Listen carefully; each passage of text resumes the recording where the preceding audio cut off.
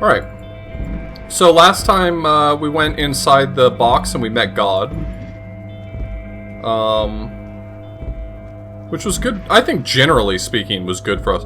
You know who we haven't seen in a hot minute is Everard. And I need to take a load off. You know, I've been on my feet all day and I'd love to just sit down and talk it out.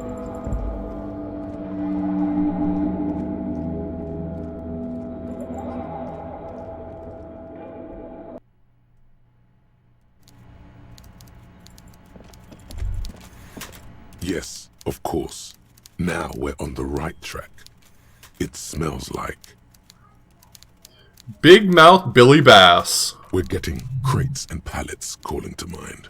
Vast stands of winter pines. A swirl of ancient odors absorbed by heavy carpet fibers. Also, a pervasive, treacly sweetness that somehow reminds you of cola nuts. The whole place could probably use a good deep cleaning, you think? But that's not important right now. What is important? The Mets, baby. It's about the Mets. Well, smelling much communism around the Union Boss's office? Can't help but think that Kim is making fun of me, but I know him far too well at this point to think that. Meanwhile, Everard Clare clatters away on his typewriter, willfully indifferent to your presence.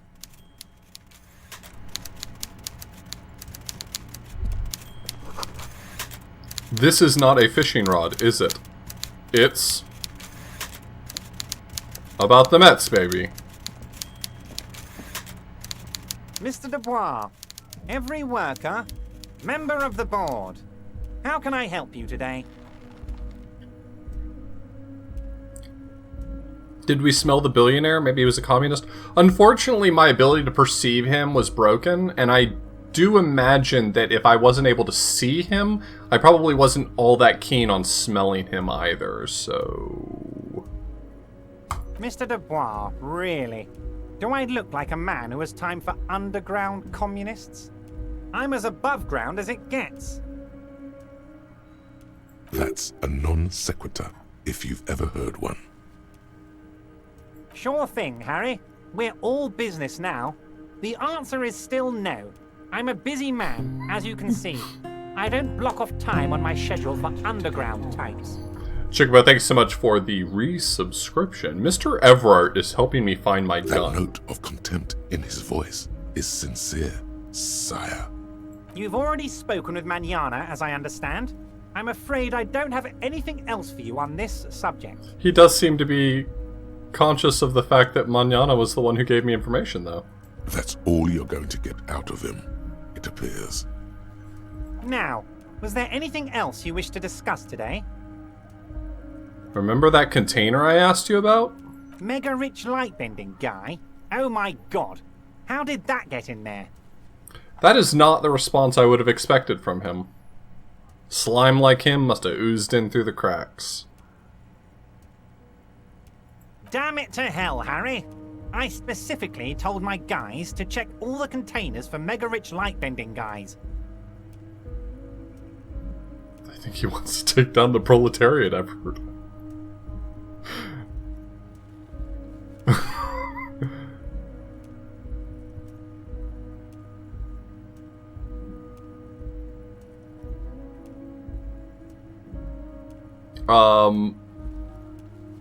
Sure. Honestly, Harry, we might be moving all kinds of suspicious things through this harbor, but I won't be caught transporting the lightbending mega rich. I have a reputation to protect. Alright, I'm gonna check this out, Wobbly. I have changed the way that I... Okay, well that's a good one. Sorry. That's a good one right there. No, come back, picture. There you go.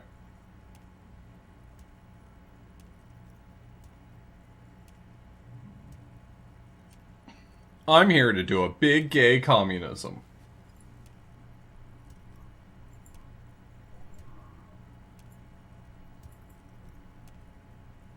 That's extremely powerful, Wobbly. I'm going to save that one for later. Determined to go forward.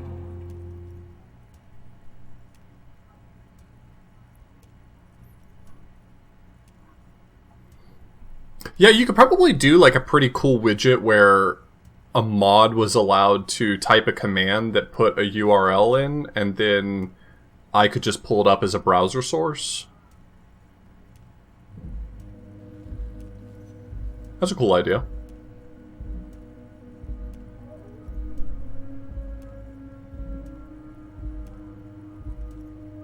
It's also just as easy for me to flip to the scene that captures my second monitor, though.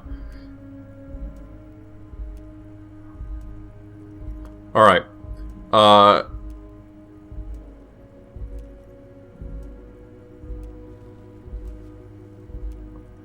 Yes, the transportation of the mega rich should be more tightly regulated. Didn't seem like he was safe.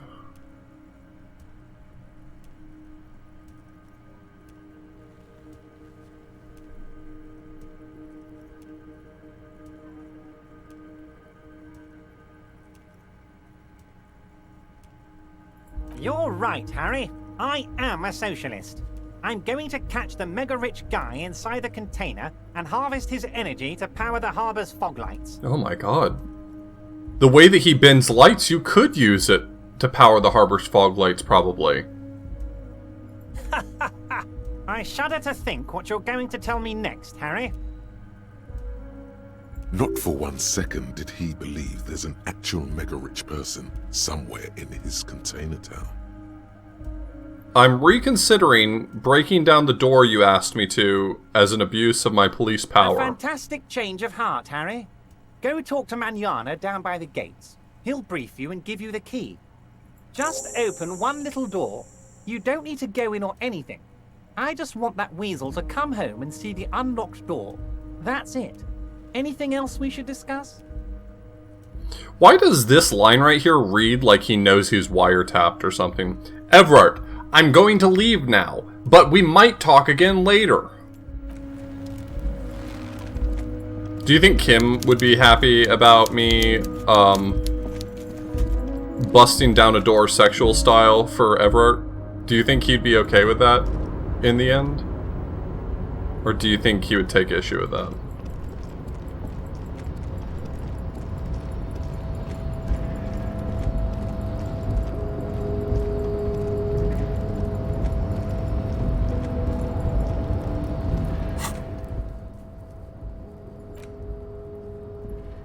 Behind the greenhouse in the backyard.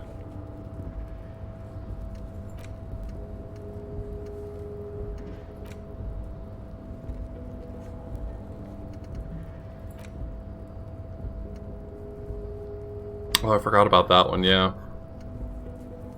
This list is proving very helpful. Thank you. Oh wait, do I already have some points I can use? I've got 2 skill points banked? Really?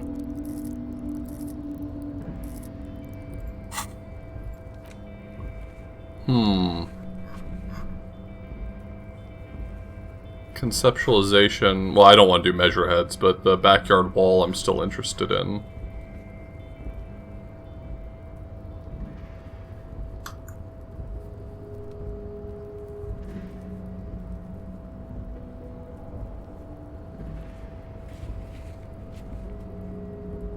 Encyclopedia Formidable. Oh man, I still want to do that one.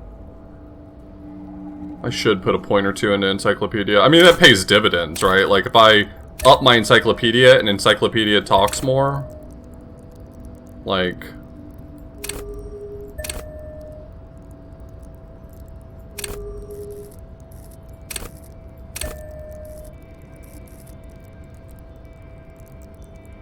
That's money, baby. I mean, literally. That's quite literally money, baby. That's money, baby, is what that is. Oh, if you just page away from it, it locks it in. So, like, the confirmation thing, that is a confirm. I kind of want to go Koldama Dakwa. That's kind of an interesting one to me. Or Art Cop. Or Art Cop.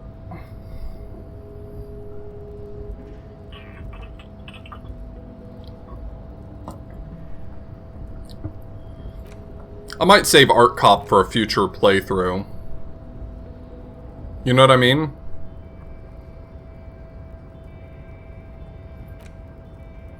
I'm gonna internalize the Cult of Mamadakwa, I think. This one's just been interesting to me, but there's been other things I've needed to work on. So, now that I find myself with an absolute surplus of points, an embarrassment of riches, I'm going to internalize the Cult of Mamadakwa.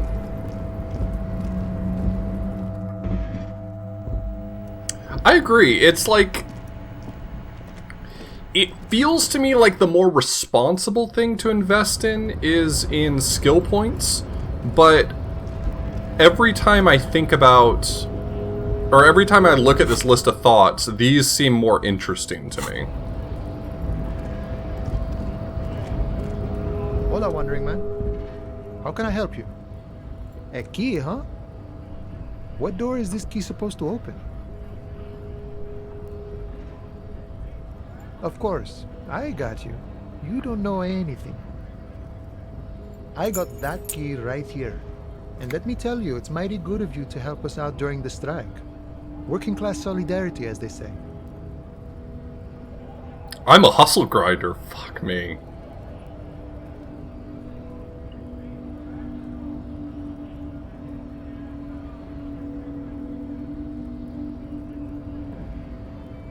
I'm not opening this door for myself. I'm opening it for all working I knew men. This man was a commie. And it's a good thing you're doing too. Thanks. What you're looking for is a basement door behind the greenhouse. That's behind the wailing in rags. That's all I know. Our organization is what you call compartmentalized. Means we keep out of each other's business. Okay, but where did you get the key from? The janitor gave it to me. Nice fella. We talked about life and things that really, truly matter. None of this mess we're in. This jiving and juggling. Jiving What's and it for? juggling. To feed our children, I guess. I'm more of a philosophical dock worker. I like to talk about the big picture stuff.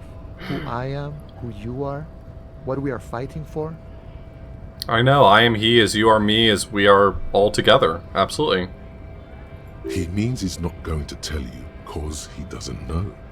But he will shoot his mouth off with you now that you're working for Everard.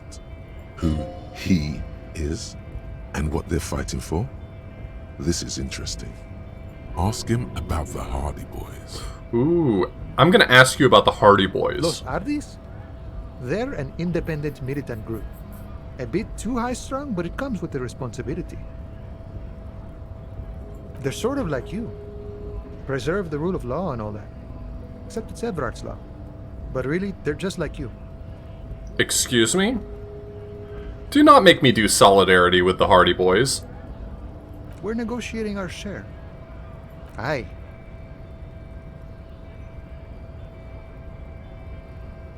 Oh, okay, economy stuff, I get it. I want to talk about something else. This stuff, they already covered.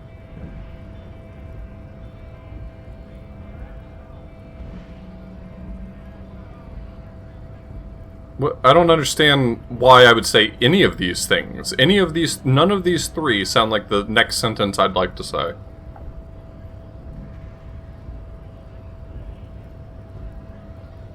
It's not enough. Not enough to get ahead. More about keeping us in our place. All of it. However, right now we want all the harbor workers to be on the company's board, so they could take part in the decision-making process. This seditious talk sounds like communism. Just so we're on the same page, communism is basically wanting to kill the rich people, or deporting them to a labor camp in southeast Grad. But don't say that out loud if you're a communist. Rhetoric, if you're going to start trying to take over Encyclopedia's job, you need to start giving me money too. No. I don't think I'm a communist. Seeing something of value and saying I want it all to myself is a much older and simpler notion.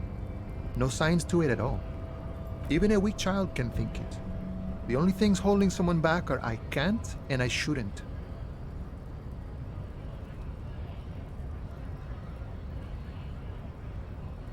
I have nothing against communists. They are honorable boyaderos. And they have good analysis. But my own code serves me well. If my code starts failing, a code can fail a man as well as a man can fail a code, then I will have to submit to a new one, which may well be communism. He knows who he is, firmly grounded, has no need to reinforce or elaborate his political identity to himself or others.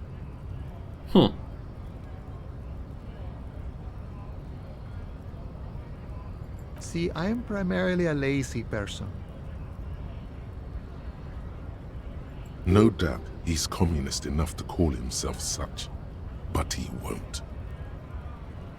He likely believes that when someone has radical ideas, he should still rather present himself as a self-interested moderate, not as a missionary of a minority ideology. It might come in handy to present ideas as a part of reality, the only reality that exists, instead of some abstract, true form. On the other hand, he's not lying when performing this sleight of hand. He's a self-interested moderate. I don't know that I read him that way. I mean, I guess Rhetoric probably knows him better than I do, but I don't know that I view him as a self-interested moderate. That's one way to call it, friend. An unnecessarily complicated way. Laziness, self-interest, and negligence certainly fit the doctrine espoused here. Is it the dulcet tone of ultra-liberalism I hear? Oh no, Kim. Are you a neoliberal? At least some people are willing to make the necessary sacrifices in order to reach higher and to better the world. Are you a communist?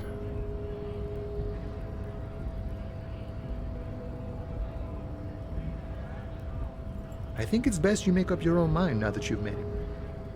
In my eyes, he is a capable organizer and a decent businessman. I guess you kind of get to be the village chief. He oversees the harbor, makes deals with the owners or other relevant parties, watches out for his own. I mean, okay, so I can only go off of the specific things that Manana has said to me. But it sounds to me... I mean, maybe I'm the one who is fucked up here, but it seems to me that one means of affecting material change in the world is to repackage improvement as if it's not strange at all, right? Like, to present the idea of material improvement as if it's rather commonplace. Like, why would you not want to do this? This is a commonplace concept. And Manana strikes me as the sort of person who's just not willing to dress up his ideals as if they're some sort of radical idea. He just presents them plainly and matter-of-factly. I don't know. I don't read him as being terribly self-interested. By that, you mean corruption? By heavens, why would he not be corrupt? We live in a harsh and disordered world, see? And in this world, the old man is corrupt for our benefit, and we know it. Appreciate it even. He is, personally, not too lavish. You're right, he's very ascetic. Yeah, what was I thinking? He is reasonably lavish, sure. That's his prerogative. It's not like you want a saintly demeanor on a corrupt motherfucker. That would be a manipulative illusion. Besides, there are no non-corrupt systems in the world anyway, and moralism is the most corrupt of them all. This man has political theory, and it has not failed him today. I think what you're saying is right, though, Silent Snake. I think the thing is that on the surface, I'm meant to perceive the lines that I'm given from my aptitudes, like rhetoric, as being statements of fact, right? I'm meant to perceive them on the surface, at a very surface level. I'm meant to receive them as sort of just data that I'm consuming. But it's not just data, it's my assessment of my interactions and my perception, right?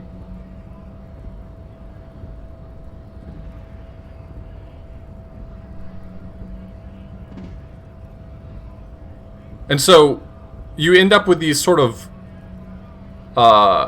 flawed perspectives. You end up with these imperfect narrators telling you about what's going on, but leaving enough wiggle room for you to say, I disagree.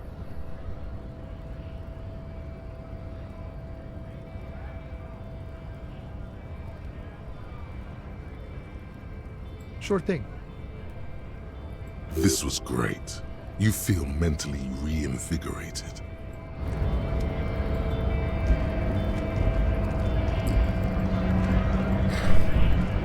If this game weren't so goddamn heavy, first off, it wouldn't be the same game. So I don't think that that's necessarily a fault of it, but if it weren't so heavy, I would say that this game reaches a level of perfection that is...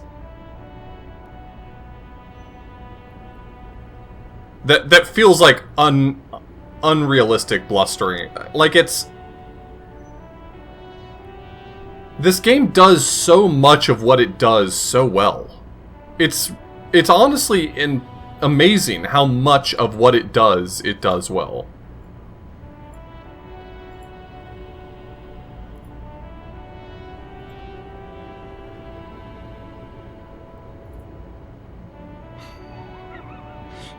Okay, that's really good. Literally the only downside of this game, and it's not even a real downside, it's legitimately a fake downside, is that this game is so heavy with everything going on that it's kind of hard to like just power through. It's kind of exhausting in its own way. But that's not like actually something wrong with the game, it's just a difficulty of it.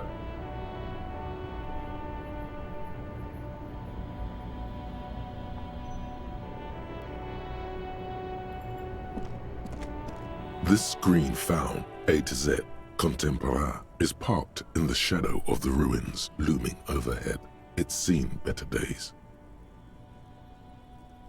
This must be the one he told us about, unless he was lying. I've like legitimately all week had to like psych myself up to stream this again. It's the reason why my streams have been starting so late, because like it's such an ordeal to play this game. But I'm walking away from it every single time like, wow, it just blows my mind how good this game is. But it's a lot. The glass on the side windows is tinted and covered with dust. You can barely make out the shape of the seat and two steering levers. I think the music is better than okay. Personal opinion, sorry. Let me start with that. But I think the music's better than okay. I think it's very I don't know. It sets the mood just right, I guess. Oh, I just got this like wild like spot headache right here.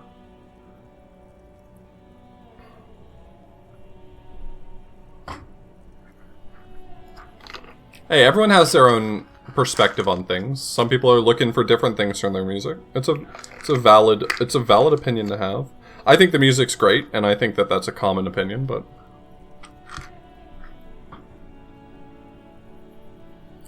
yeah, I get that, Carrie.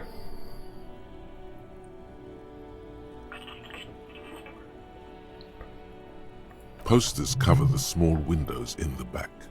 You can't make out what's on them. The door is locked.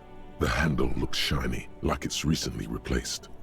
Use the pry bar to smash the window. Open it from the Really? inside.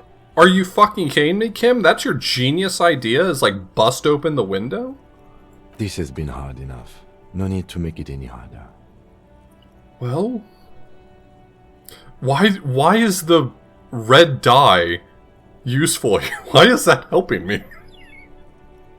What the fuck does that mean? I think I have every physical instrument clothing on right now. This screen found, A to Z, Contemporain, is parked in the shadow of the ruins looming overhead. It's seen better days.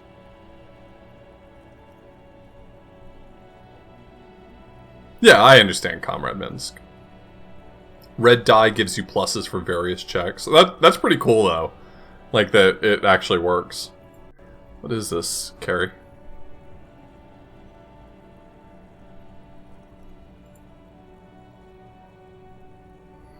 I'm sorry, what the fuck? Blues smoke detector.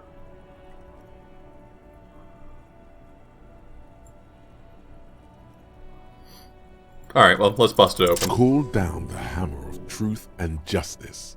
With a firm punch that could shatter bone, you smash through the window. Why you didn't equip and use the pry bar, who knows? What? But now... I had the multi-tool, it gave me +1. Would the pry bar have given me more?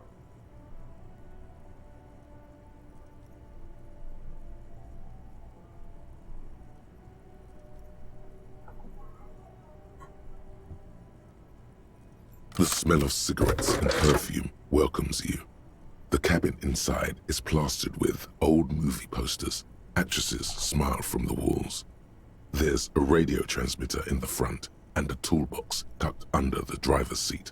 Some tools lie scattered near the pedals.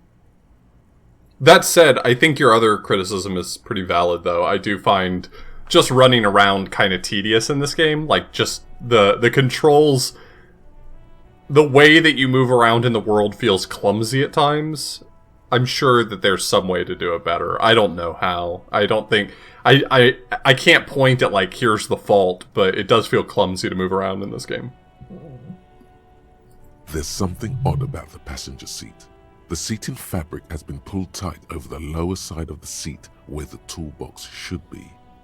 These are movie posters featuring starlets from long-forgotten films from the 20s, the teens, even the 90s of the last century. You need a jetpack in this game, that's what it is. The fast travel's honestly great, and when the fast travel unlocked, that was awesome. I think it needs a few more fast travel points, honestly. One of them particularly catches your eye.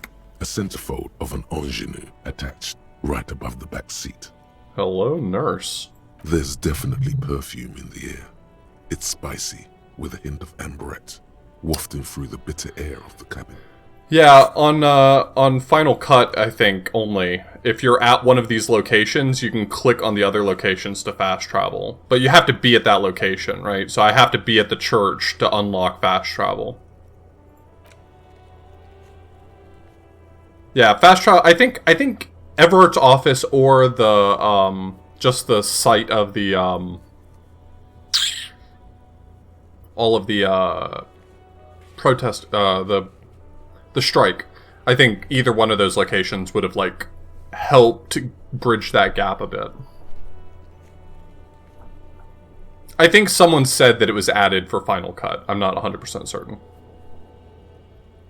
Oh, you also have to have gotten the map. Okay, yeah, I stole the map off the wall.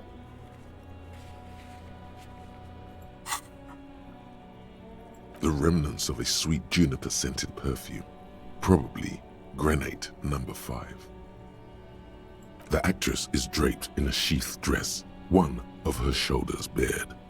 The faded remains of an autograph run across the poster. She's looking past the camera. Okay, but in my defense, Pigeon Rat, at the time, I didn't have 50 cents. It was a dire situation. What's that? I had $4? Don't worry about that. I didn't have 50 cents. I didn't have the change. This is Tijon, a starlet from the dawn of cinematography, less known for her talent than her tragic, untimely death. Oh no. She wasted away in a drug den called the Door to the River, not far from here on Boogie Street, a mixture of cocaine and morphine. She was afraid of the world, and the camera, too. The actresses and the rear actor all smile you a warm goodbye. A radio transmitter is attached to the dashboard, and a toolbox sits under the driver's seat. Looks like the frequency dial is absent. It requires a key to work, but the key has been removed, likely by the missing lady driver. Strange. There are so many radio stations saved here. Must be over 100 at least. If you're driving long distances, you probably know which ones are for which areas? For contacting an entire fleet of lorrymen. Oh, it's a... This is all shortwave, UW and okay. UKV. Yeah, CB radio or whatever. Looks like we are dealing with... I thought it was talking about, like, tool. music the radio. Center of a huge operation, with quite a range too. Doesn't look like it. It's completely inoperable without a dial key. The ghostly actresses and the rust. Voila! A stack of neatly folded papers has been stashed behind the seating fabric. You see 3 maps depicting a large metropolitan area. It's Revachol. Some of its routes and highways have been outlined with a pen. Yeah, I was recommended to look into the Wompty Dumpty Dom Center, and it's pretty good. I can't, it's pretty good. Bonne prise. Bon prise. This large map displays the elevated motorway called 881. The intake leading to Martinez is marked with a blue X. There's another X on the off-ramp at a place called the Old South. Does bon prise mean, like, good eye, like good looking out? Like he's commending me for spotting the papers? Nice catch. Okay. I was like thinking about prise as like que surprise, like what a surprise. I was trying to think of like what would the root prise be?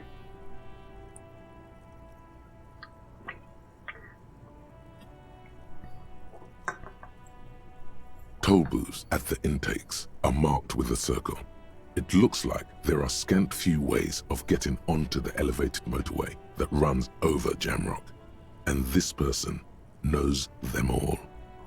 There, hundreds of thousands of motor carriages roar on the 881, high above the mass of brown and red roofs that is Jamrock. The commuters don't even look down. The world ceases to exist outside the windshield. Okay, so here's my question.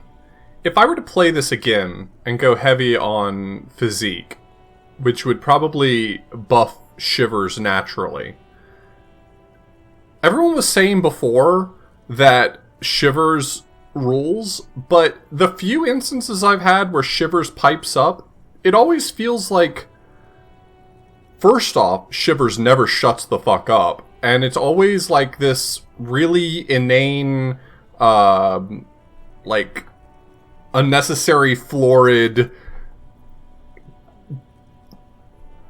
extemporaneous explanations of things I don't give a shit about. Like, I do care about them, but, like, it's always off topic. It's always off topic. It's always off topic. 100% of the time.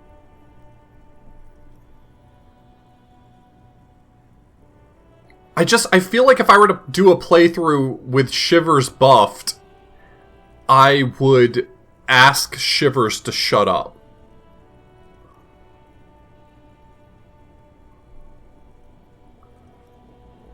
Okay, maybe it's just me. Maybe I'm just not feeling the vibe of Shivers. Maybe if I did a whole playthrough where Shivers was just, like, omnipresent, maybe I'd feel different about Shivers.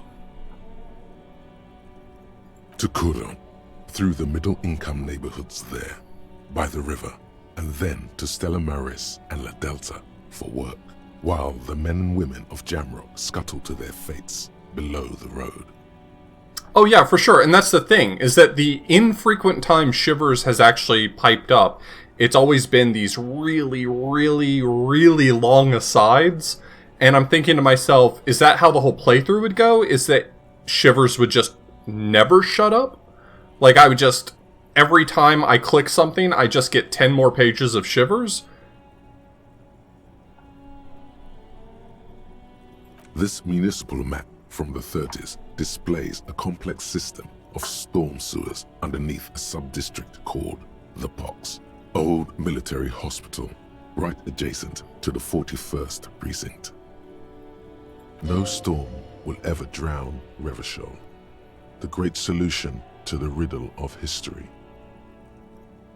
The final map displays a labyrinth of service tunnels left over from the construction of Motorway 881. A few routes have been marked with a pen, where the tunnels and sewers surface near the eminent domain, and a traffic island in central Jamrock, by the lake. Yeah, I'm not trying to dump on Shivers. I'm just thinking about the few times Shivers has piped up. It's been like, does this have a point? Like, I'm just trying to find the point in all of it sometimes. Looks like the smugglers have infiltrated the road network belonging to East Motor Track. But I mean, I've been doing this whole ride with Inland Empire buff to hell, like from the word go, and it's never it never gets to the point either, so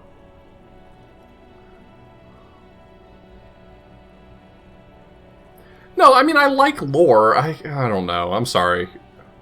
I always hate to be the guy who's yucking someone's yum, so I'm gonna shut up about my thoughts about Shivers. I'm sure it's lovely on a full playthrough. So it would seem.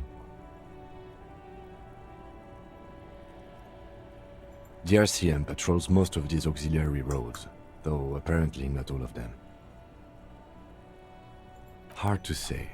This distribution network looks certainly large, yet still vague enough. It doesn't reveal much about the Besmerti behind it.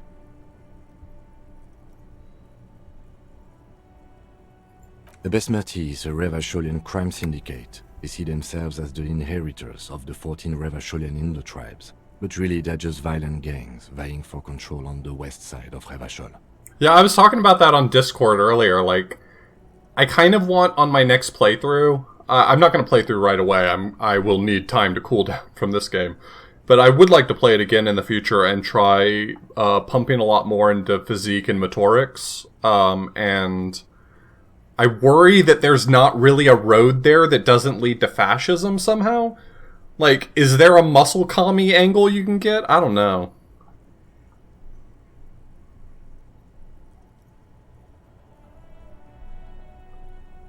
I also think I probably shouldn't just play the commie route again. Yeah, I know that words do, but like, if you're solving a lot of your problems with fists, you're likely to run into a lot of guys who want to talk to you about fascism, right? Like, I have no reason to spend much time talking to Measurehead, because I'm not about to take a swing at the guy, right? So I don't really have a ton of opportunities to become fascist. But like, what's my other choice? Ultra-liberal or moralist?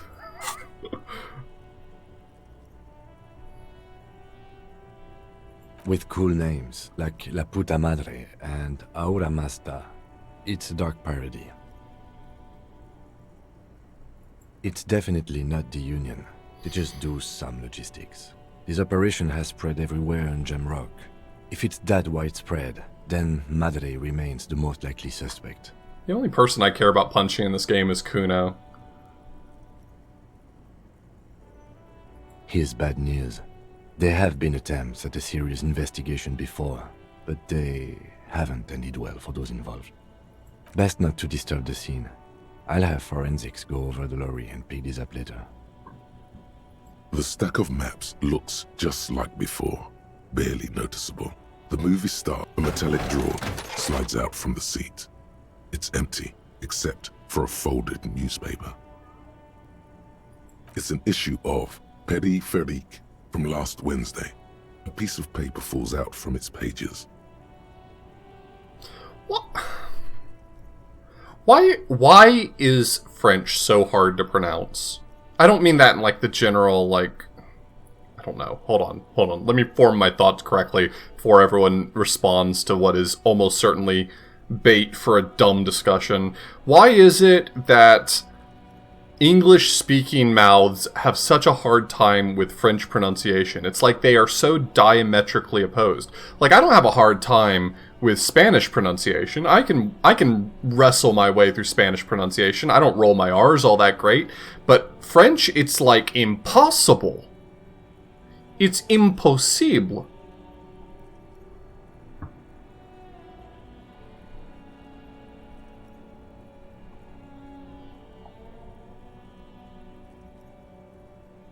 It looks like an article ripped out from a radio enthusiast magazine. Complex mathematical equations explain the basics of something called the Ulan frequency system.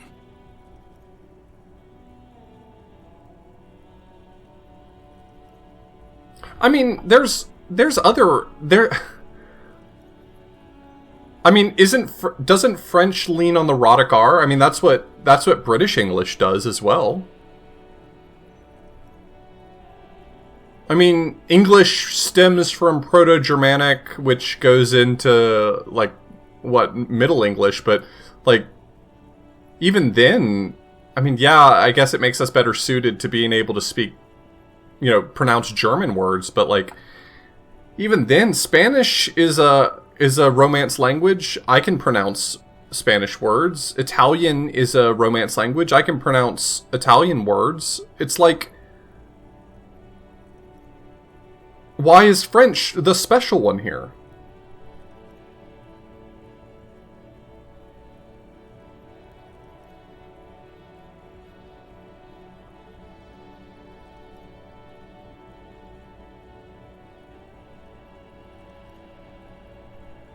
Yeah, Spanish is limited on its phonemes, that's correct.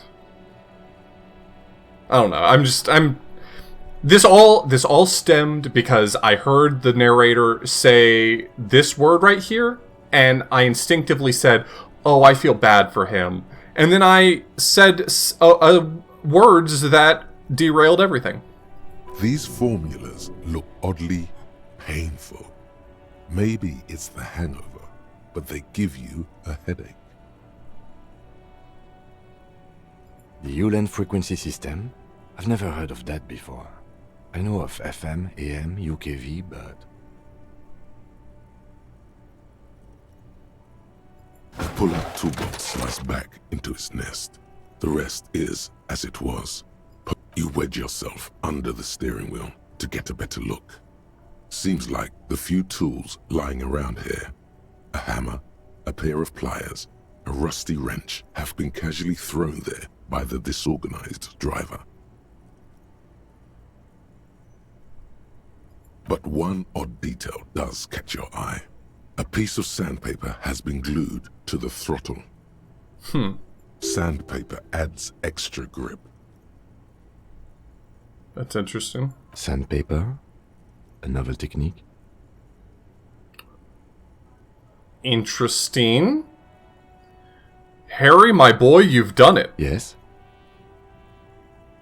Which means that the missing lady driver was present at the lynching.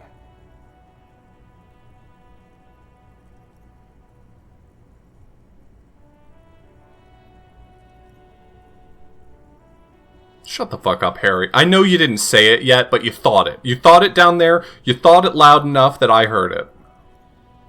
Looks like her, yes. Now we know for certain who's the missing eighth person at the lynching. Do you think that Hardy and his boys could also be involved in the drug operation?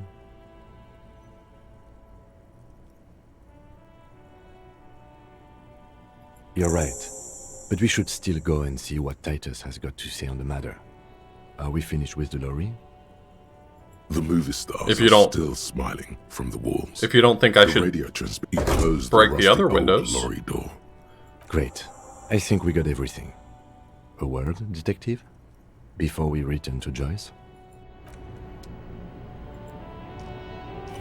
I'm utterly fascinated. Alright, we're finished here. Let's quickly debrief and go over what we found, so we don't do it in front of the company rep. I'm utterly fascinated by the French plus Japanese accent that Kim has.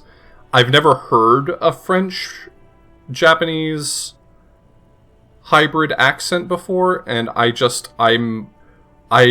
paying so much attention to how he pronounces every single word. It's so fascinating to me.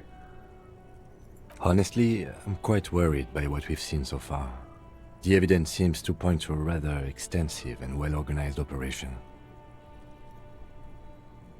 I'm especially intrigued by that radio transmitter, particularly the sheer number of stations it can connect.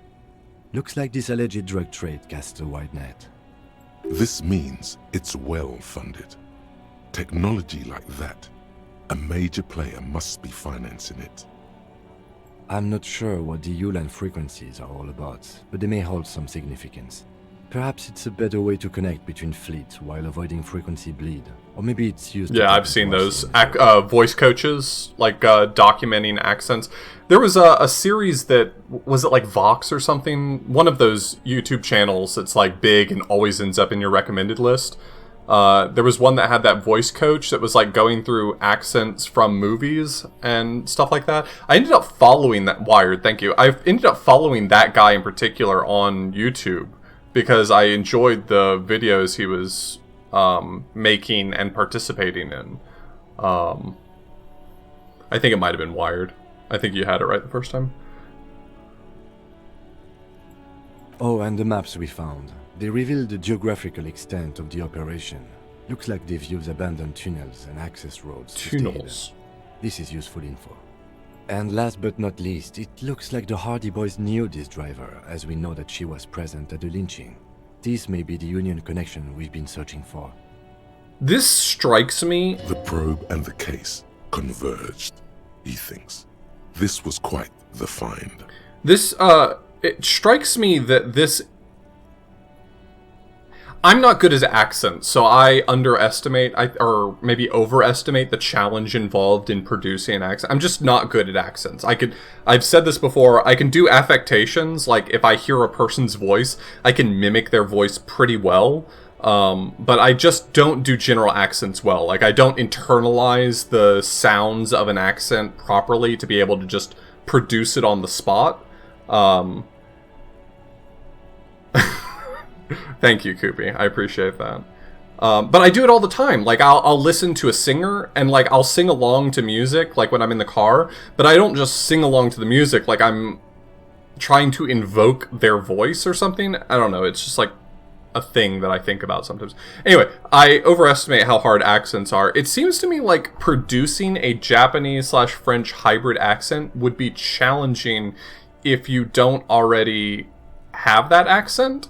I wonder if the voice actor for this actually has that accent.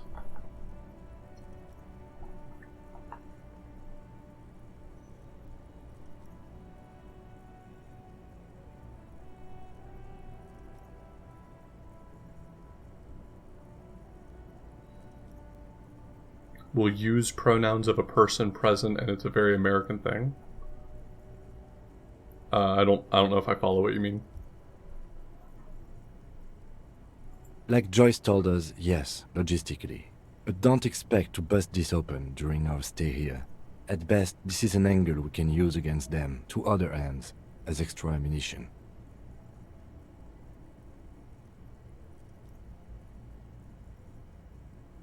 We should return to the murder case. See what Joyce tells us about the lynching. When we are done for the day, I call my station and suggest our narcotics department look into it.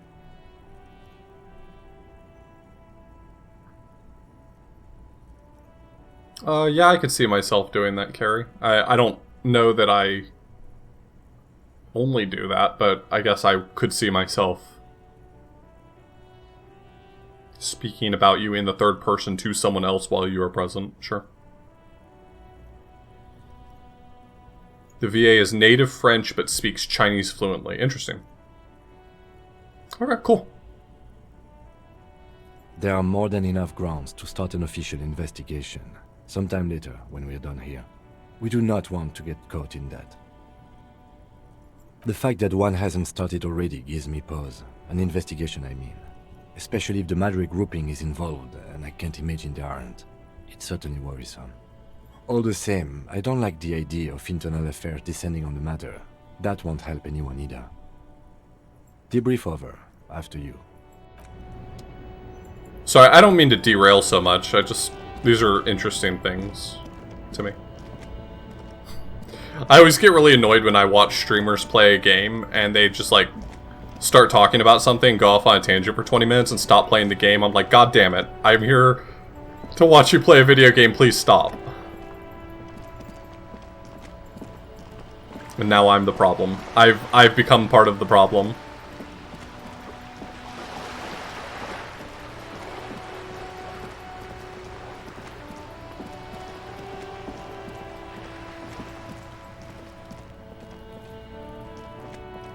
Just an ordinary wall. Yep, normal wall. Normal ass wall.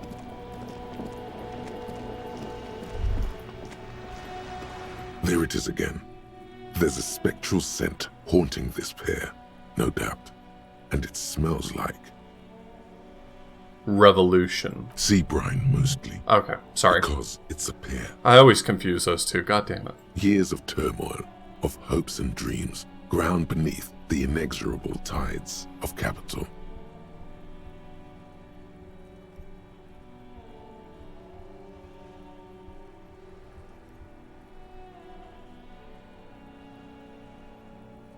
Without a doubt, your politico-olfactory cortex doesn't deceive you. The smell is coming from that balcony over there. But I can still smell the sea brine, right? Certainement. A precocious communist youth. A symbol of a kinder, more hopeful future. Now's your chance to establish contact with your revolutionary brothers and sisters. I have stared at this art now for however many hours, and I've yet to figure out what this guy is doing. He looks like he's eating a heart out of his own chest or something. A chance to establish contact with the future. What a beautiful, terrible thought. Is it vomiting words? That makes more sense to me.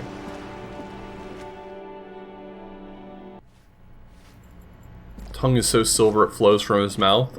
That rationale makes sense also. I like that answer. I like all these answers. They're fantastic answers.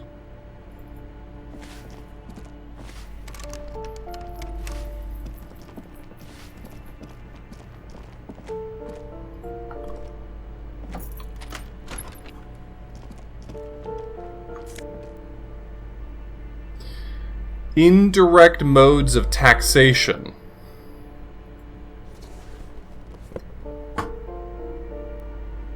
Alright, brain.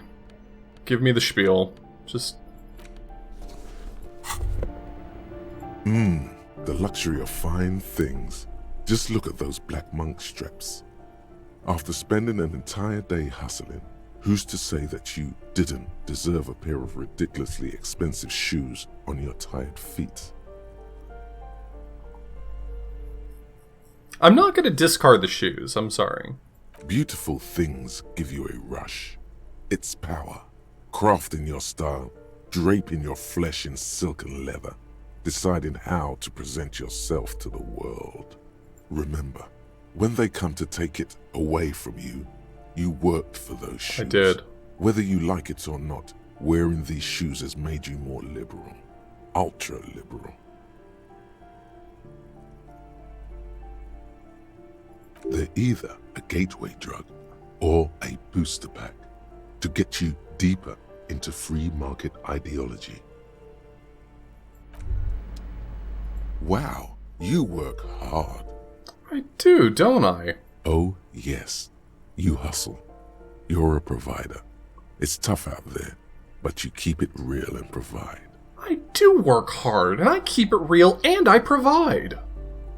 Oh yeah, like a horse, a workhorse, for hard work.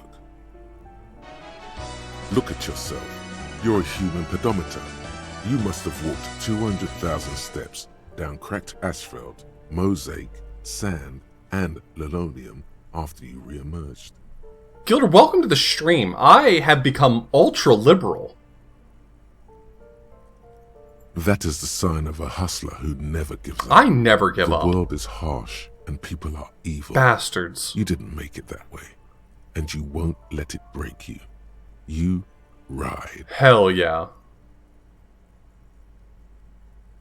I fucking ride till I die, bitch. That's just what it's like. Life and death. But you got gills on your side, baby. Got those black papers with the faces of the innocents on them. You bring in the Franco-Negros and the Solas. Hell yeah, I do. It ain't easy, but you do it. Day in and day out. You didn't make the rules, but you won't lose. You're a cop, and a sprinter, and a money printer.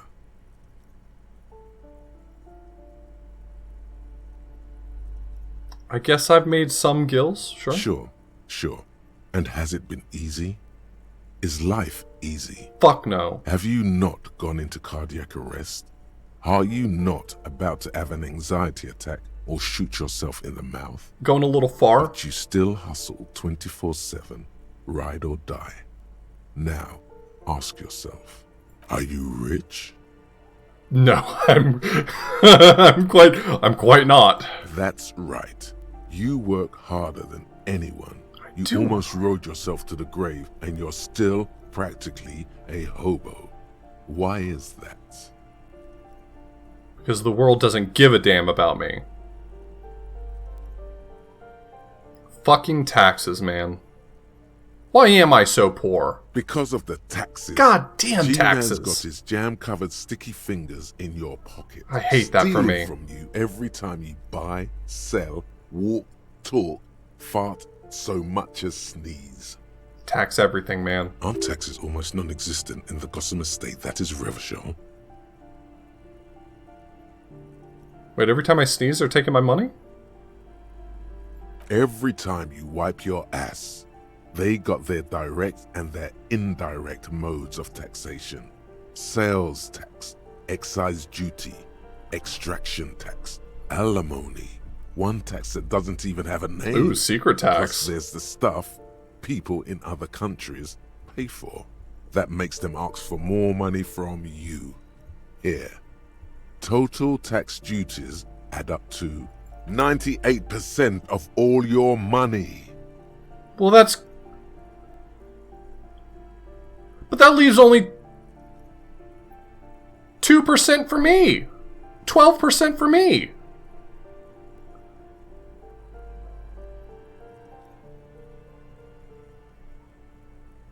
What are you not sure about? They're milking your nipples till they bleed. Can't you see? Aren't you sick and tired of having bloody nipples? Yeah, that's where the milk's supposed to come from.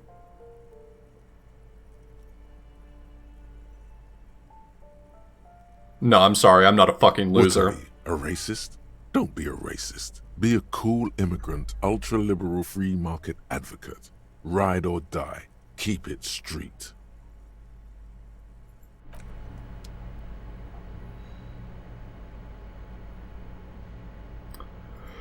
I knew these shoes were going to turn me into a fucking loser. I could tell. They had loser written all over them.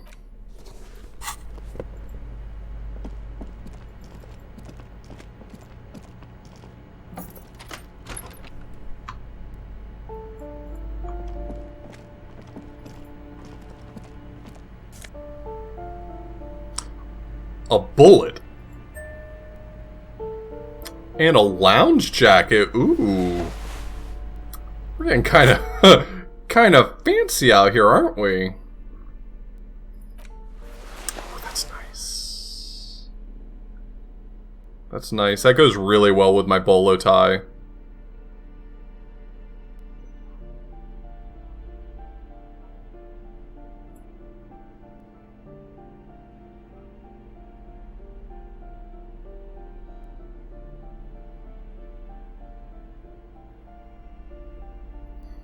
Yeah, I'm sorry, I'm not going to wear that jacket. Even for the bit, I'm not going to wear that jacket.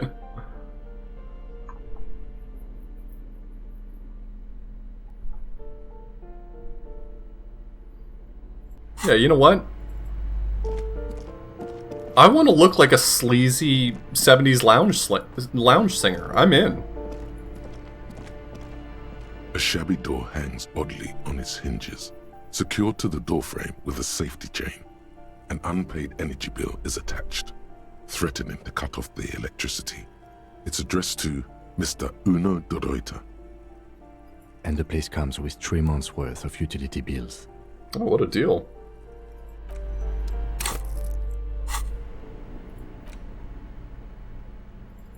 Okay, so far nothing in the game has just like outright killed me on the spot, but I do believe this is an opportunity for that to happen, so I will be quick saving.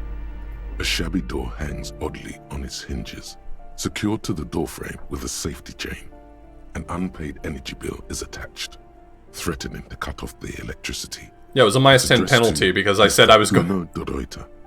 I said I was going to use the chain cutters, and I didn't have the chain cutters in my hand. Like, I have a minus 10 penalty because it's like I'm going up to the door and doing this.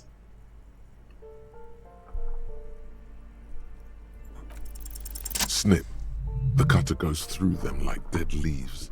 The links fall to the ground on the other side of the door. I know there's no stopping you, but let's at least make this quick. Yeah. Let's go in guns blazing. Kim, hand me your gun.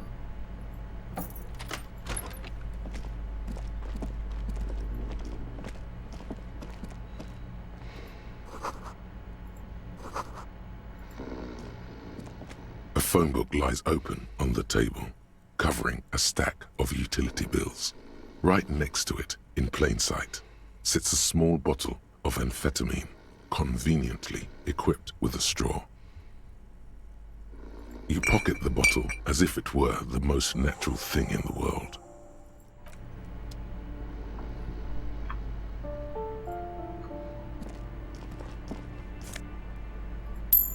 So here's the thing. I desperately want to go in there and... I just gotta know what happens. Even though this might be like one of those, hey, you're about to fucking die. Give me your pants.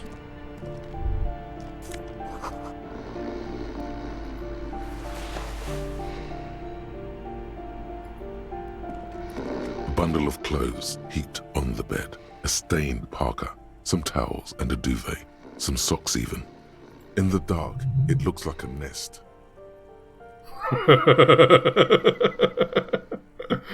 Oh, man.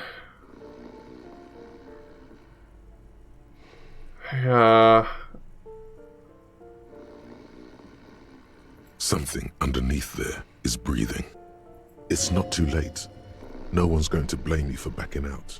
You don't have to do this. Just get out. I'm sorry, I have to know. I'm sorry, I don't like save scumming on stream, but I just gotta know where we're going with this. Your hand touches a greasy duvet covered in cigarette burns and ketchup stains. You hear a growl.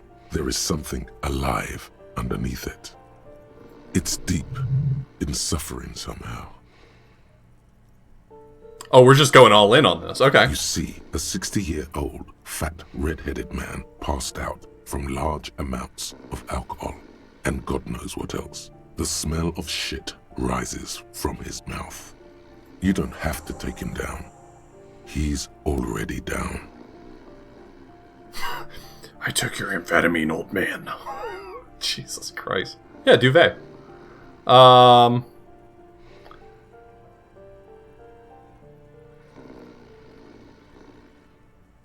Unless you want to get all Frenchy about it, then that's probably way wrong. But in English, we say duvet. It's a borrowed word. Loan word. That's the word I was looking for. Loan word. What is there to do? We could turn him on his side so he doesn't choke on his own vomit, but he's already on his side. Excellent form.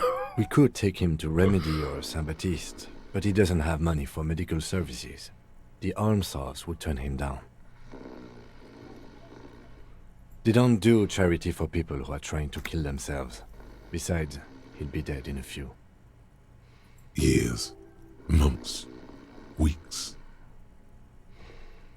Yeah, maybe that is supposed to be like a silver tongue just like falling out of his mouth. I could see that. Or vomiting words. Both of those make perfect sense for the concept of rhetoric. The pile of blankets grunts miserably. The man groans once again, but his tongue keeps failing him. Fuck. It's impossible to make out the syllables. A hand emerges from the blankets, trying to gesticulate something. I'm sorry. I'm about to reload. I'm about to reload for that 3 I just rolled. I deserve better than that. I have earned that 92%.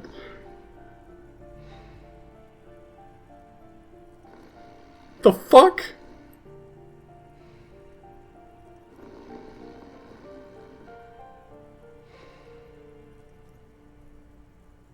It's good to get a bad roll on this. Oh. Is it because I'm gonna feel sad? Is it because he's gonna say some fucked up shit about Kuno and then I'm gonna feel sympathetic to Kuno? I don't want to feel sympathetic to Kuno. I need to go out and punch him. And then falls back again, limp and defeated by sleep. A loud snore escapes his mouth. I hate that this game makes me... I already don't like... I already don't like save scumming in general. Just like in general, I don't like it. This game, like, puts save scumming into a brand new perspective. Where it's like... It feels like it defeats the point of playing the game if you save scum. Anyway, that's the rest of my thought, and I'm done with it.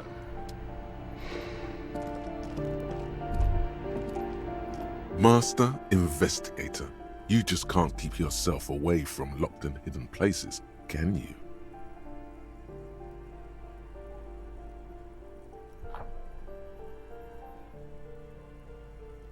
Yeah, I mean, the point of the game is not to just succeed every check, right? You could easily just save scum every roll and keep going until you get double sixes, but I don't know, it feels like it defeats the point of the game if I succeed. Like, it's just because I feel like I've been robbed by a 3 when I had a 92% chance of success.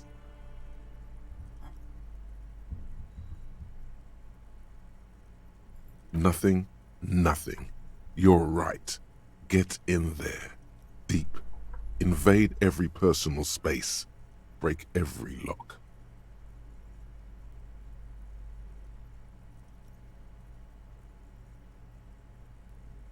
Isn't XCOM the opposite, though? Isn't it where it lies about the stats in a way that makes it feel...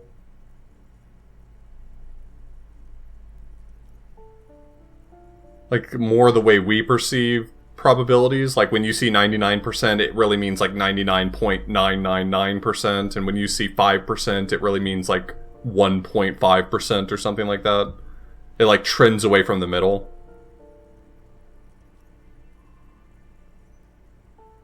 Yeah, I gotcha.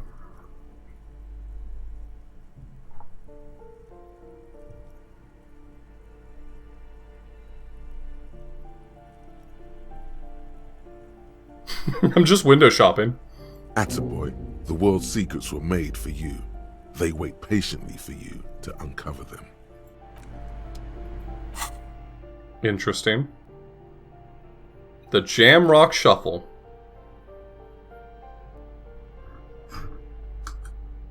Trash cans, utensil trays, manholes, coat pockets, secret containers left by the Philippine kings that hold forbidden relics. Okay, you haven't come across one of those yet, but one day. Oh my god, if I do the Jamrock Shuffle, will it allow me to open that one door I couldn't open?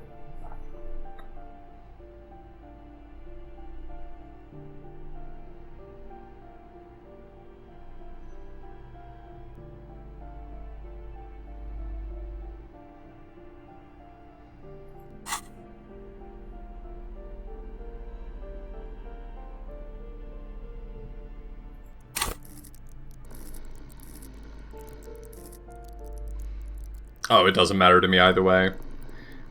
You can not tell me or you can tell me. It doesn't matter because it's not going to really change much. I assume the answer is no. I was just doing a bit.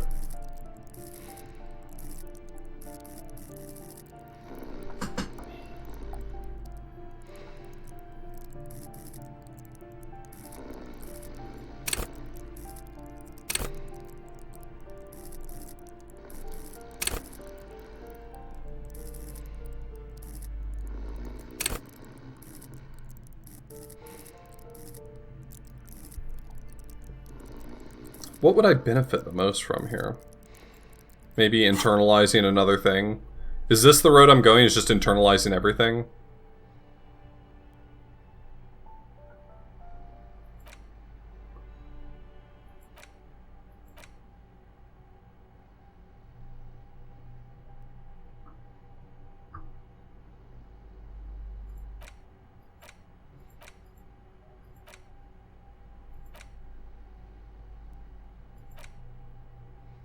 Oh, I need to internalize hardcore. Oh yeah, we're going hardcore. Sorry, I totally forgot that I hadn't researched that yet.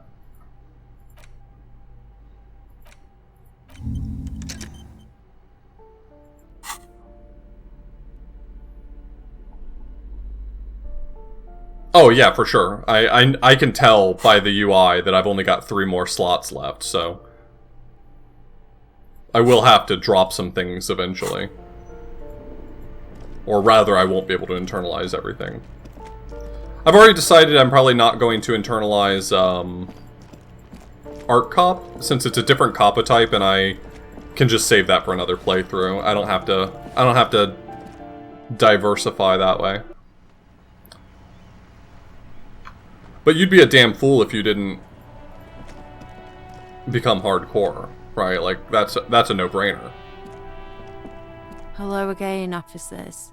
Have you come to admire my mural? I don't believe it. I've never known those boys to have manners.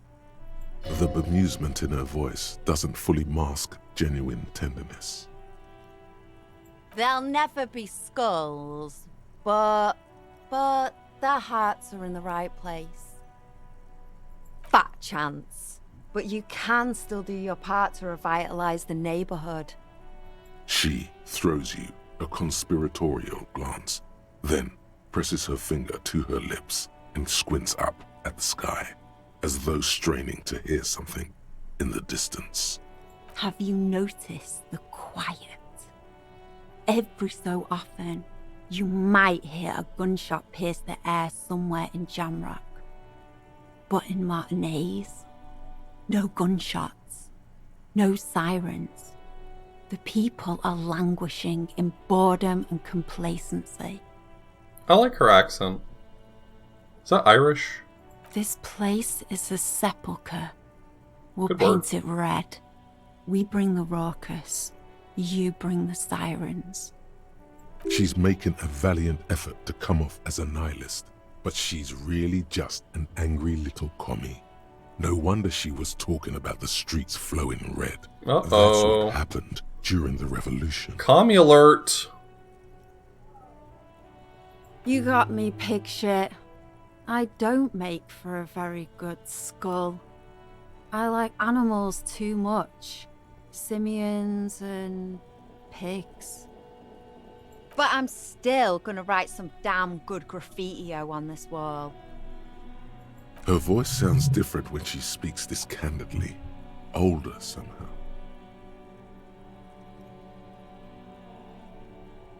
And what do you know about politics? I'm looking for comrades to help me fire up the great Mazovian sausage grinder. Will you help me? I was warned not to bring up the sausage grinder. Scottish, okay. Yeah, Scottish is correct, yeah. That's what I meant.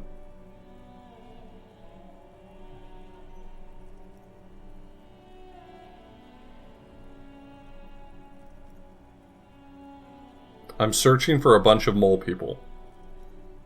An underground cell. My. Sounds big time. Sure, I know someone who'd love to talk that ideological stuff. You're looking for Steban.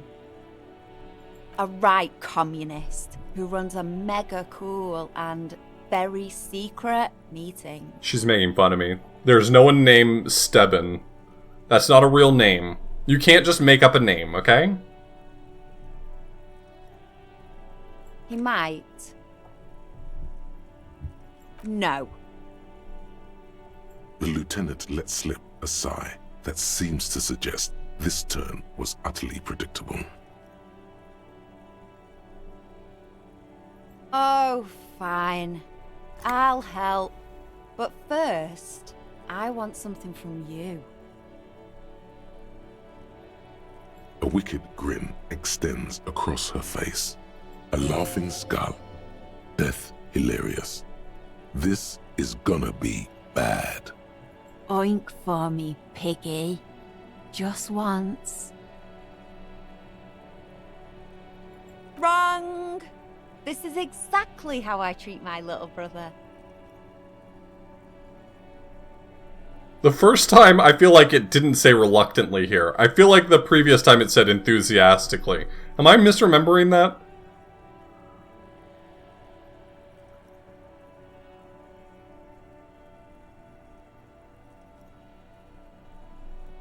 There, that wasn't so bad, was it? The lieutenant, needless to say, is not impressed. Kim, I've stopped trying to impress you. Sounds like you're really serious about meeting Steban. It's touching, sort of.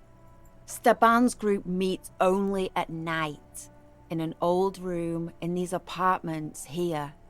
It just so happens you're in luck. Their weekly meeting is tonight. Okay, she's pulling a prank on me, and I want you to know in advance that I'm not falling for it, but I will play into it, because I want to see what happens, and it's going to be very funny. But she's definitely pulling a prank on me. I know when I'm being condescended to. Poke your snout around sometime after 10 p.m., and you might just find them. Just that he's a real communist. Not like the play acting you've been doing. The rest, you'll have to see for yourself. Oh, smart pig. Because there is. See, Steban's a bit on the paranoid side. He's got all these mega secret passphrases to keep out infiltrators and the like. You can't join the meeting without one. Kim knows it's a bit too. Not to interfere in your personal errand, but I wonder whether it might have something to do with that phrase Mañana mentioned overhearing. That's really dumb. You should feel embarrassed even suggesting that. The lieutenant nods. Guess this is what happens when two pigs put their heads together. You know, I agree with her, but those sorts of words hit different when I know she's talking about me. That's enough. Off with you then. Ooh. Not only have you found my address, you've discovered my biggest secret. I'm a coal miner. She's not very nice. She does have eyes that seem to be smeared with coal.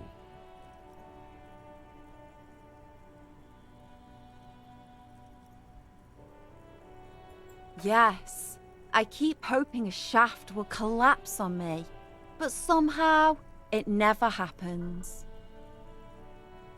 Does anyone in a city like this? Damn. Damn, too real. If there's pain about any particular home she's lost, she's buried it deep, fortified herself against it. Shoot, Piggy. It's what you do, isn't it? Got my ass.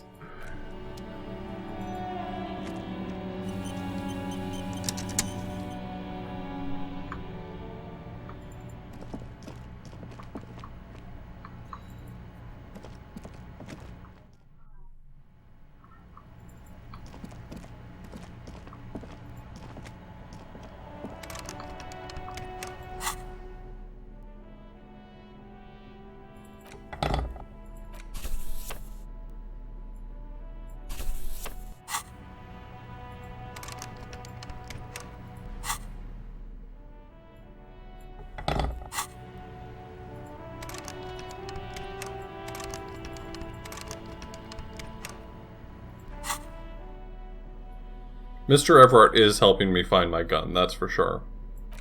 That part we know.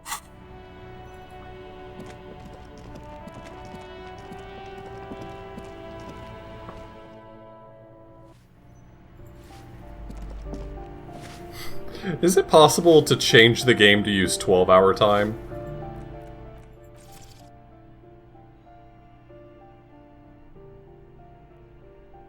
No? Dang, okay. It's very disorienting that everyone speaks in 12-hour time, but all the clocks are in 24-hour time.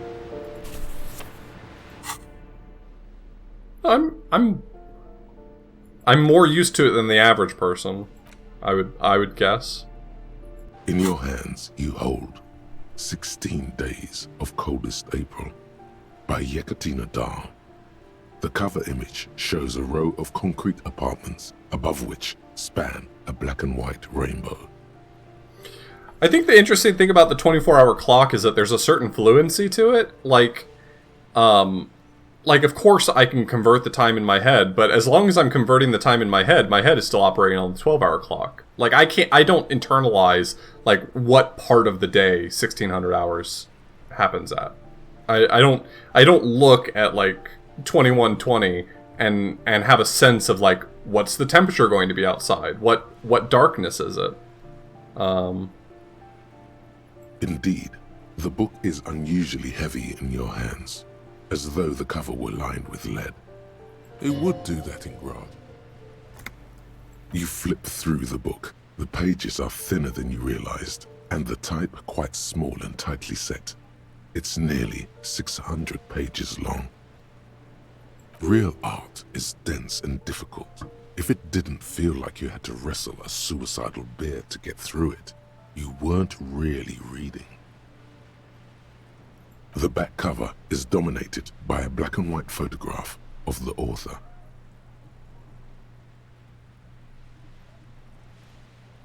Really, Vox? That's a very strange way to... I mean, I get why, but that's a very strange thing to do.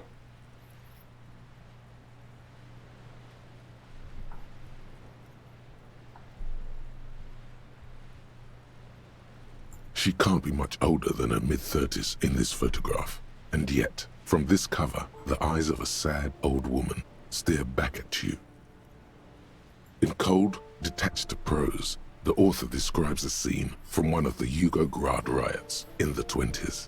Youths overturn motor carriages and set trash cans ablaze, while heavily armored guardsmen dash in and disperse them in a flurry of baton blows. The Yugograd riots took place from 27 to 29. Fueled by ethnic unrest and the state's repressive tactics, these events are often seen as marking the end of a brief period of liberalization known as the Yugograd Spring. Like all such periods, it is frequently memorialized in art and literature. As ethnic tensions run wild, a pair of young lovers meet each other on the street. Somehow, in the middle of all the chaos, they manage to lock arms and look into each other's eyes. It would physically hurt you to keep reading. Are you sure? Look, buddy. Everything in this game physically hurts me. They go through a brief and somewhat awkward love affair, and in the end, they betray each other and succumb to the absurdity of Gradian life.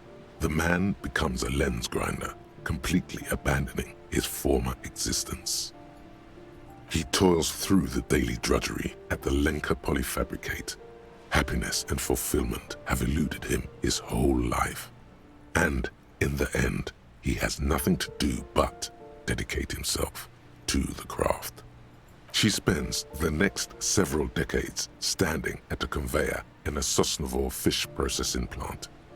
The smell of fish guts slowly seeps into her hair and skin, as every single one of her dreams dies, one by one. The memory of their short time spent together tortures the former lovers ceaselessly until the end of their days. Years pass in solitude, their bodies growing ever more decrepit.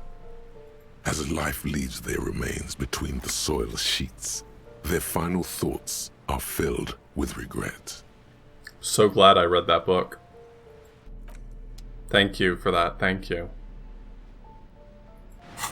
Wonderful. I think we're all better. I think we're all better from having experienced that, to be honest.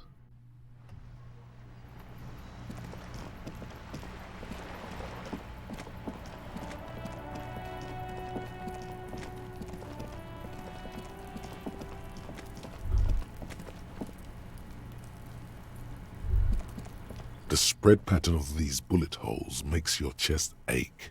Your breath grows heavier. You peer into the faded marks in the stone. They peer back like an endless row of tiny black holes. Sweat starts trickling down your brow. The chest feels tight looking at them. It's closing in, caving in, ever tighter. Your breathing grows even heavier. You okay there?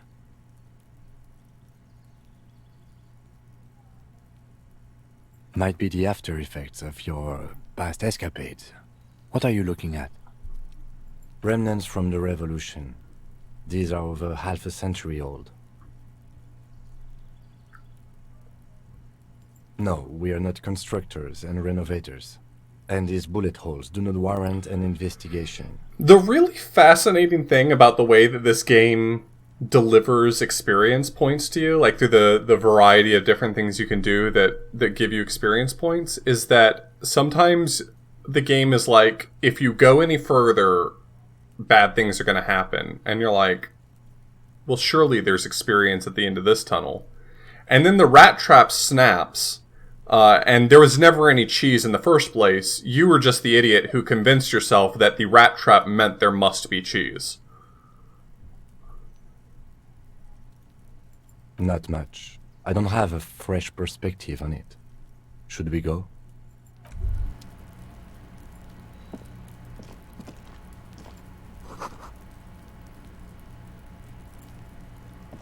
The door has braved the elements for decades.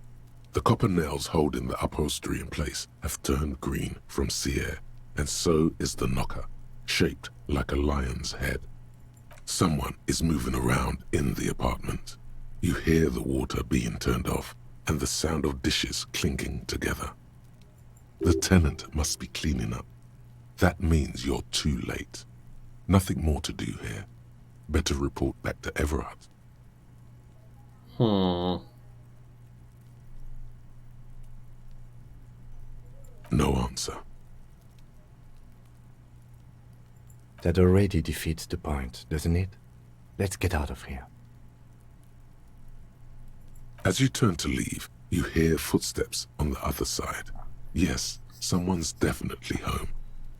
We should leave and go talk with Everard. Tell him what happened, that we couldn't open the door.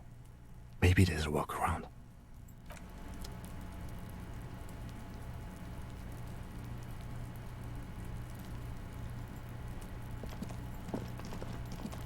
I mean, if I open the door and he shoots me, I assume I can just huff Nosafed until the bullet holes go away? Is that...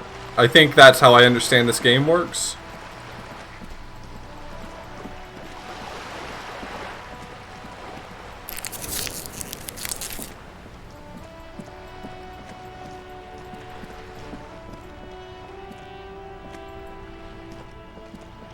Vigilance officer, what can this old carabiner do for you?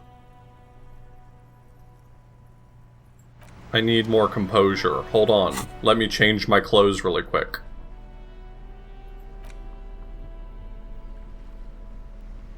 I apologize. My composure is simply atrocious, sir.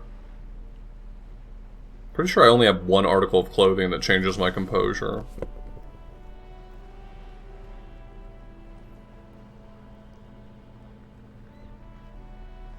Oh, no, the new jeans. They're great for composure.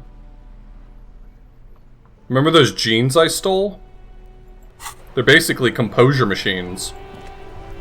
Vigilance officer, what can this old carabiner do for you? As Rene turns from you to his partner and back, the medals on his chest rattle and glare. He keeps his spine straight and his ribcage lifted, displaying them proudly. 2. The larger one is shaped like a cross, while the smaller medal resembles the sun. A crowned head in front of 2 crossed rifles. The medal hangs from a blue striped triangle. It's the Croix de Bravoure, Cross of Valor. The cross was the highest battlefield decoration in Suzerain's armed forces, awarded for exceptional bravery in the line of duty, in service of King Frizzle I. The first Frizzle. A small blue star inside an orange sun. It has the word Valiance written below. The setting sun was a decoration used to distinguish seasoned That's combat money. veterans in service of King Frizzle I during the Revolution.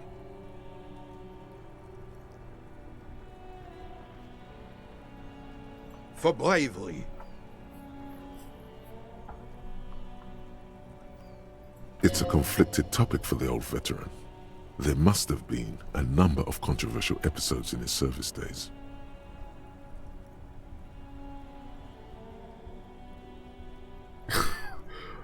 Your options are inquire, asshole, asshole, inquire. I mean, you know, the asshole lines are accurate, but, like, you know, just saying it to someone's face, you know what I mean? I'm sure, but I know this uniform's reputation. You are also wondering if I got this for raping women or killing babies. Did I think it too loud? Was that my problem? Did I think it in my brain so loud that people around me heard me? I get into that. I do that too often. Did you?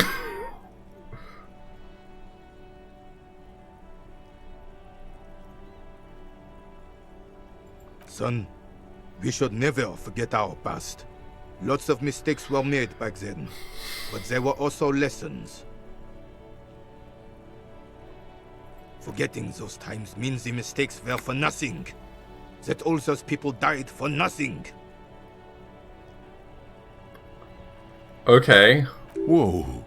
Sounds like you're about to open the gates of conversation. Ooh, dangerous. This man will literally talk your ear off if you let him wander off to memory lane. Okay, but in my defense, I mean, I need another 5 hours. Like, can he talk to me for 5 hours? Because I'm in for that. For doing my duty in the heat of battle.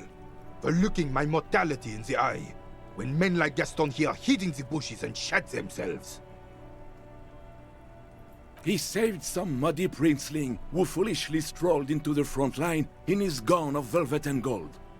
Is Gaston a really common French name? I mean, I literally only know that name from Beauty and the Beast. I'm sorry, I'm basic. Pretty basic. It was on the first months of the revolution here in Revachol. Unrest was spreading like wildfire. Marauders had taken most of the Couronne and were getting really ambitious. King Frizzle thought he could end it all in one decisive strike. Sent his cousin, Drisson, to put an end to the unrest. Alas, the young Drisson was all piss and no vinegar, wearing a tunic of purple velvet and cockatiel feathers to battle. Even his rifle was gold-plated, shone from 5 clicks away. Can you imagine the asininity? I promise I'm not gonna devolve into another 20-minute diatribe about absolutely nothing, but I think it's such a fascinating thing when you have a non-Earth world, how to do accents. I imagine that there's a lot of wrestling over, like, we can't just invent accents that doesn't make any sense, like there's no foundation in familiarity there. But at the same time, like, these guys are speaking with a French accent. Like, it's a French accent. I'm sorry. I'm sorry that France doesn't exist in your world, but these guys came from France. They just showed up from France, from another world. It just feels like that's got to be a really complicated thing to navigate. Purple velvet tunic. That isn't exactly camo.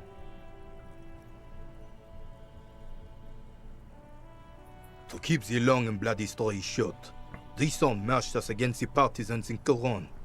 And when I say marched, I mean made us walk into captured enemy territory, single file, like toy soldiers, while he rode in front on his giant red stallion.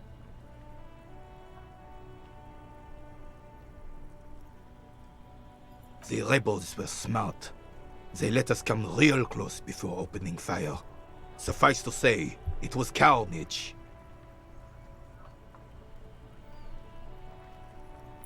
Yeah, I mean, I'm not getting into the thing about how, like, some people don't have accents, because I know, like, I have an accent, even though in my ear it feels like a flat accent.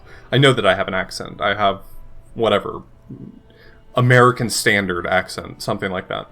I'm more meaning like right now invent an accent for me. Like in your head, decide what a new accent sounds like. Go ahead. Just come up with one right now for me. It's like, it's probably going to be pretty derivative of an accent you already are aware of.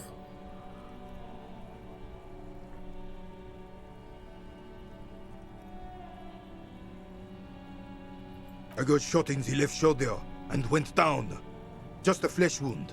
But just as I turned over, the prince fell into the mud next to me. He was missing his lower jaw. Then his horse, driven mad by the noise and smell of gunpowder, stepped on my leg and shattered my knee.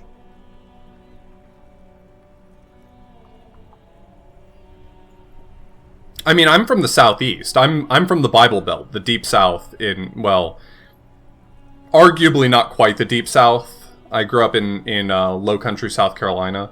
So not quite the Deep South, but getting there, getting close. And I fought to not develop a Southern accent my whole life. I worked really hard to maintain what I would consider to be a flat accent.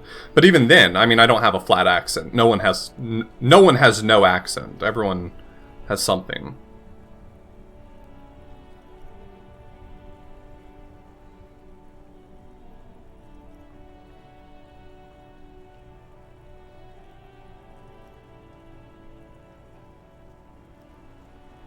It's painful to even think about.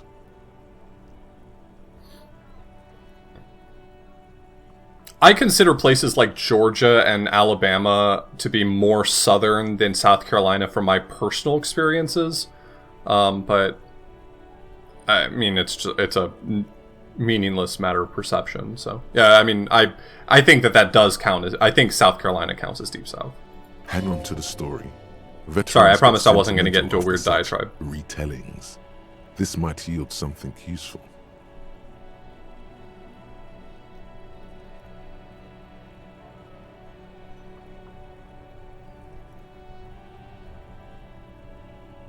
I grabbed my sidearm and shot the beast in the head.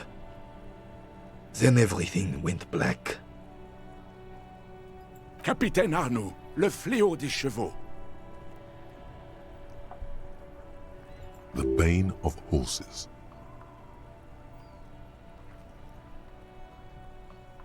When I came to, it was all over.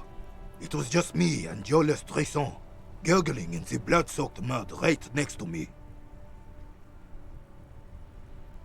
The Dink had taken numerous flesh wounds and lost a lot of blood. But despite missing his jaw, he seemed hesitant to die. Tougher than he looked, that one. This would never happen to Johnny Lawjaw. My jaw's tight.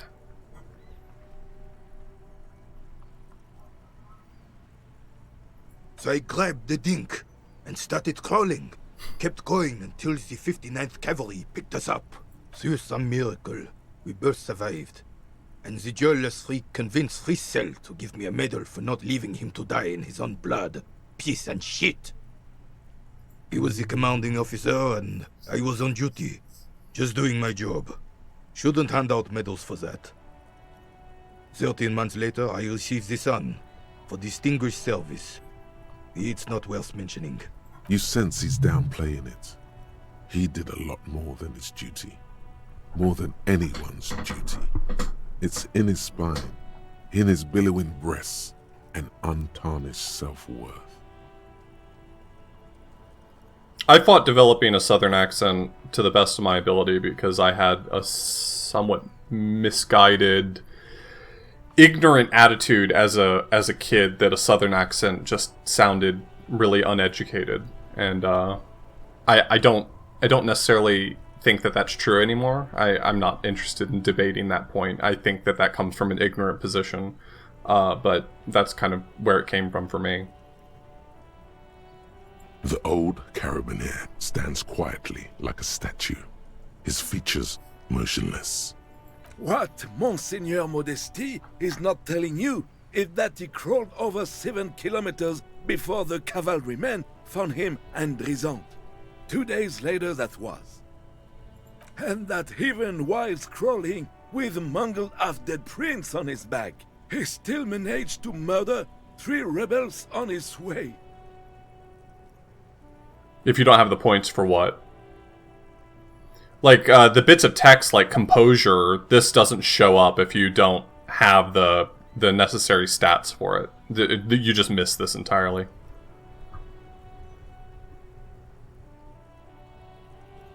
Is that pride in his voice?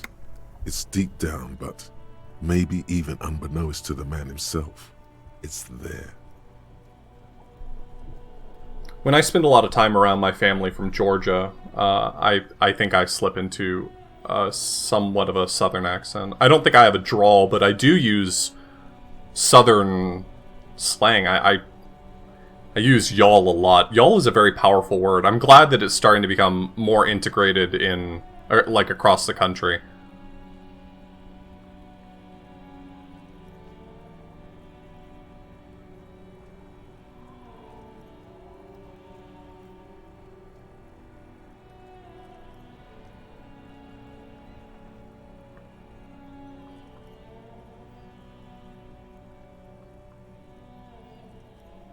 Sorry, officer, but you're reading me all wrong. I'm a man of peace, and these kinds of bloody heroics are only impressive to men like René himself. Certainly not to me. No, it doesn't not show up. It's literally just the asides that you'd be missing. Yeah, y'all fills the necessary second person plural that English lacks. It didn't used to lack it, by the way, but it does now.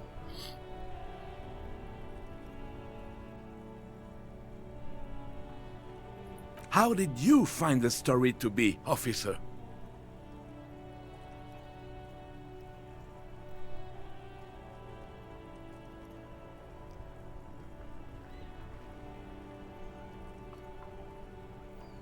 Well, I'm not saying that one, but I don't want to be a dick. Is there not an option where I can say, thanks for sharing your story, old man. I loved that you said it out loud.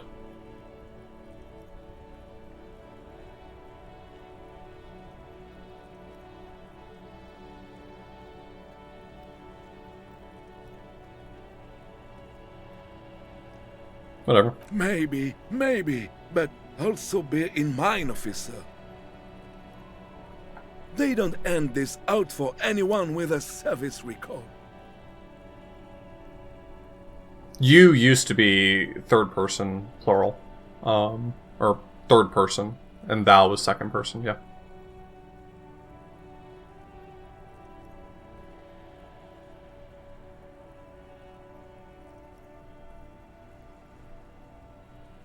Oh no, you have to get Or sorry, shot. you is plural, Repeatedly. not third person. And you need to get your hands Sorry, I can't bloody talk too. and read at the same time. Really, really bloody.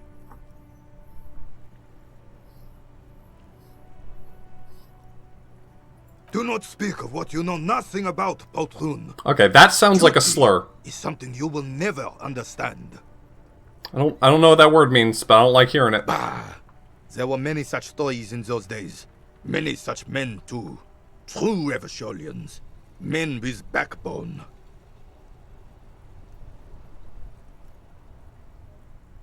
Oh yes, René, yes. Men were bigger, girls were prettier, and everyone wore the fascia. Lord, please bring those days back, if you can. I'm not getting into this with you again. Officer, was there anything else? You should try to come up with a heroic story of your own. Impress this old soldier. Okay, yeah, let's try being a dipshit. I think my drama's about as good as it's gonna be in this game. Let's enter into dipshit territory. I've got some drama clothes.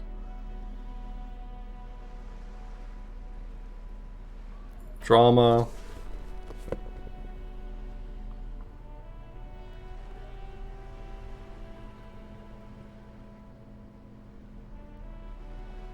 Oh, I thought I had more drama clothes.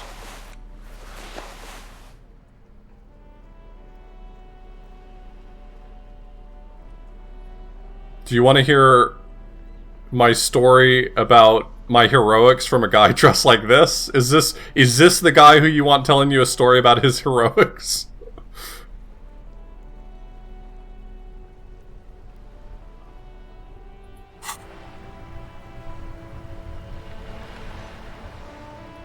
Vigilance officer, what can this old carabiner do for you? Go long, go deep, go unconventional. Sure, officer. Let's hear your take. Oh wow, we're gonna tell him the story of me crawling out of the primordial ooze. Holy shit. I'm not following you. He'll get it. Don't worry. Just continue. He's gonna be impressed. Just take a... Hey. We're gonna take him on a trip, alright? That's what we're here for. We're here to take him on a journey.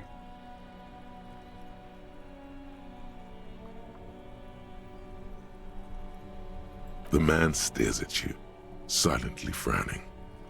Doesn't look like he's imagining it.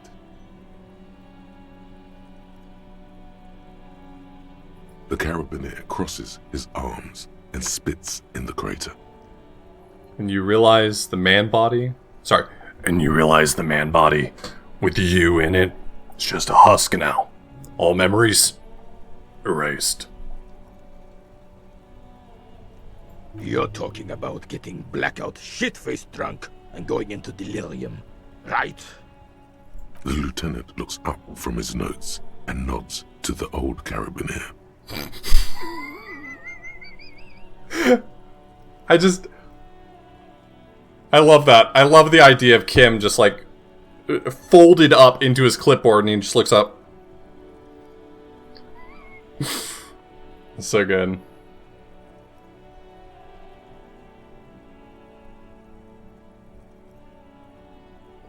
How dare you belittle my voyage through the void? Was the vessel you boarded the HMS Commodore Red? Look, you little shit. Maybe you should sit down and listen to my story. The name echoes through the deep, dark halls of history. It calls to you and your kin. No.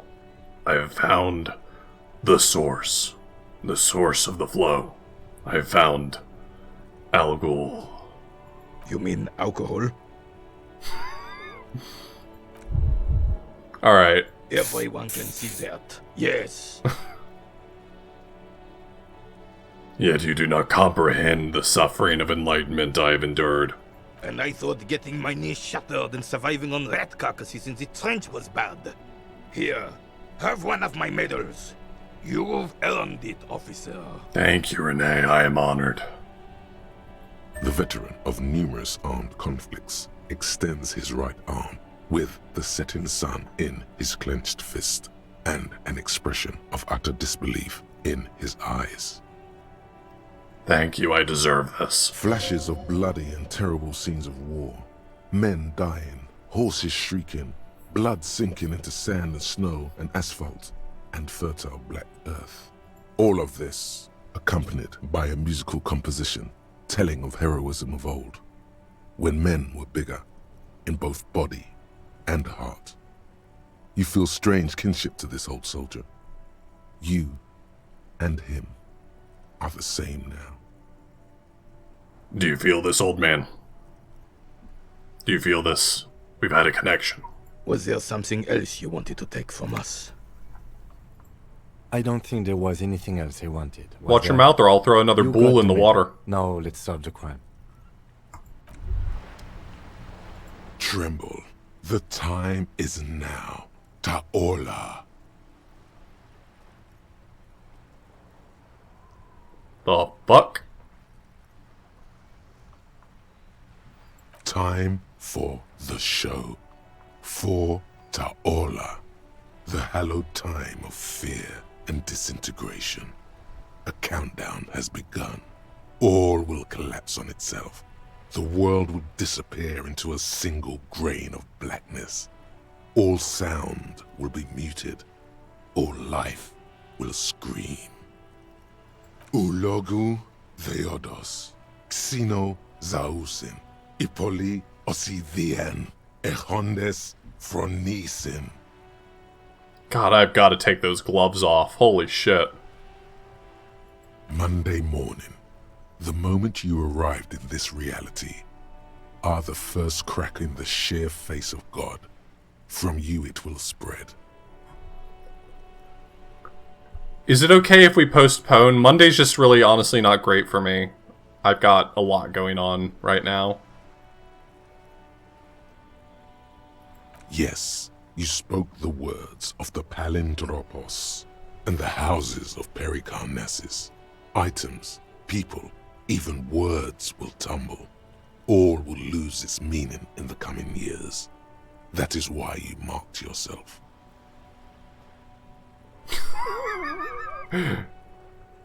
You know what? I do think I'm gonna opt out of the Palindropos. Honestly, now's not a great time for Palindropos, but if you come back on Wednesday... So you should be. The world island crumbles at your feet, and in the far plain, Palindropos. I just, you know... You're making a lot of sense. Making a lot of sense. Is it time for Apocalypse Cop? Perhaps.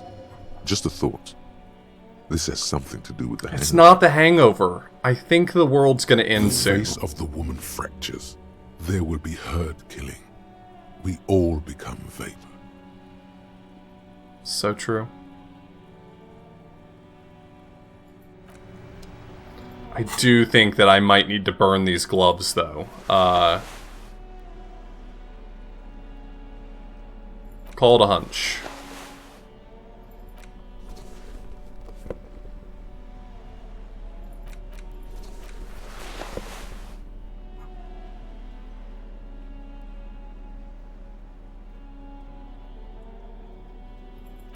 Oh my god, can I do business attire? Hold on.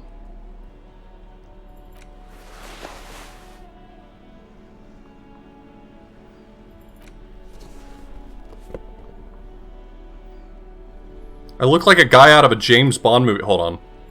I look like a guy out of a James Bond movie. Obviously not James Bond. Because, you know, women don't talk to me. But, aside from that... Kim, hand me your gun. I want to do a photo op. I really need more hats. Are you tired of looking at the sun hat? I'm also tired of looking at the sun hat, to be honest.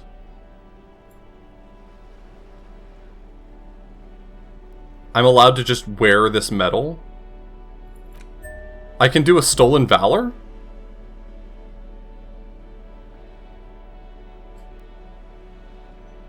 No, I'm going with the bolo tie still. Alright, well, let's go back to the useful outfit. I guess Half-Light gets another day.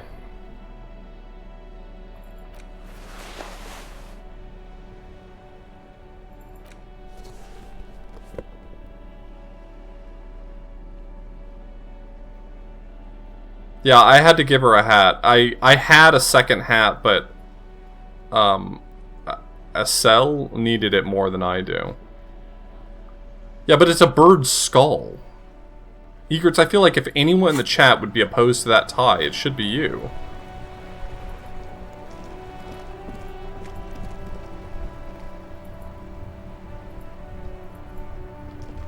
Everyone has a skull. Okay, fair enough. You don't know that that skull was ethically sourced, though. That's my issue. Man, I've been going the long way around. For some reason, I didn't think it connected over here. Oh. Today I learned. I don't think places should have official ties. That's all I'm saying. A small cabinet on the wall is filled with various medicine bottles. Okay, here. I hope Saint Baptiste makes you feel better or something. It doesn't. A colourful display of cigarettes and alcohol bottles line the shop wall. Again, I'm obliged to inform you that both alcohol and cigarettes damage your health. Yeah, that'll be okay. +1 intellect. So if you smoke, you become smarter? I'm internalizing this lesson.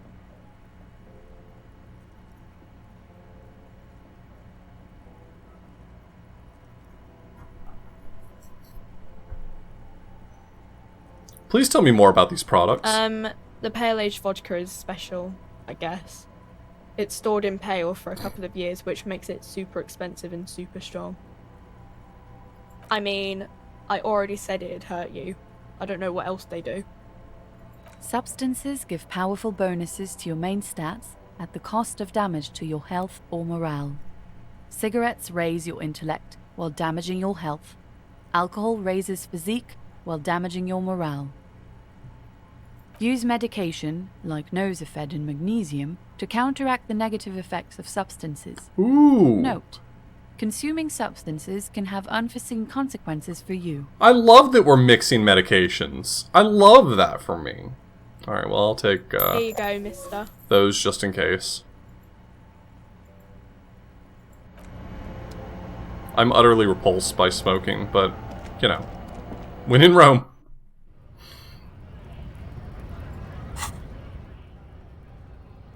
Oh, I'm so close to internalizing the hardcore aesthetic.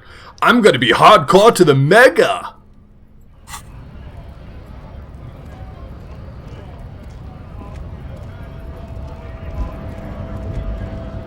Right to work! Right to work! Shame on you! Hello, sir. What is a strike? When a bunch of ungrateful, lazy cockroaches can't get their acting. I'm not listening to you anymore. When the man moves around, you perceive some serious abs underneath his tight-fitting shirt. This man is in shape. Hell yeah. There's something odd in the way he carries himself. His set of clothing looks vaguely mismatched. The different pieces of the attire seem ill-fitting. His shirt is far too small and an unpleasantly tight fit, while the overalls, held up by a belt, seem to fit a man with much more corpulence. He ignores your question, choosing instead to turn to the emaciated workers, raising both fists in the air.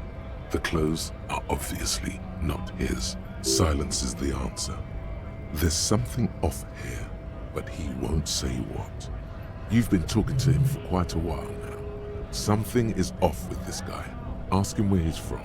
What's it to you?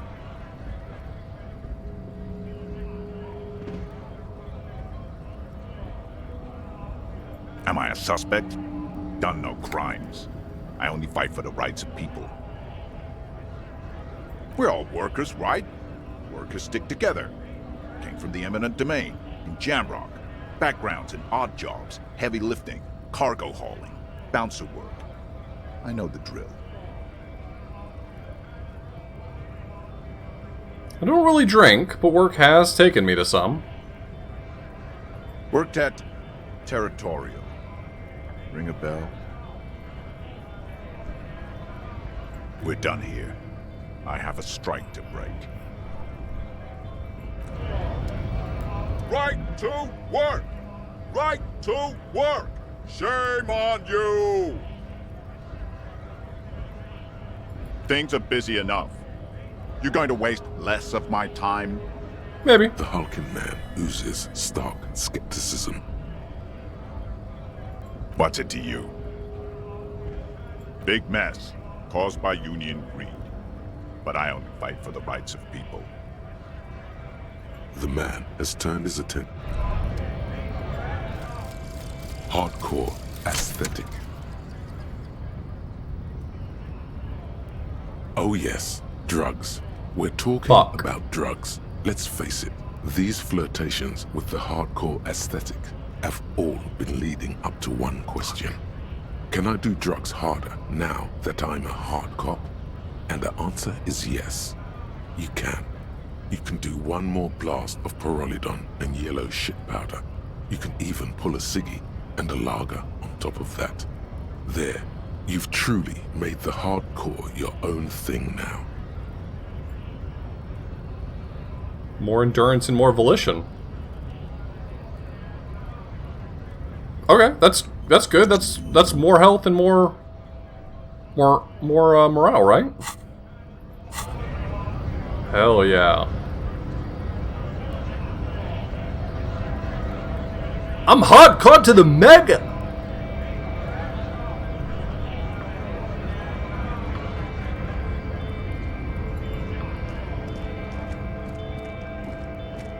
A lorry stuck in the traffic jam. This big, heavy Grad-made machine is well kept for such an old machine. The windows are clear. They've been recently washed. You can see a lorryman's cabin with personal belongings, stickers. That's how I know that Noid was never hardcore. Noid was what we, in the hardcore scene, refer to as a poser, because he was definitely not internally coherent. Fumes of heavy fuel oil waft over you, making your eyes sting. The odor mixes with cigarette residue.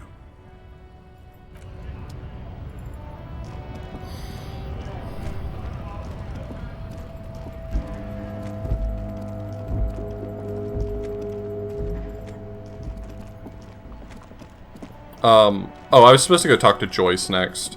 I don't really want to talk to Joyce. She's boring. She's boring and patronizing, and she thinks that by having a lot of money that she has a better understanding of the world around her. God, I wish there were a word for that.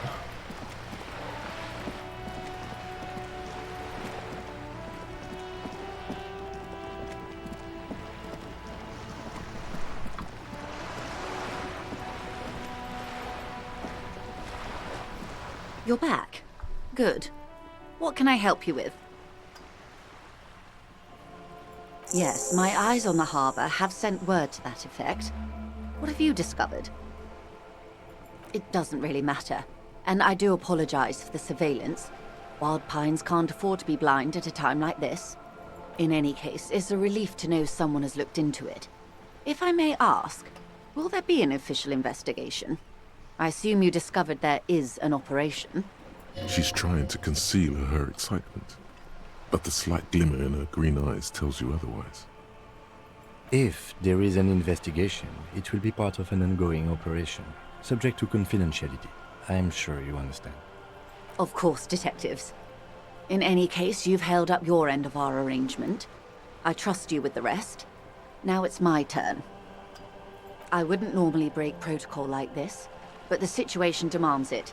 If you don't solve this murder, I'm afraid we may have a bloodbath on our hands. Dun dun dum! The words bloodbath sound cold in her mouth.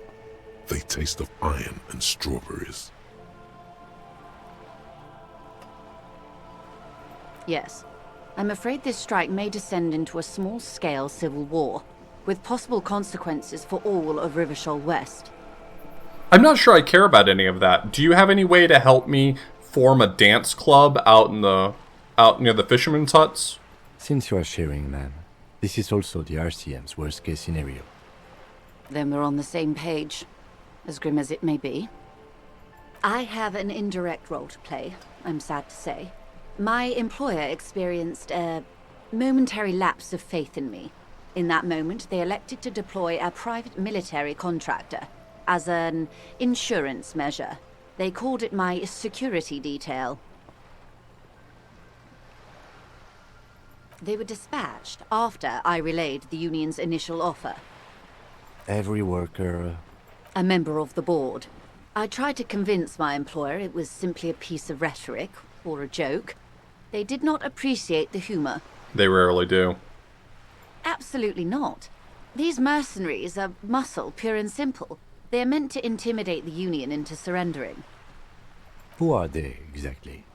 Crenell, an Oranese military company. As far as I know, 3 arrived in Martinez.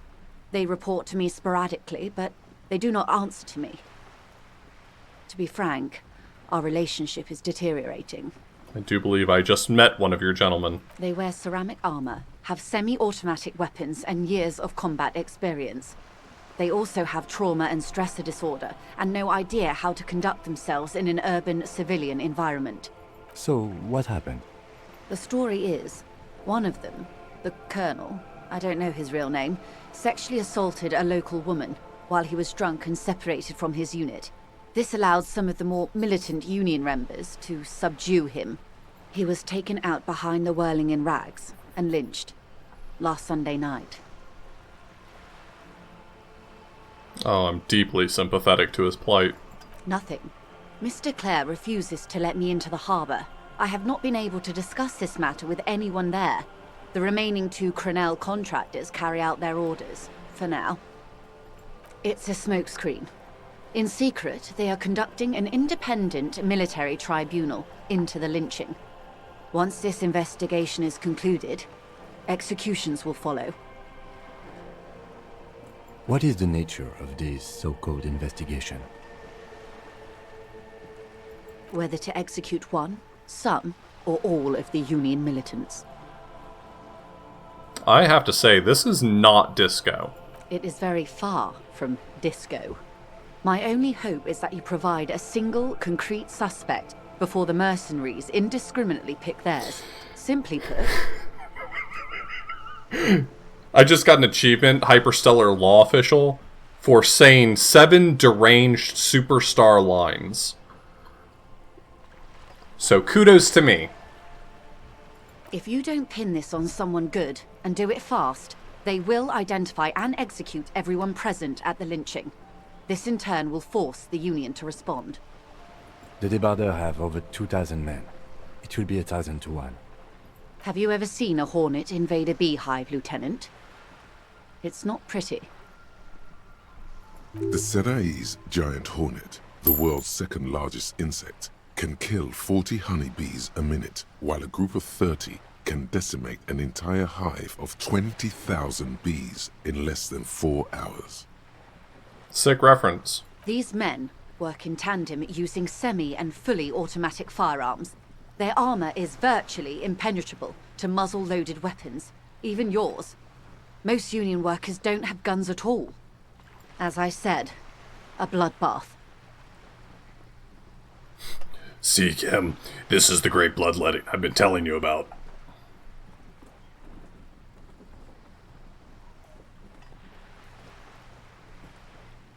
It doesn't have to be like this, Lieutenant W. Frater Dubois.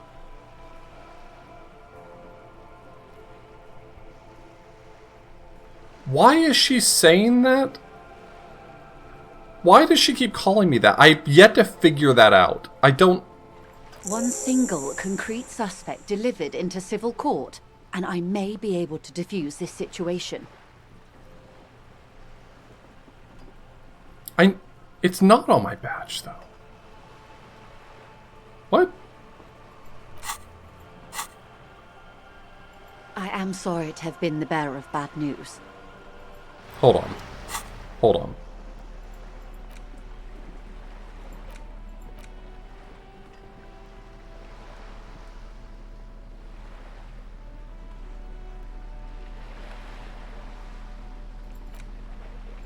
A police badge on which you see the photo of a man.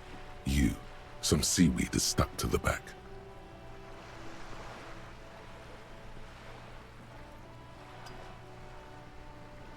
Lieutenant W. Frater. Oh. The lieutenant is a rank above sergeant and below captain. It's the highest rank in the RCM that still does field work. I am a lieutenant. The title of Frater is added to your rank when you decline a promotion to a higher rank. In your case, captain. You have declined twice, thus you're W. Frater. Is that a term that's actually ever used for anything? I've never heard that term before. That's just very interesting concept. There are many reasons one would do this. The rank above you in your precinct's décomptage might be taken, or sometimes promoted officers do not want to replace their superiors out of respect. And sometimes they just prefer the type of police work available to their current rank, in your case, lieutenant. Décomptage is the hierarchical system employed by the Revachol citizens' militia. It means counting down to twos.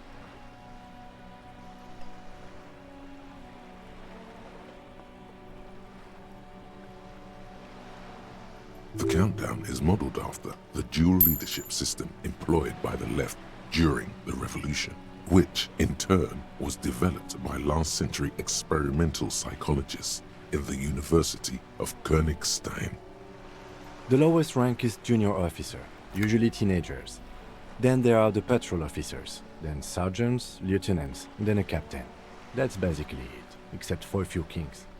Kings like satellite officers and the additionally a freighter rank I already explained. You are given the title of satellite officer if your partner is quickly promoted through the ranks and you rise with him. You don't seem to be a satellite.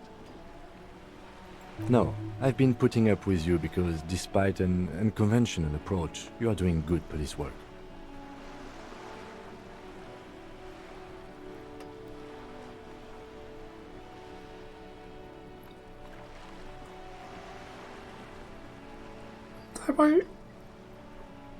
I might cry. It matters more than driving your motor carriage into the sea. And now we've even found your badge. That made me tear up a little for real. He trusts you, for now. Try not to spoil it. Such a small yet precious thing. Expensive paper caught between thick plastic, like a fly in amber. It reads. I don't know that I see it as backhanded. I see it as he's not willing to downplay my failures, but he's saying that my positives outweigh them. What a beautiful moment that was, and all because she kept calling me that stupid word. You're back. Good. What can I help you with? Of course. Excuse my hesitation before. That was sweet. For about half a minute, in silence. She wears fingerless gloves. Her fingernails are cut short and fractured, like those of a working woman. It was taken with a trigette not long ago. This is the man's upper body. There were no more markings on his hands or legs. He's mentioning his camera because he's proud of it, not because it means anything. She doesn't care what camera you took it with, buddy. I took this photo with my Canon M50.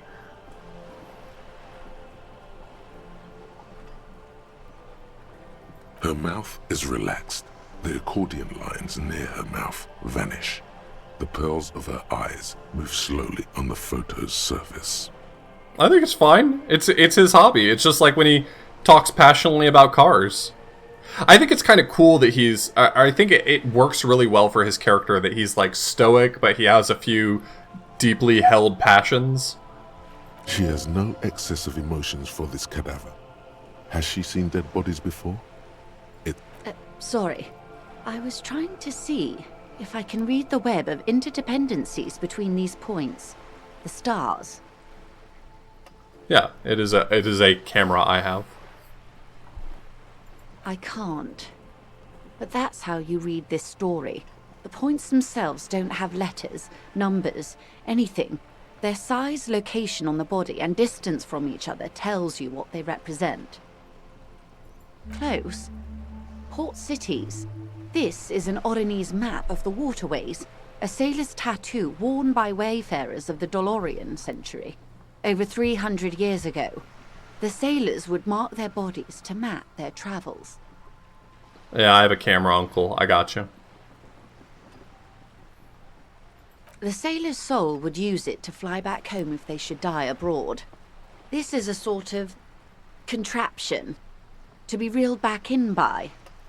The silver cord, they would call it. For what it's worth, any camera discussion will be entirely lost on me. I'm not a camera guy. I just happen to own exactly one budget camera. Where is he now?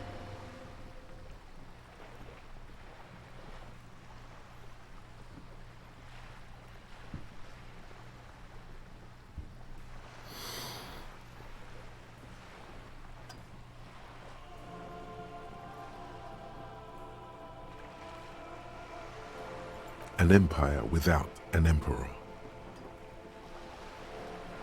Quite a few. Vredefort, the Oronese capital, traditionally stands on the right shoulder. He started somewhere near here, I think. What next? Then he made his way to the Pretto Grande, through what I think must be the Stutz Canal, an artificial channel through the Occident. From the Pretto, he sailed to the Insulindic Ocean, first the Semnese Islands, then this. She's the kind of lady who goes to a Mexican restaurant. She's like, I would like to order the salsa and the guacamole. I like her. Like, I like her as in, I wouldn't mind being around her a little bit, not I have any interest in internalizing any of her ideals. Revachol. Those are the two constants. Vredefort on the shoulder, and Revachol in the heart. They started the tradition of these maps right after the discovery of Insulinde, at the dawn of the Inter-Islary Age.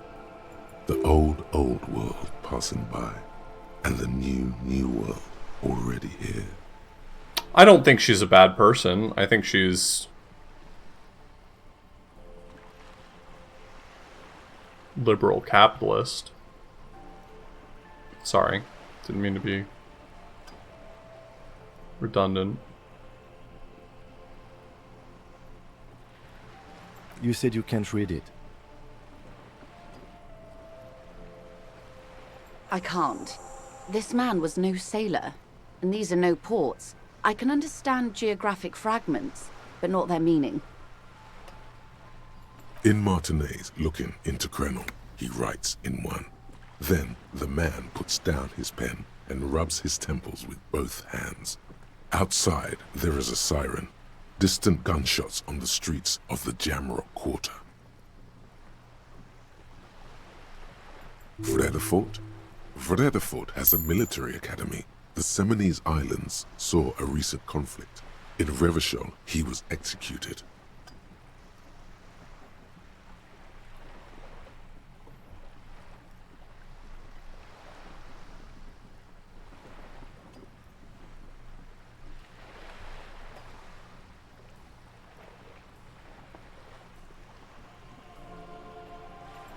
That makes sense to me.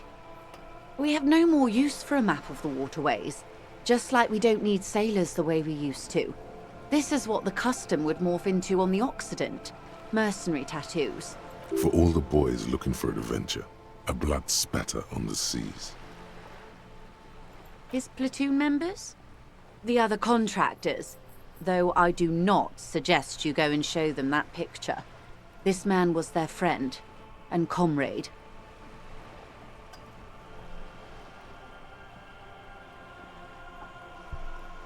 You wouldn't even know where to start. Is there anything else I can help you with?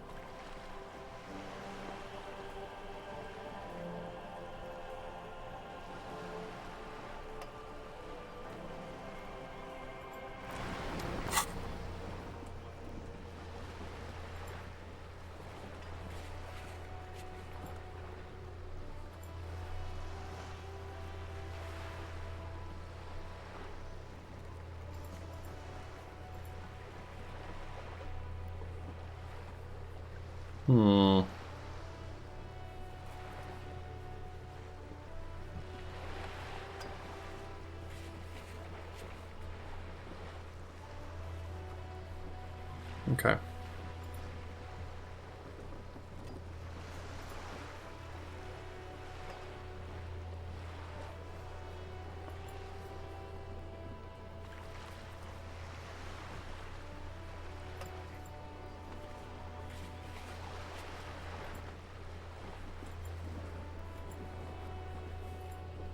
Alright, Kuno and the Hardy Boys are my next stop, I guess.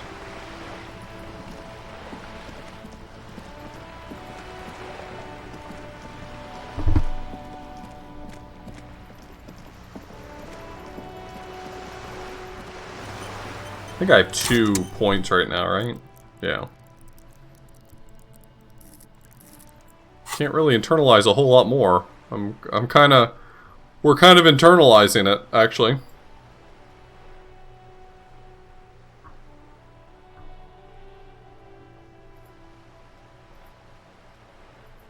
I don't really care about any of these. What else can I buff? I can go a little harder on Encyclopedia. Actually, let me look at what white checks I kind of have up at the moment.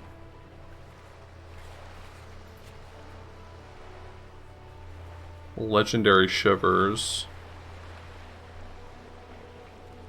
Yeah, that one ain't happening, buddy. Sorry.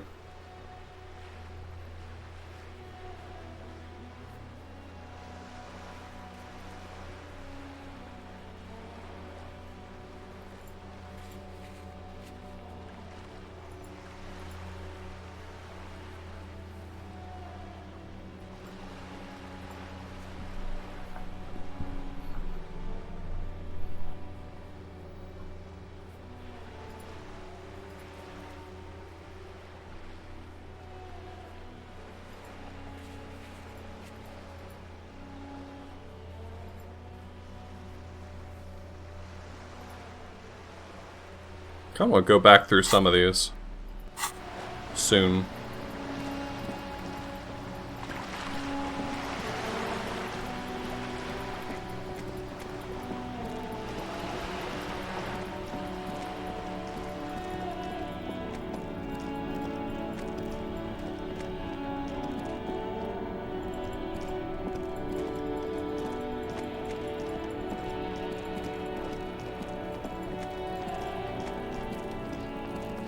Fuck does Kuno care?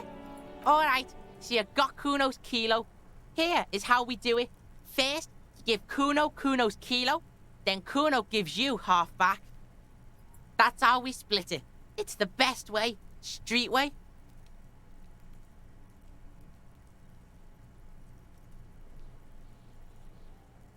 I'm keeping it and I'm doing it all myself. Alright. Kuno knew you'd try that sneaky pig shit on him. Tell him, Kuno! Kuno's got brains. This shit doesn't surprise Kuno. So Kuno's gonna give you one more chance. Know this, pig. Shit is major. Wow, it's major now? Major fucking choice, pig! Oh, that Kuno does... won't take this shit lightly. The pieces are moving, pig. This is fucking domino shit. Love dominoes. It's hard to see how not giving a boy a bag of amphetamine would cause some catastrophic cascade response. Hard to see, but easy to feel. Somehow, this will change things. Tick, tick, tick, tick. Decision time. What's it gonna be? You gonna fuck the Kuno?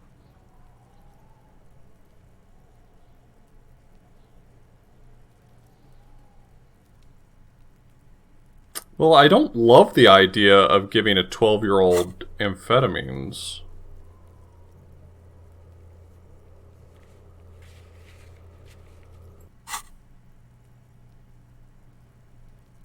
Nah. Alright. You fucked the Kuno. Everybody, Kuno got fucked by his pocket pig. Just when we getting our business on, the pig throws it all away. I told you he can't be trusted! I told you he'd steal the shit! Relax, see? We got plenty of Kilo. Kilo underground, in the tree. This ain't about that. This is about you and Kuno. You mismanaged this shit. Now everything is fucked between us. How are you gonna make this up to the Kuno, huh? Great question. There is genuine disappointment below the act, sire. In truth, Kuno doesn't really believe there's anything you can do to make up for this. The damage is irreparable. Yeah, so fucking what? Fuck are you talking to Kuno about that kiddie shit? He's trying to fuck you again. Fuck out of here. Kuno knows it's fucking lame. That's why Kuno changed it. Kuno can change his name into anything. Gonna change my name into Okay. Don't change your name into that, Kuno. Fuck right there where? Fucking 3 years or some shit? You can guess. Yeah, that's right. Kuno's dad doesn't give a shit about that electricity and light shit. Just wants to pound on people and drink. That's right, it's a shithole. Kuno's gonna move underground, Leroy shit, ancient shit. Kuno's gonna live in a fucking catacomb. That sounds nice. Yeah, in a tomb, Kuno. Yeah? How the fuck are you still alive, pig? What? His posture changes, The swaying rooster motion stops for a second. Then he gets it going again, reorienting himself. Fuck right. Kuno's dad was sleeping like a bum. Kuno told ya. Kuno's dad doesn't give a shit about anything. Fucking breaking and entering shit. That's nothing to Kuno's dad. You got lucky, pig. Kuno knew this. Kuno's fucking violent fiend dad's been drinking hard lately. Kuno knew you have a way in. Narrow window. Kuno window. Kuno window?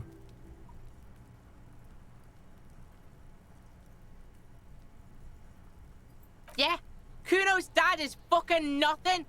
Fucking coma shit, stroke shit. Kuno's dad is so fucking violent. He's had a stroke many times. Shit. Kuno's gonna have one too. Gonna be just like Kuno's dad. Speed shit, crime shit, fucking on the bed. Kuno's gonna go out like Kuno's dad. Revachol West style. Okay, fine. Now I feel bad for him. Stop saying all this sad shit, Kuno. There's a touch of grief in there. Fuck are you talking, sad? Kuno's got hard shit, death shit, nothing shit. Get your fucking nun-ass out of here before Kuno fucks it dead. You think cause you took Kuno's speed, Kuno's gonna sub like a turn into... Kuno ain't turning into shit. Kuno is that shit. Kuno won! Oh, you won, Kuno! He did not win. There is a crack in there now, and it's spreading across the face of his certainty. The fuck do you know about Kuno's life? Kuno's got plans. Get the fuck out of here. Yeah, we got plans. That didn't change shit, pig. That only made things worse. Fucking social worker shit. It doesn't work, pig. It doesn't work, Kuno. Only our shit works. She must repeat it. Use every chance to confirm that version of reality. She tries to bind their fates together. She needs him. Bad. Kuno doesn't... Alright, Kuno. Well, it, as always, has been lovely talking to you. The trash container stands in the smell of rotten food rises to greet you. You see soggy cartons, dirty rags, and organic waste. Hey, Austin. You see milk. A box falls into pieces. Not much to see here. There's nothing more of it. The container sounds a muffled gong. It said there was a white check here, I thought.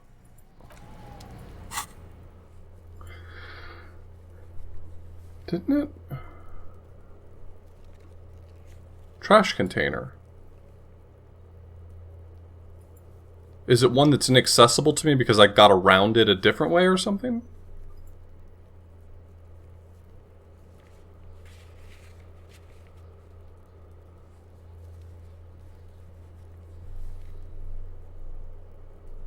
Okay. Interesting.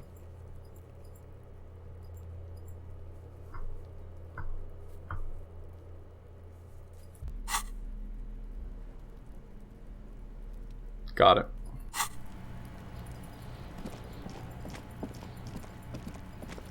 You were unable to steal the map for the entire game because you had 50 cents? I feel like I had 50 cents, or maybe I bought something, I don't know. Maybe I bought something and then I dipped below.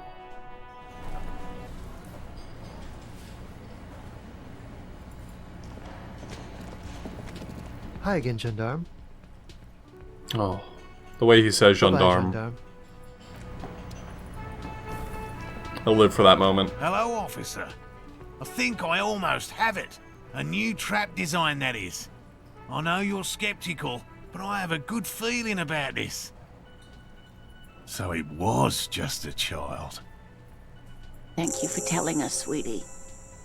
This is good news, right? It means we can try again.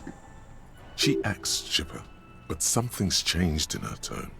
A hidden worry. Something is secretly gnawing at her confidence. It's not this Kuno kid, or the missing locusts. It's something else. Yeah, you're right. We just need to restock the empty trap. Then we'll need to inspect the traps one more time. And then maybe we can.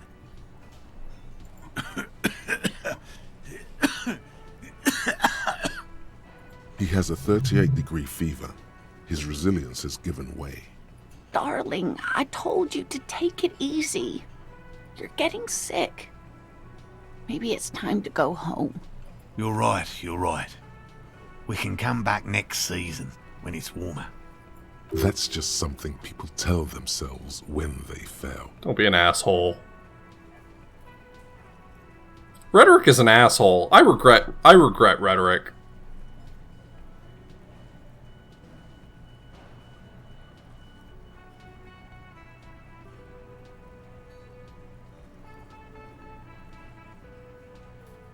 You can? Fine. It's better than having these people get pneumonia on the coast. But after this... He wants to see this tale through, as much as you. Otherwise, he'd have stopped this already. But he cannot let it drag out after this. I like drama, though. Me and drama, we get along. Really? It's too much, officer. What Morel means is we're grateful for your help. Here's a fresh batch of locusts. They should slide right down the funnel. And thank you again. We will definitely mention you, should this lead to a discovery. I'm not talking co-discovery, of course, but...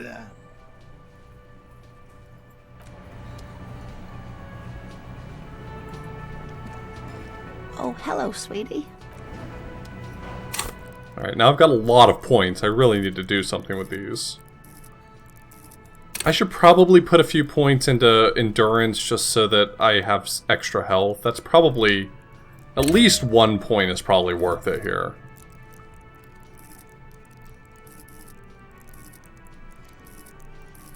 I kind of want to put more points into Encyclopedia just to see the absolutely whack shit it comes up with.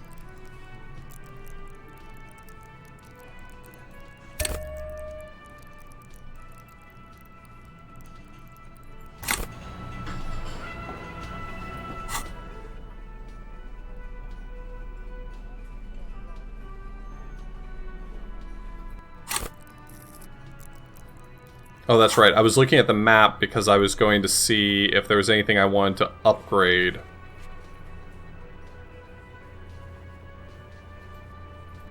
Let's talk to Titus. I guess I'm not really in a rush to pump anything up. That's why I've been putting so many points into Encyclopedia, is because... the circus left town, but the clowns are still here. Because having it fire is literally just value for me. Still don't think this is the road I'm gonna tread, is it?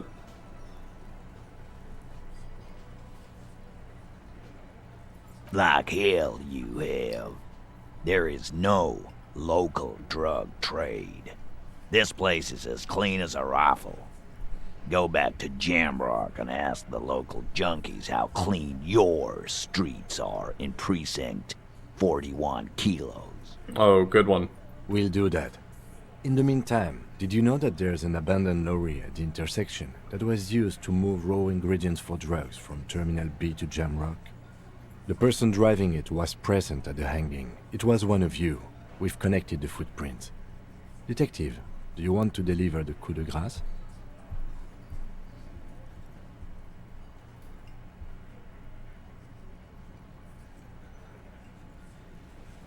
Thank you. You're right, Titus. There is no local drug trade, because it's all controlled by you. You're the drug trade. That's a mighty interesting theory. I guess that's what you would need to do, theoretically. A big, strong, state-run monopoly would outcompete the runts on the street. That's a great idea. Yeah, man. Theoretically, that's what you would do. To get rid of the gangs, the dealers, even some of the junkies. You would need good, trustworthy people to take their place, of course. Hardy men to run such a monopoly. For the good of the community, of course. Yes, but that just sends everyone else to Jamrock, doesn't it?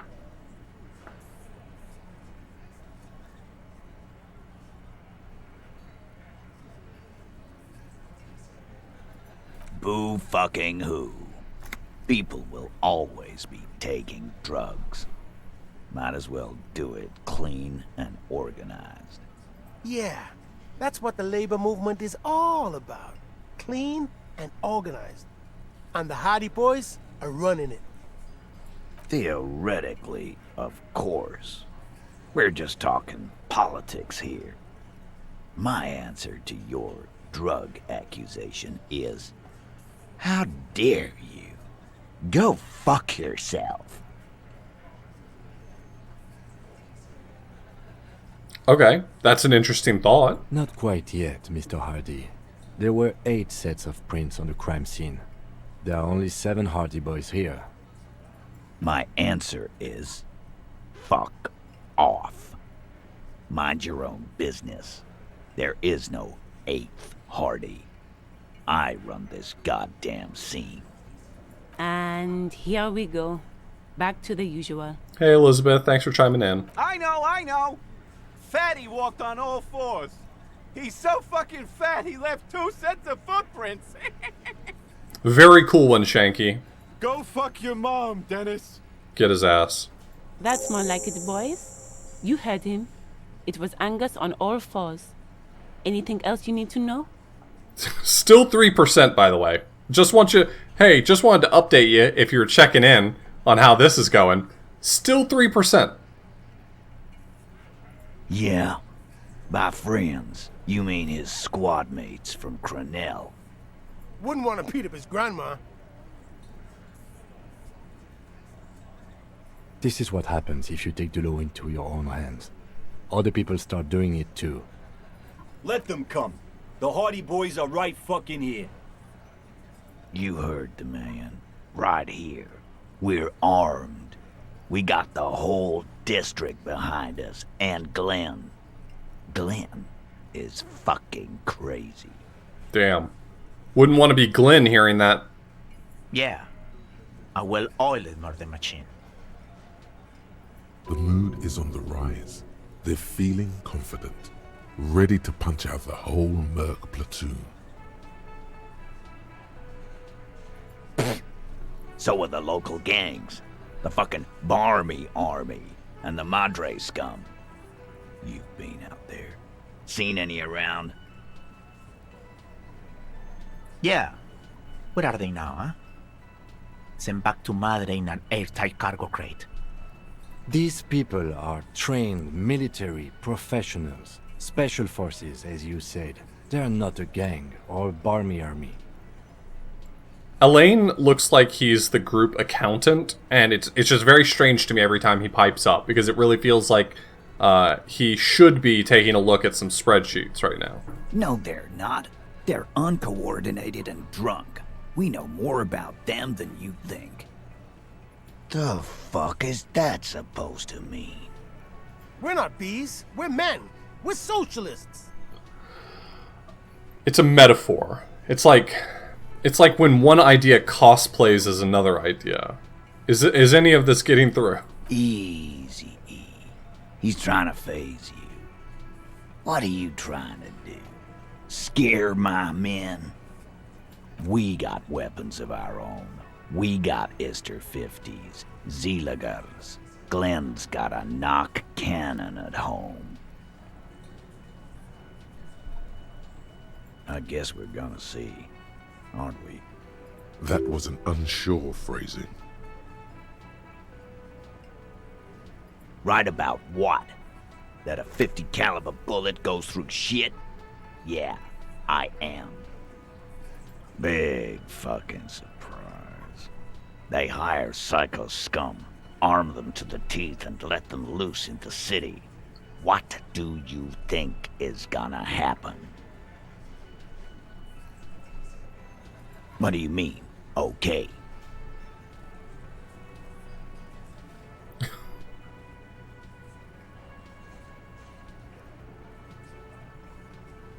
No, they won't. Get out of here with your negative energy. All he means is that the situation is serious. No wonder you cops get shot to shit every day. Can't go to war with an attitude like that. By the way, anyone who's trying to keep up with how this is going right here, still 3%.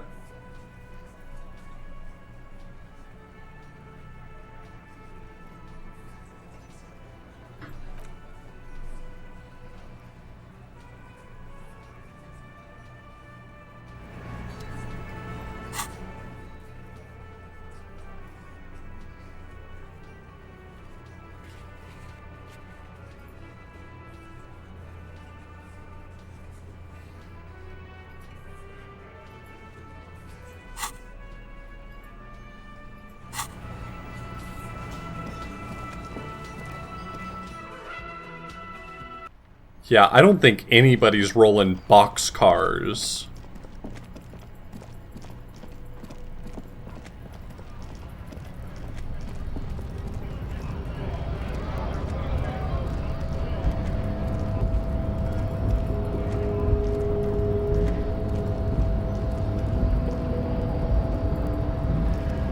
It's only 1 out of 36. Maybe you should go watch my most recent YouTube video. You'll love the lemon drop game. It also only requires a 1 in 36 chance sometimes.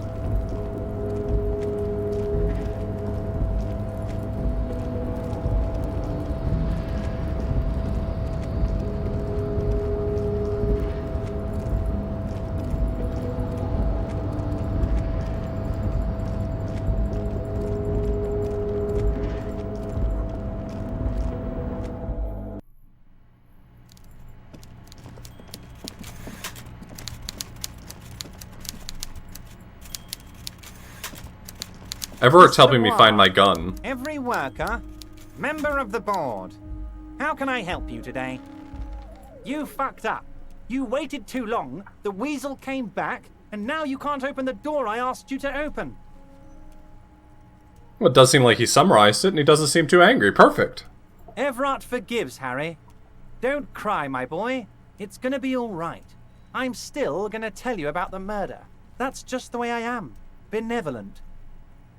Now let's get down to brass tacks. It's time for men like me and you to figure out who's killed who and why. Real police work is gonna start happening now. I promise you, Harry, this is gonna be good. By now, I'm sure you've figured out who the dead man was working for. The bad guys. Wild Pines. Sent to scare us. Another violent measure of the top hats against us flatcaps. Harry, this strike is the culmination of many, many mistakes made by the Wild Pines group. They tried to shut the strike down by sending in armed mercenaries. You mean our victim? A security contractor? Can you imagine that? Workers standing in peaceful protest, united in the spirit of fellowship, and they send hired killers to mow us down with machine gun fire? I don't want to be on Everett's side, but he raises some excellent points. He performs a motion as if spraying bullets from a machine gun. I mean, when you put it that way. I'm talking beasts, hardened killers from proxy wars in Yisut, Semenine, Saramaritsa, you name it, they've done it. Raping, killing, burning villages, killing little children for the Senorita Pineapple Company, Harry. Heartbreaking. The worst person you know just made a great point. Everything they did there, they brought over here. They want to turn Revachol into a third world slum. Honestly, the only thing they didn't do is kill the village elephant. Whoa, we got an elephant around here? No, Harry, the elephant is metaphorical and so is the village, but the mercs and their brutality are very real. Okay, I want you to level with me. Could we go in on an elephant? Now, I haven't personally witnessed brutalities out there. I have the luxury of staying in my container, you see. If I need to go somewhere, they just move my container.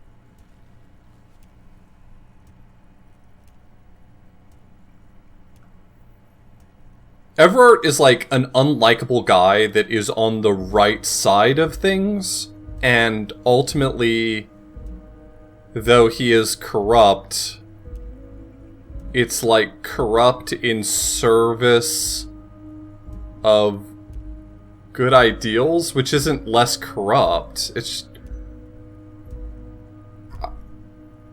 I wish some of these characters were less complicated. I liked it a lot better when I just invented a guy in Dark Souls who was a libertarian. That was much better. Yes, I'm an old man, Harry. My legs aren't what they used to be. They lift my office with that big crane. It's actually very fun. You should try it. But enough about me and my fun container. The killers the company hired, I think there were 3 of them, all hardened commando types. I know another one of them, I just don't know where the last one is. The last one couldn't be Measurehead. Measurehead works for Everett, right? One of them got downright suicidal, getting drunk, violent, a little rapey. Even their own negotiator couldn't control him. That's your boy, the one who likes hanging out and trees. Well, that's a bit macabre. By negotiator, you mean Joyce? Harry, what you need to realize is, we dock workers are not pushovers. We got grit, Harry. This whole neighborhood does. Push us hard enough and we push back. And when we do, we push to kill. I really feel like this metaphor's getting away from him. Never give up. Yo, Dave, thank you so much for the resub.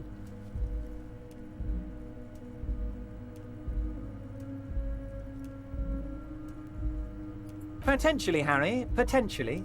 We got arm wrestling champions, rowing club people, ex-coal miners, tough guys, all ready to spring into action for their home base. Was that part metaphorical, or do you actually have arm wrestlers? There's a militant wing inside the Union. A group of people whose duties don't involve manual labor, but peacekeeping in the neighborhood, making sure everything runs smoothly. That sounds a bit like organized crime. It's funny, because when you say a bit, it sounds like you're saying a small amount, but it sounds a large amount like organized crime, actually. They're like you guys. Idealistic people who want to make sure bad things don't happen. And if they already have, well, punishment must follow. Again, that sounds like organized crime. I noticed you didn't say a bit this time. So these idealists killed our victim? The idealists, that's right.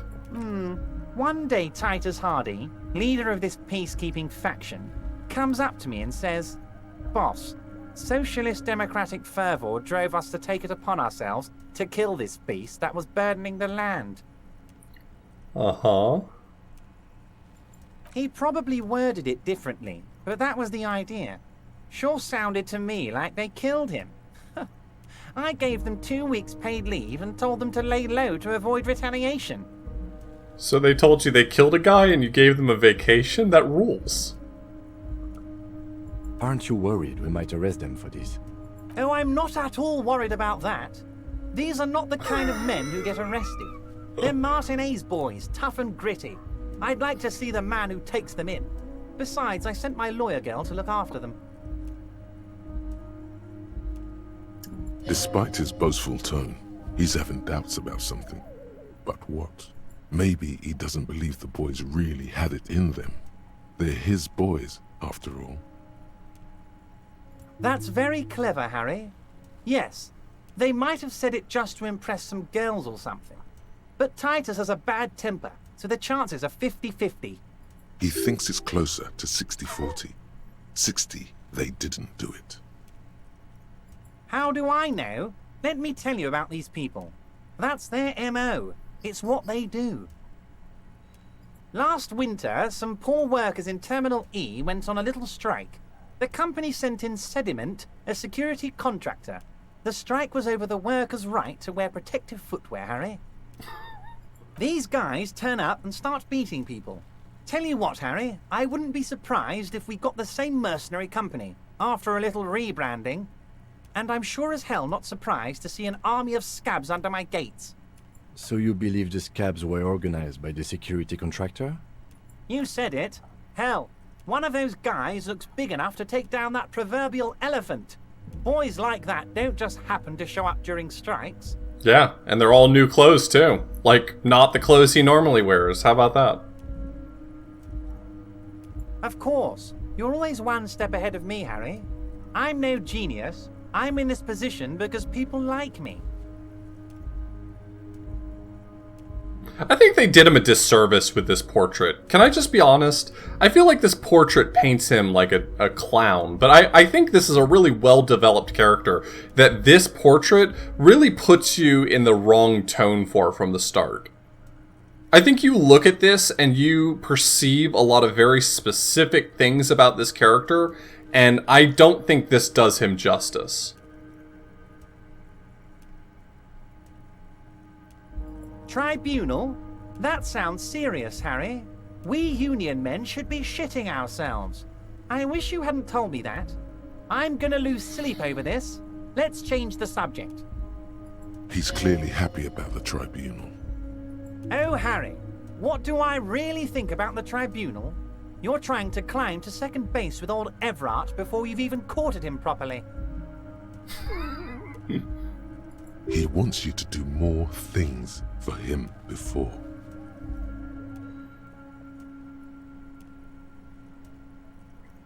Sure. Yeah, I think that's absolutely right. I think he puts on a specific character, wants people to buy into that character, and then takes advantage of the fact that they have formed an incorrect opinion. Oh, Liz Sure. is a bright one. I paid for that law degree myself, thinking it'll probably turn her all fancy. But hell, Harry, she came back a firebrand socialist. Sometimes she scares me with her zeal. Oh, they are simply fine young men, all 7 of them. Exemplary union members, always working to advance their position in the local socialist democratic movement. Core members. Hardcore members? Old Theo used to run them, but things really kicked into gear when Titus took the reins and named the group after himself. Gotta love his initiative.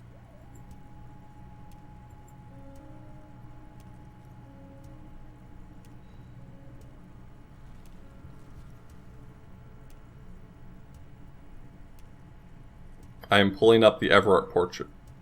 Oh, I mean, it's the same picture, just very slightly bigger.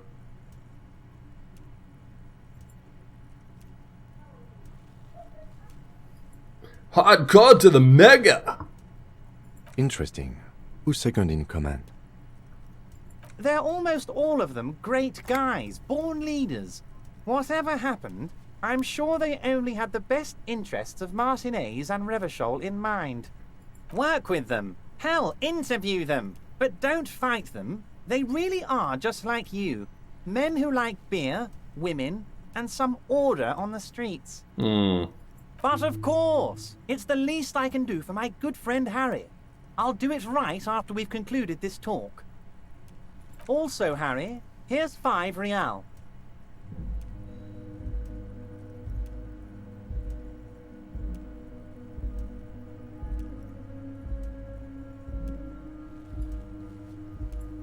Oh, I wasn't offering it to you, just holding it out there.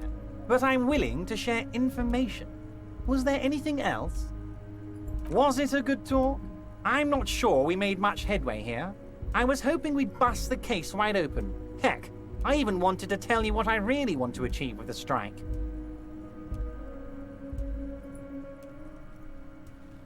I don't know what happened, Harry. I wanted you to feel like Mr. Martinez. And of course, I also wanted you to find your gun.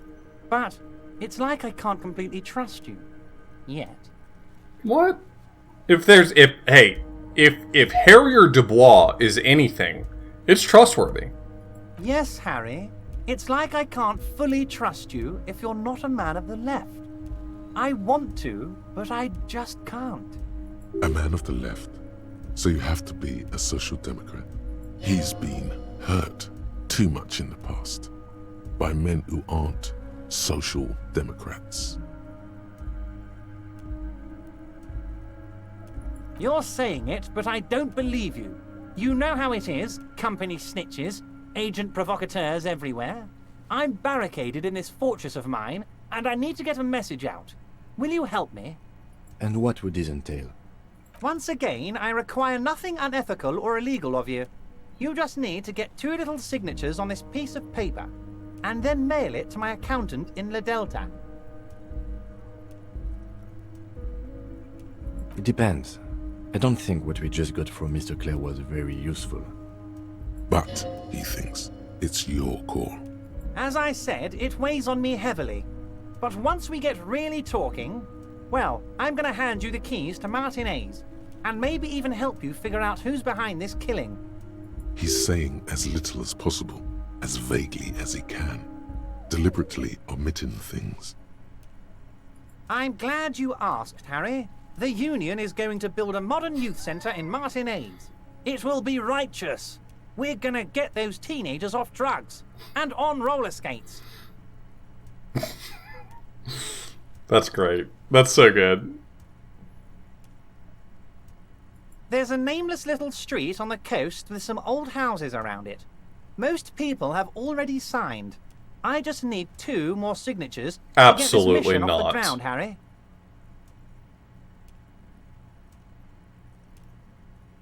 They are just going to have to deal with the construction noise for 6 months, and then they'll be living like kings. Oh, right well. next to a fancy new youth centre, designed by the best architects from Stella Marie. I thought he was gonna move him out. Maybe he still will. Is he absolutely sure the tenants won't be thrown out in the street? Am I? Harry, these people, Martinez is the most important thing in my life. I would never let anything bad happen to them. Weirdly, I don't think that he thinks he's lying. That's the thing, right? Like, I don't think he thinks he's lying when he says that. We're gonna build a youth centre there. The value of their properties goes up and kids have a place to play in. I'm looking out for these people, not pulling the rug from under them, Harry.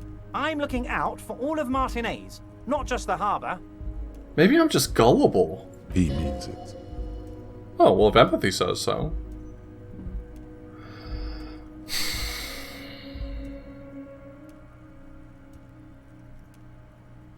You bring joy to my heart, Harry. Such a pleasure to be working with you. Here. You need to get signatures from Isabel Sadie and Lillian Carter. The cul-de-sac is right past the pawn shop and across the canal. I heard there was some trouble with the waterlock, but it should be fixed now. Once you have the signatures, mail this to 13022 La Rocca in La Delta. Then, I'll know you're a solid socialist. I mailed the signatures you asked me to get. Lie. I haven't even left the room.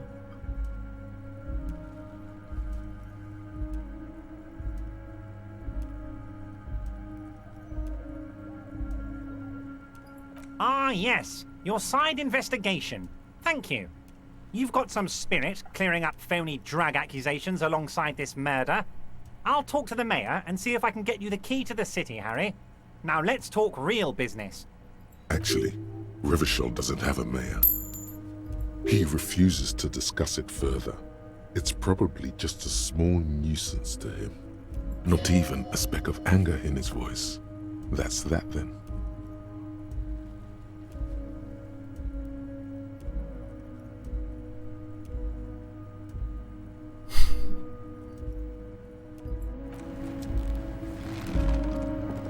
This game is such a wild ride. It really is.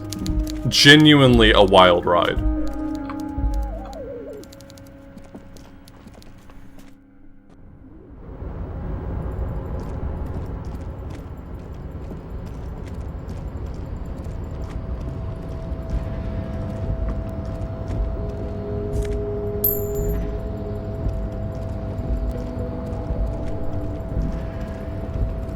I feel weird about taking money from Everard. I have not taken any money from him yet in this game, and I kind of don't think I ever will.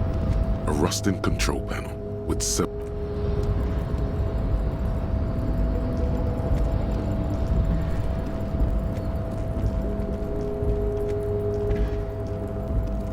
I mean, it's certainly playing to its tropes, but it's doing so in a really fascinating way. I don't...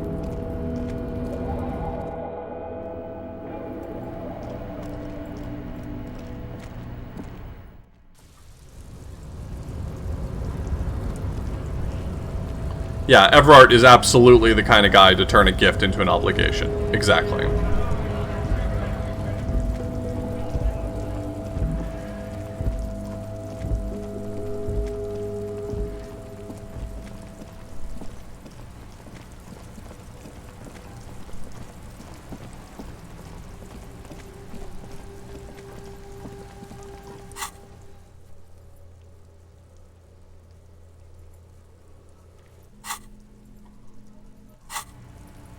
I'm just gonna take the fast travel.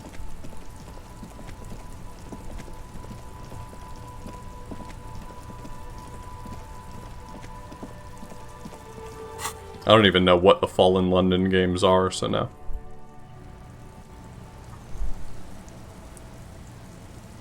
I unlocked Sorry Cop so early I didn't even know what it meant. I unlocked it, like, legitimately within the first 45 minutes, I think. Our tenant, the policeman. I hope the waves don't keep you up at night. What can I help you with? Eh? What's this about? Come now, I can't read all this scribble. Tell me what it says. Huh. I might be half blind, but it looks like part of the village is gonna be a street. The best part. The part we need to get out of our houses. Have you asked Lillian about this? I won't even consider signing till I know she's on board. Okay. I'm not gonna lie to them. If they say no to it outright, I'll just let the quest Waves are die. beginning to die down. Look at those little bastards. Oh? Well, how can I assist you then, officer? Where are you? What a nice idea. Wouldn't have thought that... She sounds incredulous about the niceness of the idea. That Everard and the Union have nice plans for anything. I thought they only cared about themselves.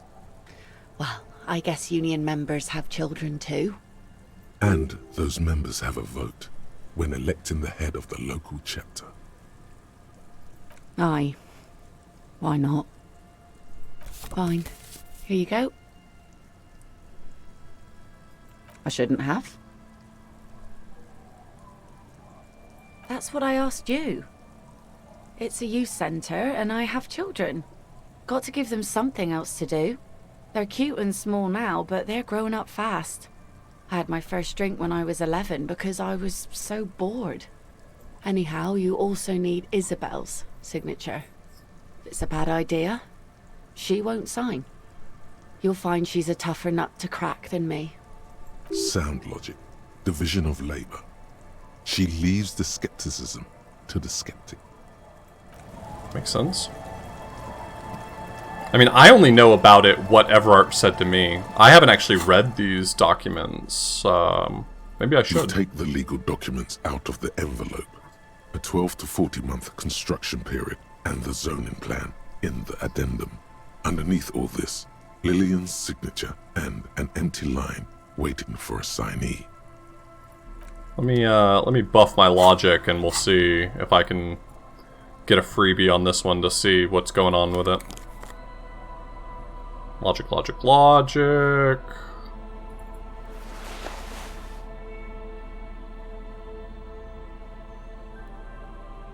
It would be impossible for me to fail another 93% roll, right? I mean, it can't happen twice. You take the legal documents out of the envelope. A 12 to 40 month construction period, and there is no loophole.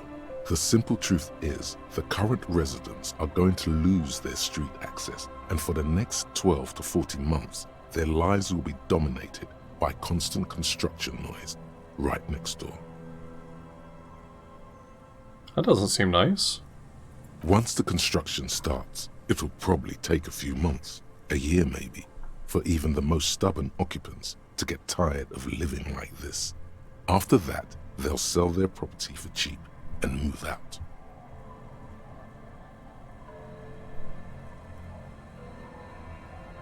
Of course, I should have seen it. Everard probably has eyes on us, but if the second signature were to be somehow wrong... He won't say it outright, but he's suggesting forgery. Forgery, yes. It would render the document invalid. It's not the sort of act I would normally encourage, but under the circumstances, if done discreetly, it may be the only way to save what's left of the village. You probably don't have a pen? Here, you can keep this. I have another one. He gave me he loves his pins. Remember at the beginning? He was so fidgety because I hadn't given him his pin back. And now, he just gave me a pin. Or you could try to trick Everard. Get someone random to sign the document. By the time the Union boss finds out, your business here will already be concluded.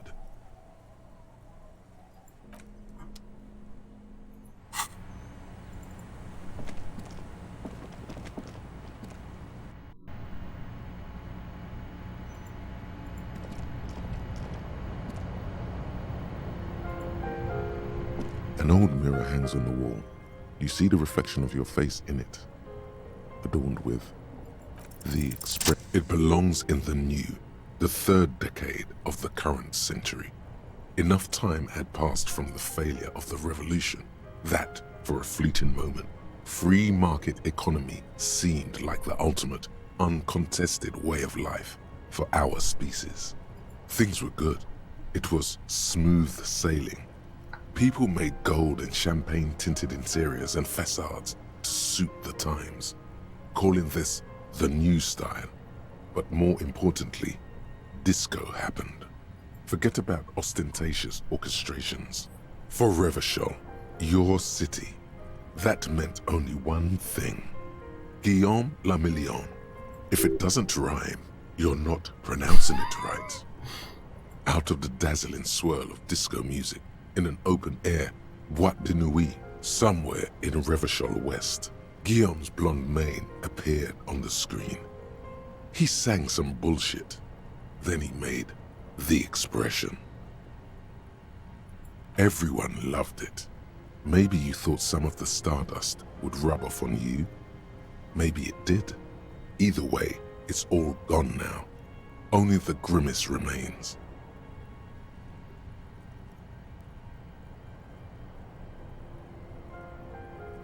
The click is used to spur on a horse. It also features heavily in Guillaume le Million's regional mega hit, Don't Worry, Your Pretty Little Head. Sometimes you like to add finger pistols to the mix, because, unlike Guillaume le Million, you are a police officer. It's your nifty little way to say, I'm armed and dangerous. There is a vast ocean of time between right now and the expression, looking good on you, or anyone. 2 decades, if the calendar is to be trusted.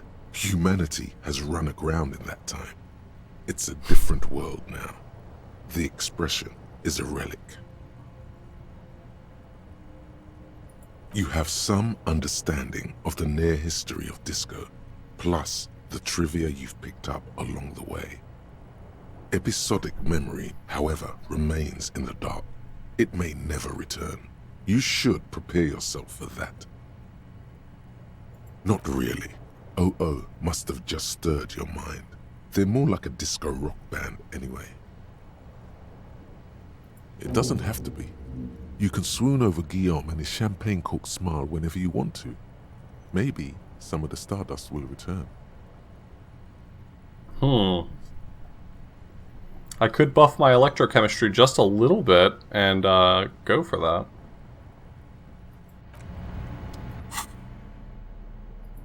I think I have a few electrochemistry things.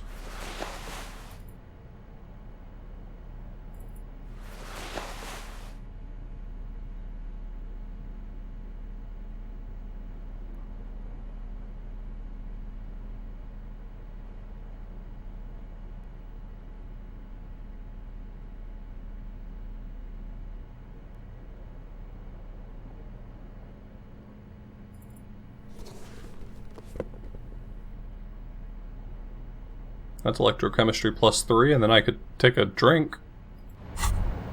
Is electrochemistry red? The pockets of these new jeans are perfect for sticking your hand into. Makes you look cool, calm, and collected. As your hand enters the pocket, your fingers brush against something, soft, yet crinkly. Hey, it's a chewing gum wrapper. It reminds you of the fruity juice of apricots. You should inspect it closer if you have time. Something about the wrapper's texture is familiar. Not familiar in a good way, you might say. There's pain in there somewhere. By the way, the raw materials were most likely exported from Seaguy, the apricot suzerainty, and processed in sur-le-clay into the apricot-flavored chewing gum loved by kids of today and yesterday. Something about it is familiar, and not only to your fingers.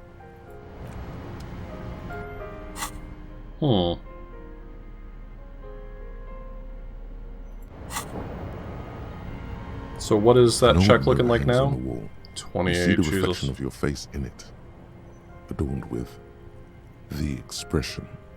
It's not going to change too much for me to have a drink, right? Hardcore mode is engaged. Good luck. Oh, does hardcore, like, internalizing the hardcore ideal, does that do the same thing as turning on the hardcore option? Oh, it's gone now. Hardcore! I'm so hardcore now!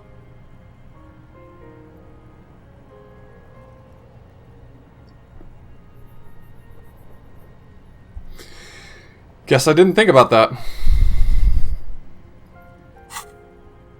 Yeah, we read the tablet twice, didn't we?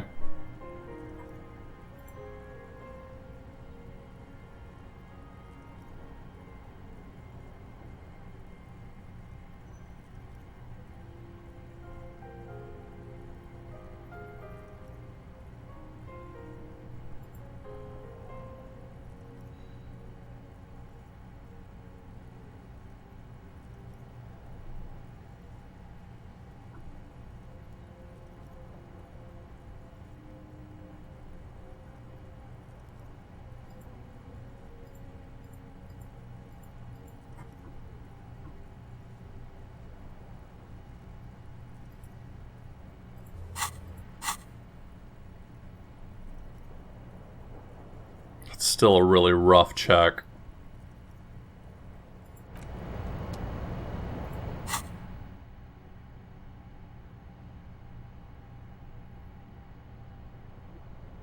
Wasn't there another apricot chewing scented? Oh, I probably have to interact with the... There it is again. The scent of apricots with a touch of cinnamon. Smells like the end of some distant summer. The surface of another planet, or some ancient temple. Yes, from the height of antiquity. A long, long time ago. Millennia ago. On an island of time you can never return to. The sun sets into the sea, but the water does not boil. Instead, it turns to liquid gold. For a moment, the world's store of precious metals seems to increase dramatically, and you are rich. Yes. There is a movement next to you, the shuffle of a small coat, warm like the evening. But when you turn toward it, there's nothing there.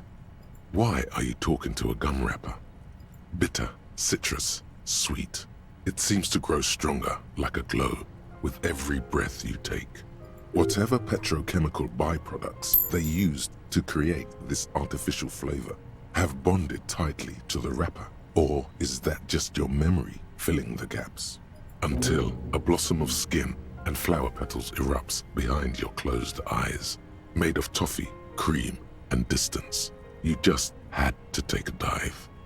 Feels so, so familiar. I have a feeling this is about his ex-wife.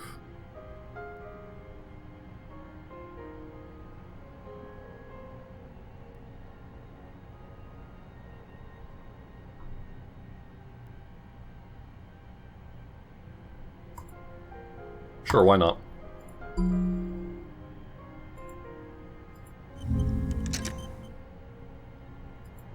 Oh!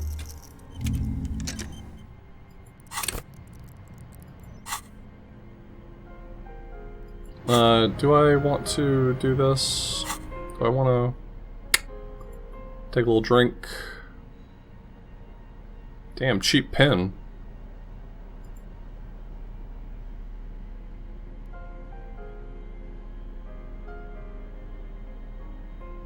I mean, it's not going to do a ton for me, but I can do something.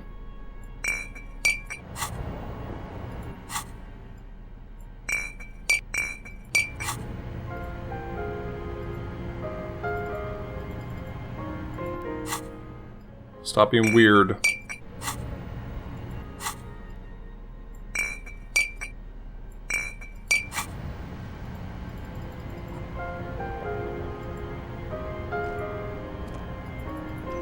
Why won't it let me drink it?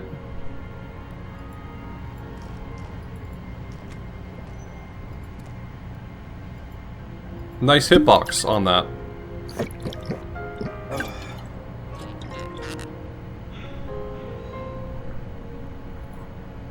Oh, not that. On the table, you see a bowl of... A brisk coastal wind still howls against the window of the shack. Oh, occasionally, Shiver showed up. Waves crawl in under the foundation, producing a low hum. The room feels muffled, like you pulled your hat over your ears. Outside, it is cold and windy, but you're inside, and it feels safe and warm. What is this place to you?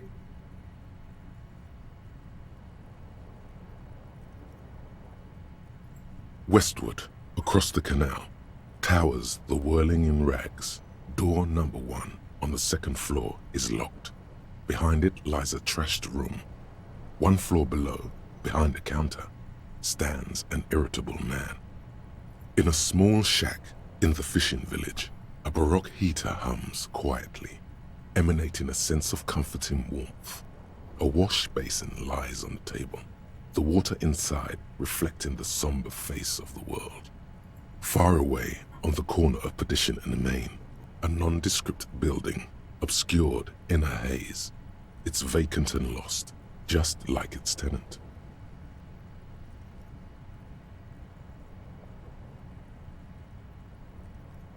Outside, the howl of the wind has picked up. The waves crash against the stilts again. It's as if you think the thought, but in someone else's voice. Look under the floorboards.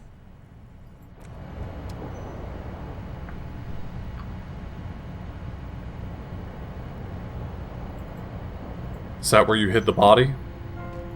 If you hid a body, you have to tell me. Legally.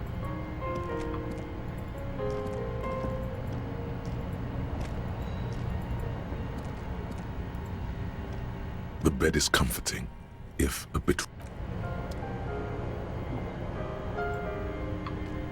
An old mirror hangs on the wall.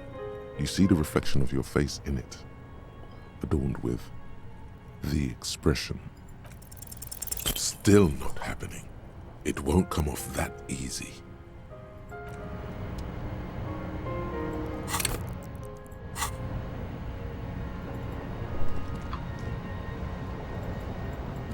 How am I supposed to look under the floorboards?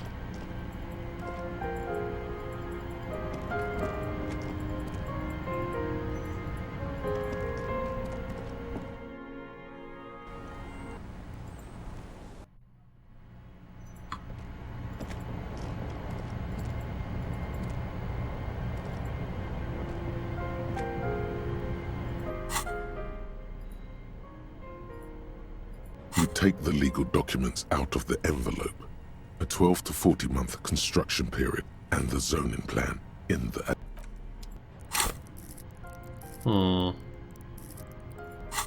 Interfacing.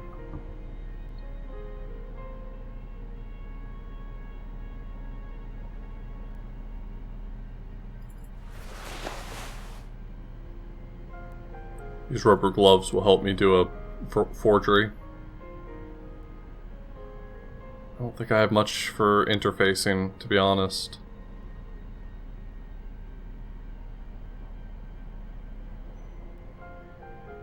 Yep, that's it.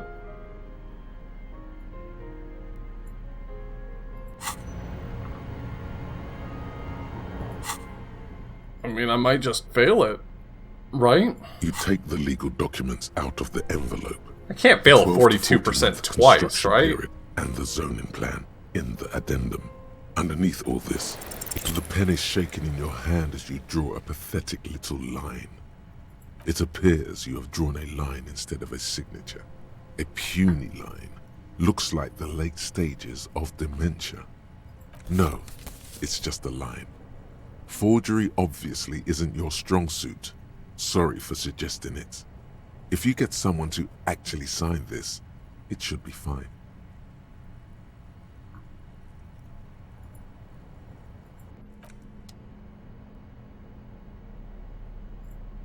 You take the legal documents out of the envelope. A 12 to 40 month construction period.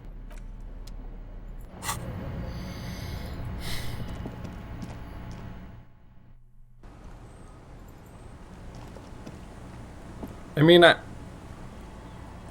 don't really... Wait, is hardcore mode turned off right now?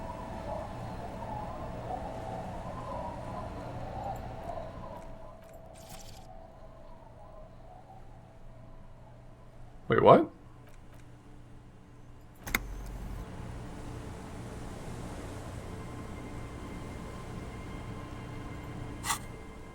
But I'm still hardcore, right?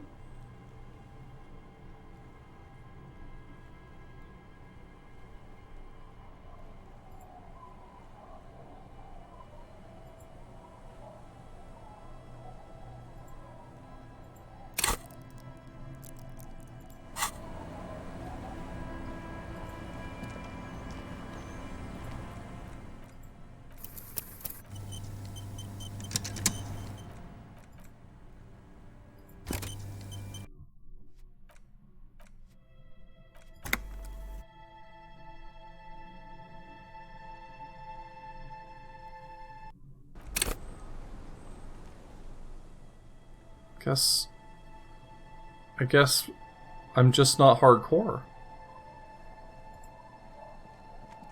Our tenant, the policeman. I hope the waves don't keep you up at night. What can I help you with?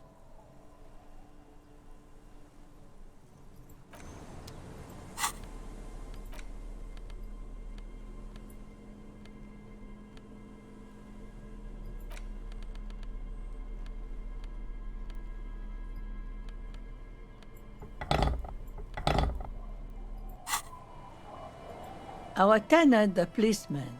I hope the waves don't keep you up at night. What can I help you with? Just us. This is... The place is so pornographically poor, it's not even funny. Here? For you? No, officer. The only money we have here is some coins the drunks tried hiding from their women and then forgot about. Under carts, boats, in little boxes. It's not hard to find. She nods, rinsing another piece of cloth. Me? No. Now it's your turn, Mr. Quite a handle you got there. So many titles. One of them double. Just us. This is The place is... She nods. I'm not getting the option to have her sign the document anymore. Which is probably fine with me. I don't really care, but it does seem like something's going on. Something weird.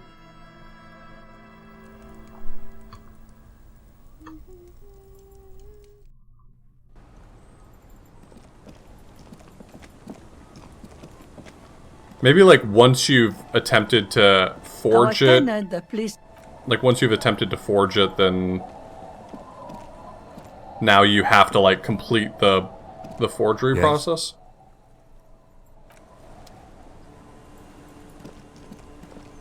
Yeah. Instead of the attended assign... Okay, yeah. Got it.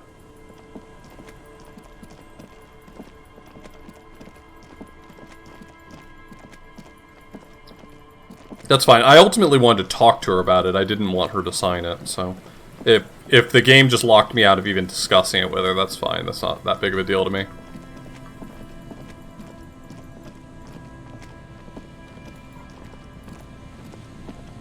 The trap stands empty near the reeds. No insect sounds or movement around. The locusts, dazed from being transported, slowly begin to acclimate to their new surroundings. They're not really going to get the chance to get comfortable here. Good, now that's done. When do you think we will return to our impending apocalypse of a murder investigation? Don't answer that. It was a rhetorical question. Kind of being a bit of a jackass there. Don't let me tell you how to live your life, but maybe when you have the option to be a jackass or not be a jackass, you can choose differently next time. All the traps are stopped.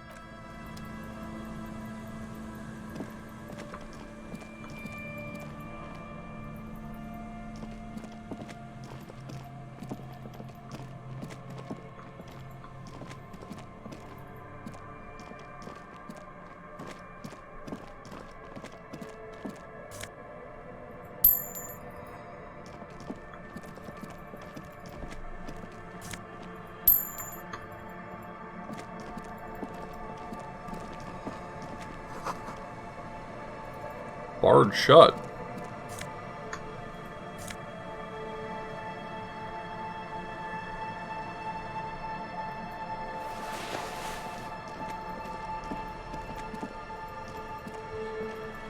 I've almost collected the whole Fallen set.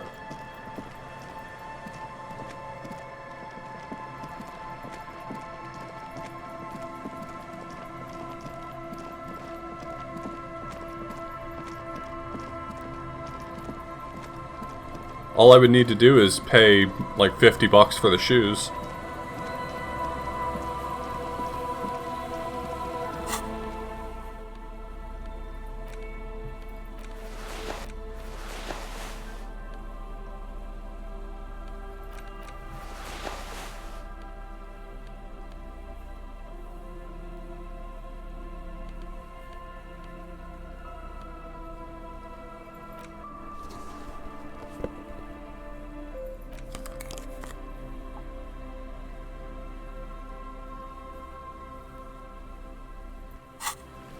I don't know, maybe there's a shirt as well to get.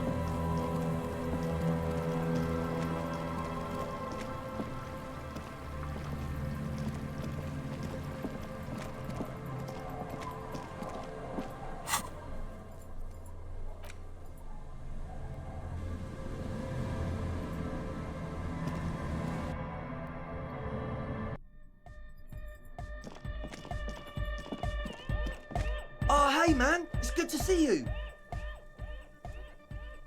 Goodbye, officer. Welcome back.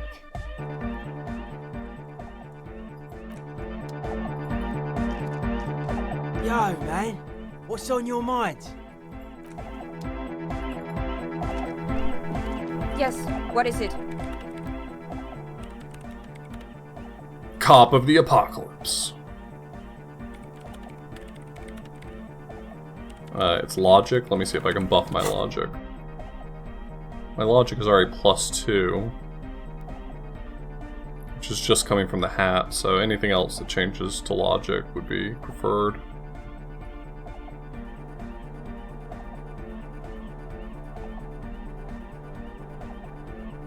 Logic. Logic. Oh, it's better for logic. Logic.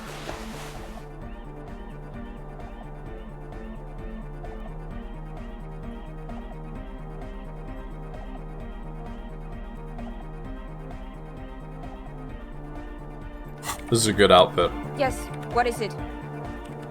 Can't fail that. All you hear is silence in your head.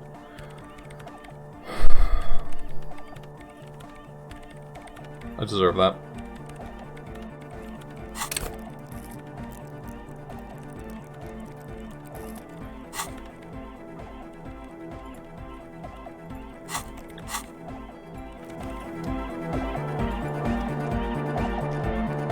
Good morning, comrade!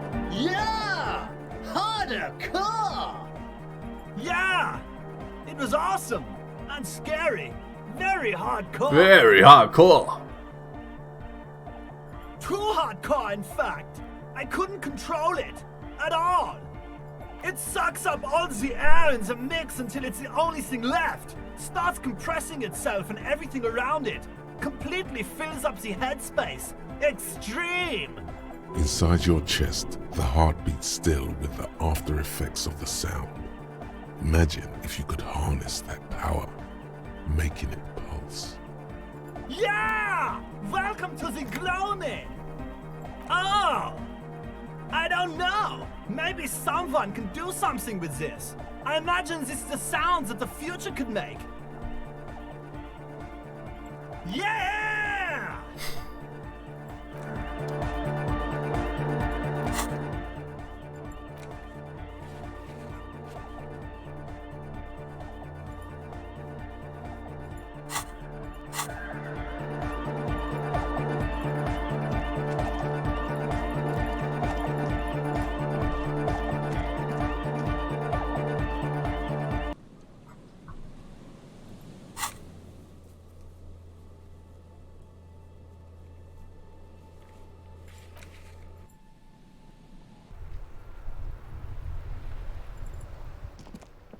I do not have a skill point right now, do I?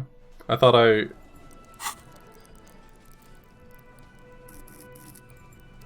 Yeah, I'm still short 4 points.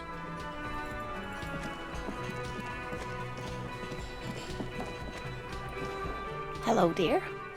It's good to see a familiar face. Thank you for doing that, dear. Her smile is weary. Her earlier ebullience has left her. Morel still isn't feeling well. I convinced him to stay at Gary's to get some rest. I'm afraid the cold has really gotten to him. I'm sorry, dear. You've had to drudge through them so many times. Such is field work. A young person's game, as they say. Her voice is shaky. What is going on here? Morel will eventually, or we'll talk Gary into going back out, perhaps. I do the same sometimes, Emma.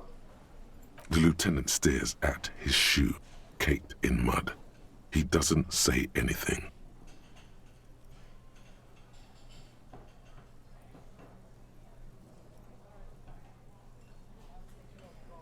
That really is too much, sweetie. Thank you for your dedication, but I can see you're coming down with a cough yourself.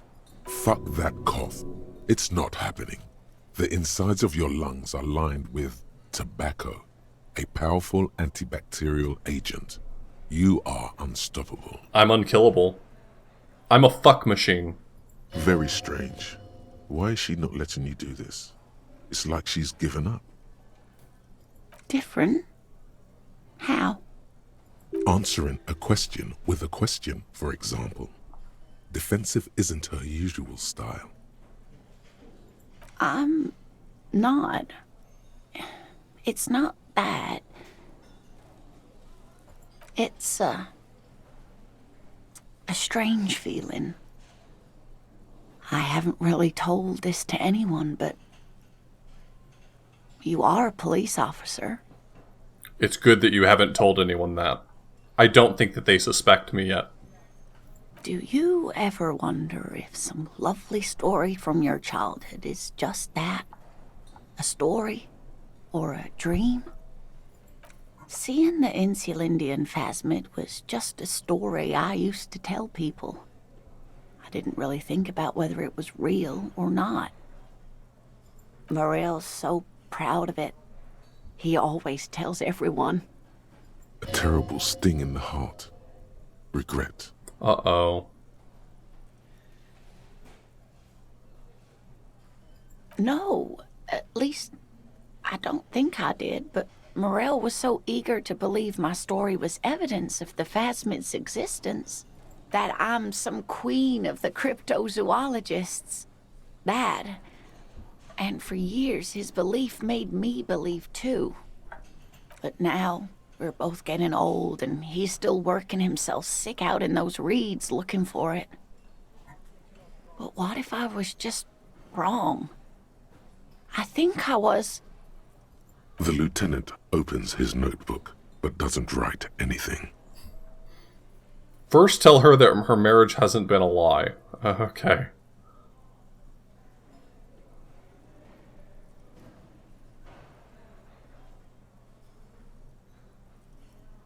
I'm not sure of anything.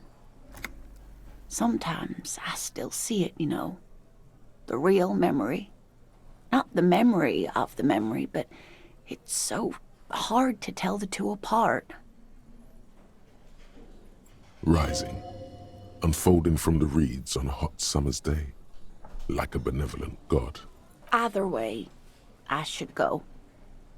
Poor Morel is running a fever, and I need to get him home to Jamrock before we overstay our welcome with Gary. Oh no, thank you, but I can get there on my own. This old thing is gas-powered. And then a taxi home. It's not so bad. Really? Oh, sweetie. Please don't get stuck on a dream. Take it from me and Morel. Yeah, I died from kicking something once.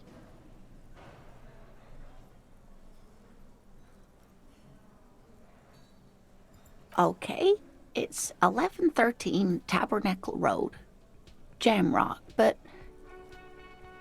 A sigh. She doesn't think you'll need it. Likewise, sweetie. Thank you for everything. Truly. Even though it turned out to be a waste of time. A dream. A lie. A fool's hope. Say her lips moving in silence. Like that, she drives off. The gas engine putters quietly as she gets to the doors, then pushes them open. Outside, it's raining. We should go too.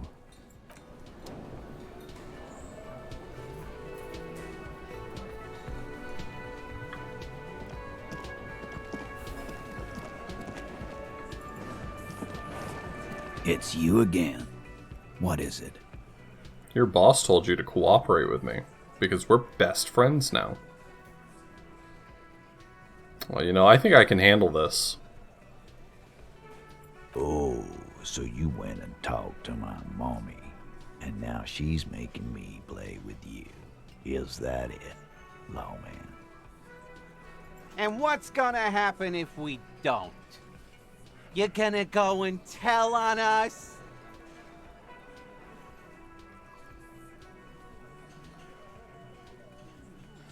Yeah, I heard him. The fuck do you think I'm doing here? You'd have your ass handed to you if it wasn't for the boss man's word. Let me state this very clearly, capo. Hello, officer. I'm Titus Hardy, and these are my boys. Hardy boys.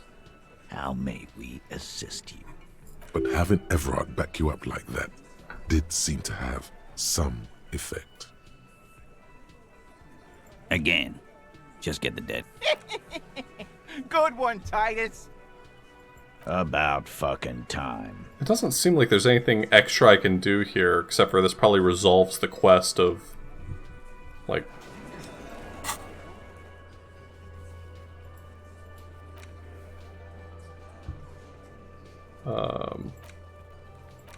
This probably doesn't resolve anything, never mind.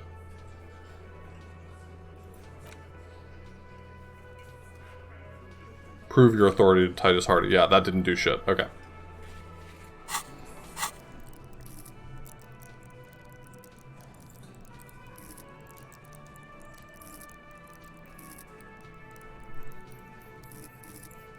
Yeah, I've got -5 from items and -1 from thoughts, so my authority is doing pretty well.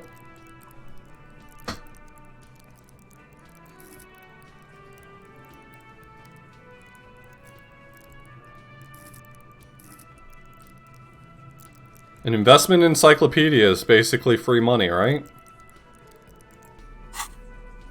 Let me put my normal outfit back on, so I can get a better assessment of my stats.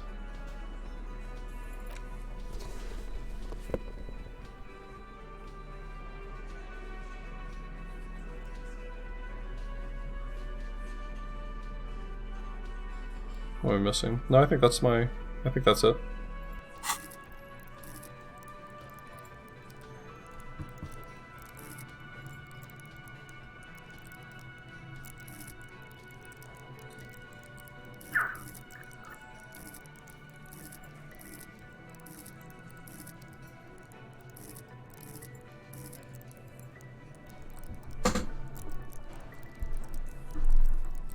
This is the outfit I've been wearing, aside from changing out the hat to a new, better hat.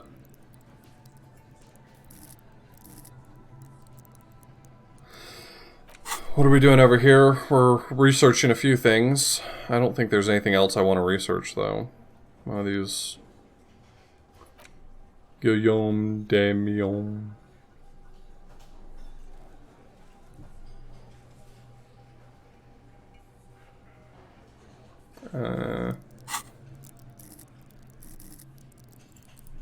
I'll put it into logic. It's the interesting choice right this second. Oh, what's going with this? Behind the dockworkers. It's not time yet. It's not time yet. When will you learn?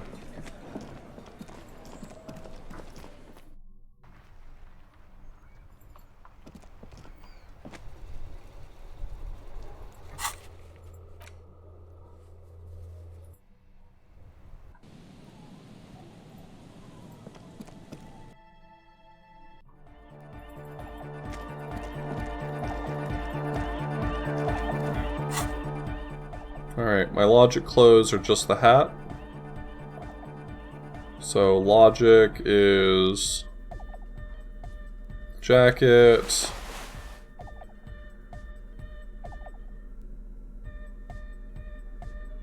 There's a pair of glasses that are logic. Yep.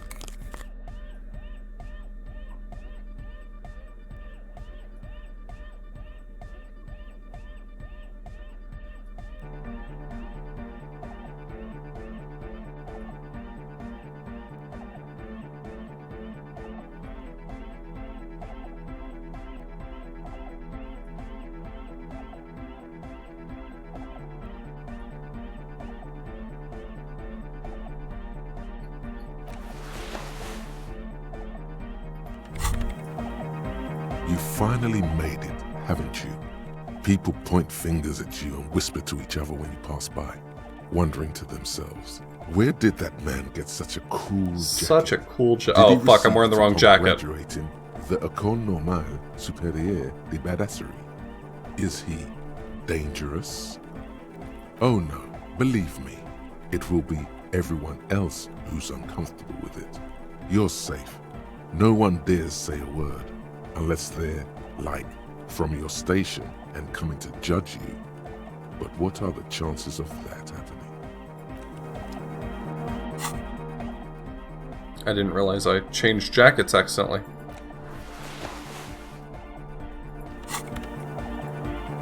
Yes, what is it?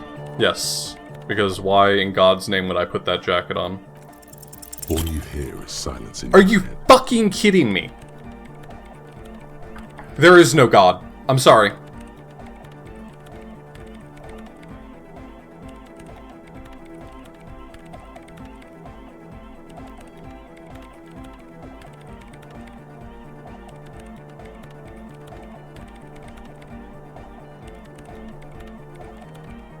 Yeah, last time I rolled, I got snake eyes too. And then this time, I rolled and I got snake eyes.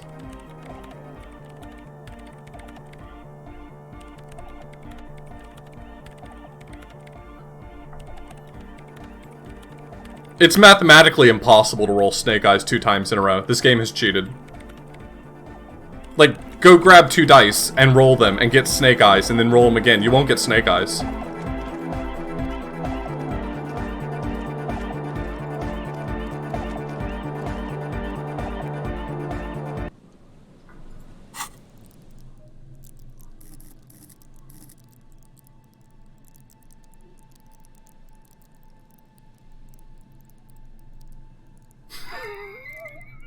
Yo, what's up, Twig?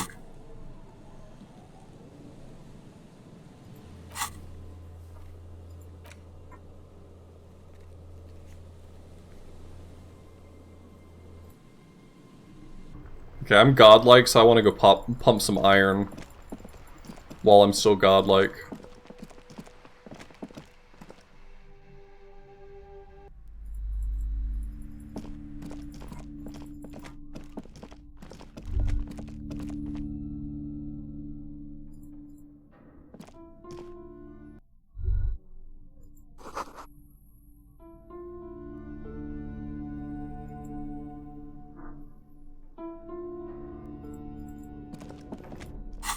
Physical instrument.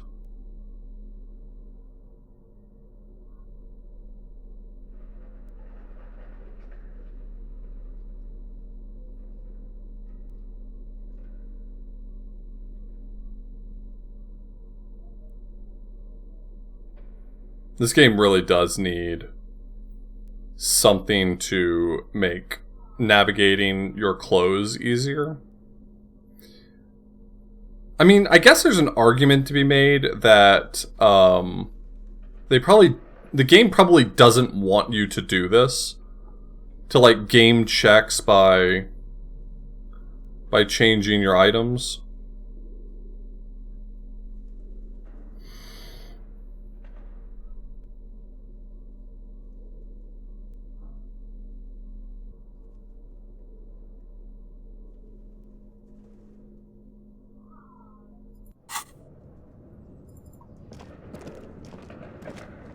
The barbell waits patiently on the floor, like a dog for its master.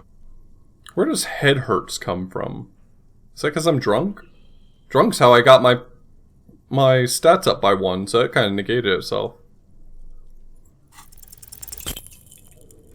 Okay, so I just die from this. Cool.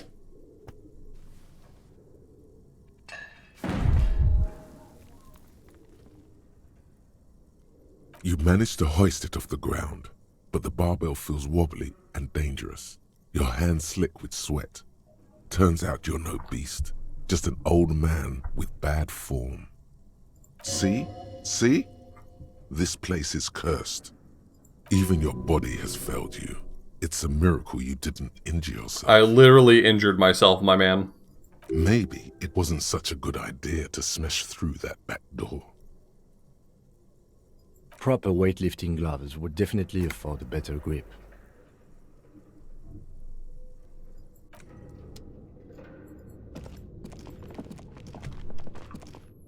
Well, look at the guy who knows so much about weightlifting gloves.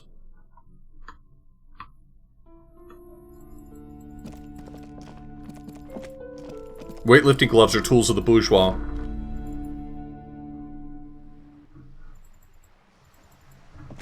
I lift for the working man.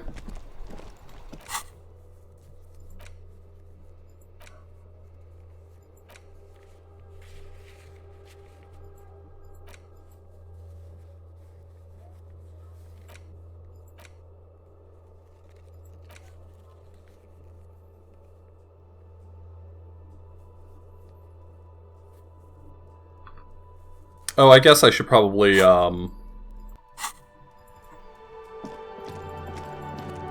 send the body for processing, huh? I guess that was something I was probably supposed to do, like, 3 days ago. On day 1. The bear's eyes are still glowing red. It's guarding over the freezing corpse hidden inside its belly. Oh, I can up my perception. It'll be impossible to fail this one. I mean, all I gotta do is get my perception a little higher, and this one's gonna be basically free.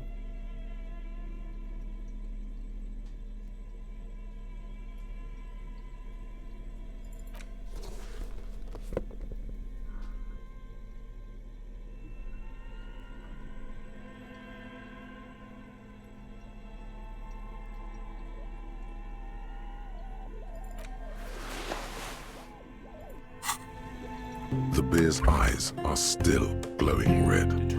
It's guarding over the freezing corpse hidden inside its belly. Or Curly Quote, thank you so much for the resub. Here we go, easy. Your arms reach out and your eyes close, as if by their own volition. It's dark all around. You feel cold, slippery flesh, first with your fingertips, then under the palm of your hand.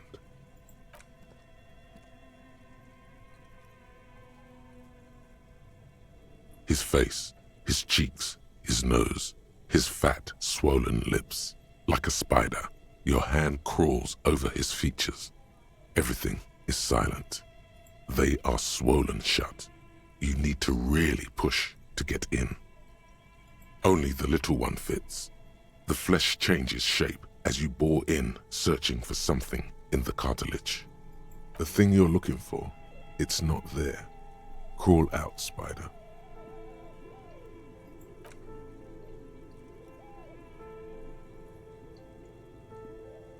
The oral cavity is cold and moist. A ball-like tongue attaches itself to the base of the mouth, lolling around like a scallop. You're on the right track. The tongue moves freely in the cavity. The mucus of the mouth is slippery, delicate to touch. From the soft meat, teeth are budding. Hard pearls of bone in the gums and in the back of the mouth. Can you feel it? You're so close. Rip his jaws open now. Look in. A vision of black and dark red death, pried open by your naked hands and studded with teeth. Looks like he's laughing. Death fumes rising from the throat, and there, in the back of his mouth, above the bell of the uvula, right in the soft palate. Hey, thanks for the resub. You see a hole, barely visible to the human eye. It is swollen shut, almost vanished. No larger than 0.4 centimeters in radius, the edges appear darkened. Keep going. A black trickle of liquid runs into his throat from the wound. Your index fits right in there. A tight tunnel of flesh opens up. Tissue damage. Wide enough for 2 fingers. As you push both in, you reach through his mouth, right into his brain stem. The basal ganglia feels clumpy. What entered here has torn apart his reptilian complex. Well, that explains why there was not a lot of, resistance. This man will never sleep again. Never wake. Your fingers slide into the remains of his limbic system. There is no resistance. It's gelatinous. The slug-like structures are damaged too.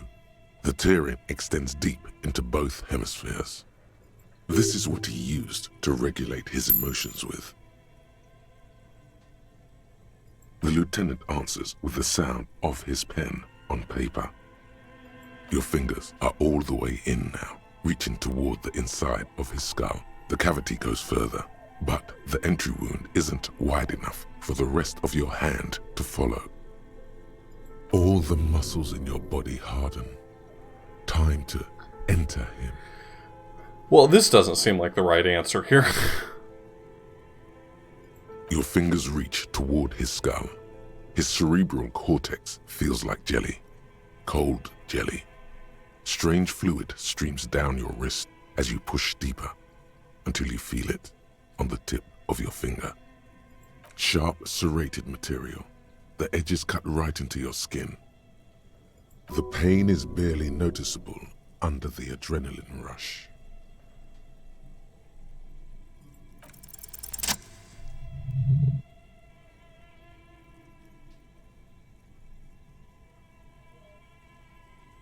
You pick the object between your index and middle finger. Feels sharp, like metal. You press your teeth together. Your jaw is clenched. All you need to do is just... Good. The inside of the head feels cold and smooth, like a glove. Sweat dripping down your brow. Careful not to lose the prize between your fingers. With a plop, your hand emerges from the mouth, covered in blood up to the wrist. Between your fingers, a small flower, a blossom made of lead. A bullet. There's a lot of flowery language to just say a bullet, damn. The bullet falls in the bag, leaving a smattering of blood on the plastic. He raises the bag under his eyes and says, A non-caliber. Rifle. Some kind of brittle alloy. Fractured on impact. No, you deserve it. We can log it later. We need to add an item to the injury list. Injury number 4. Oval entry wound with an abrasion color. Soft palate, back of mouth. High velocity. Temporary cavity in brain tissue. Small exit wound on the occiput. How does that sound? Opinion, fatal injury. And one last thing. We can now fill in injury number 3. Ligament mark. Opinion, non-fatal. Post-mortem. Treatment. He's proposing the bullet was the real cause of death, and the hanging an attempt to conceal this fact. Treatment, officer, is an attempt to manipulate the body after death, to hide the real cause with a false cause. In this case, this injury here. Yes, and the belt around his neck, the hanging, even dragging him to the yard. All of it was done after this man was already dead. I have had my doubts since you showed me the tracks. Why did they carry him over? Why not march him, I thought. There was no satisfying explanation. There have been other signs too, small things. We were right not to assign hanging as cause of death, as the perpetrators expected we would. No such luck for them. There is, of course, the very real possibility he was both shot and hanged. This does mean that it would narrow it down to one shooter, potentially, right? I think that's the point here, is that they can't claim all 8 of them did it. One person pulled the trigger. To hide something. The real killer? The real motivation? What really happened here? Oh, you really do. I am glad to hear you say that. Your room in the Whirling in Rags should come with a bathroom. Be sure to make use of it in the evening. Yes, we should take a closer look at it. I am certain it has more to tell us. This little thing could reveal much about the weapon that shot it. We bag the corpse and carry him to the holding pen of my kinema. I can transport him to processing myself, but I will be gone for the rest of the day. Work on the case. Tend to personal matters. Try not to do anything too dangerous. An officer needs backup in a neighborhood like this. I'll leave that choice to you. And one more thing. Great work, detective.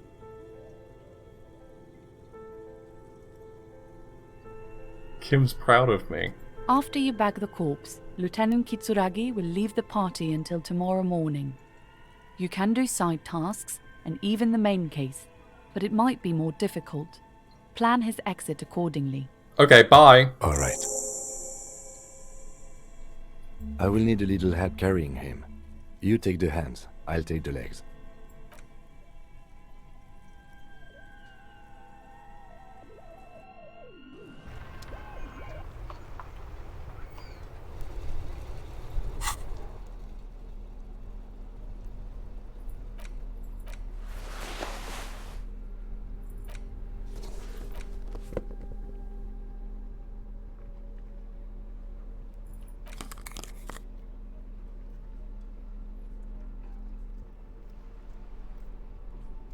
Should probably rearrange this just a little bit. Let me try to get all types of items together.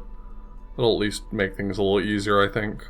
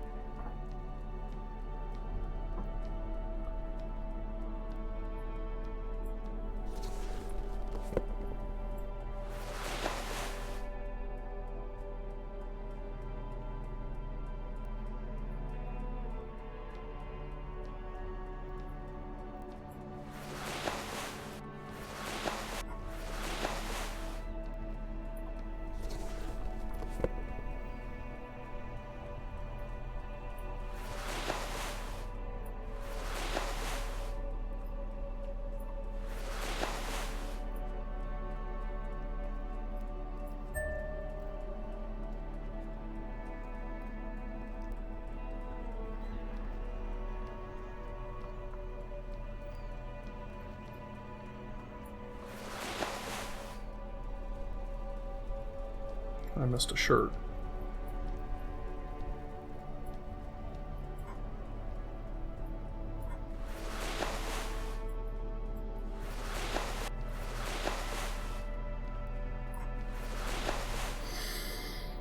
Okay.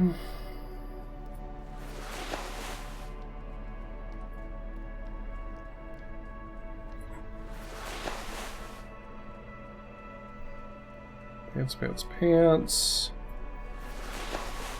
Oh, this is also a jacket.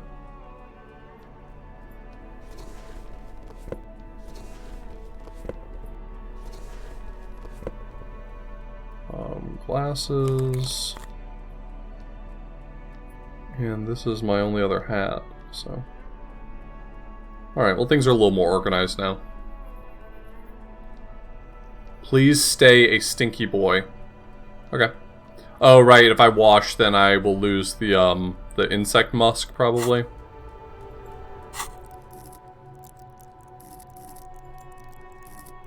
I really want to put another point into logic just to end up getting snake eyes again.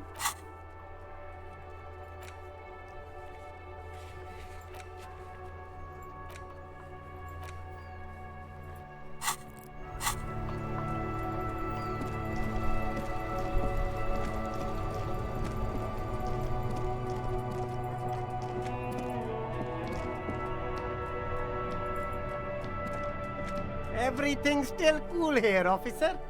Tapes? You mean like music tapes? No, music is out. Oh. Don't listen to music. I sell extremely cool sunglasses if you want to get your mojo going. I already got my mojo. Tapes? Tapes are everywhere. They're worthless. Kids throw them in the trees. There's one in the bushes, right behind this lorry. No one would ever throw a good pair of high-quality plastic sunglasses in the bushes, mister. To the west, dark brown ribbons of tape hang from the tree, flowing in the wind.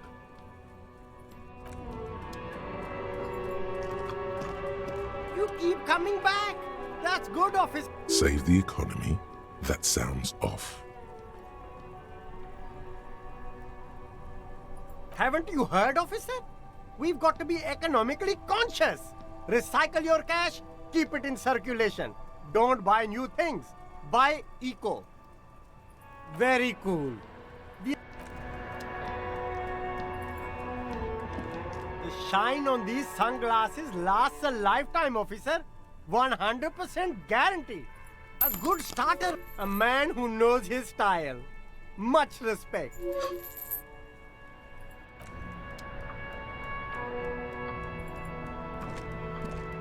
The speakers They're below so are expensive. banged up and worthless.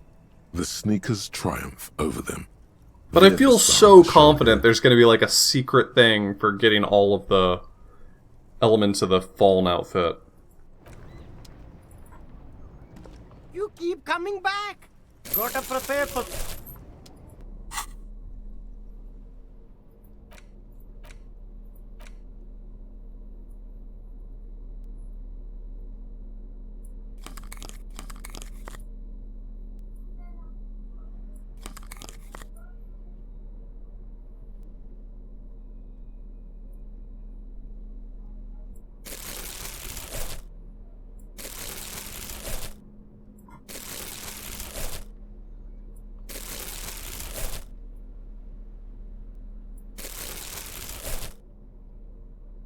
Okay.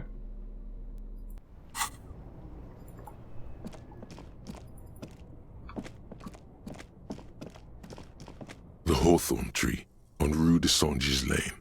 Bronze-colored ribbons of magnetic tape are caught in its branches, fluttering in the breeze.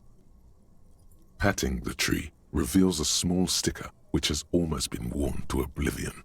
It reads, RCM Emergencies Desk, number 8102, underneath a slogan, Mankind, be vigilant.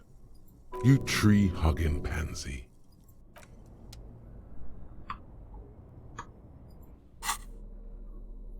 Okay, I need better interfacing.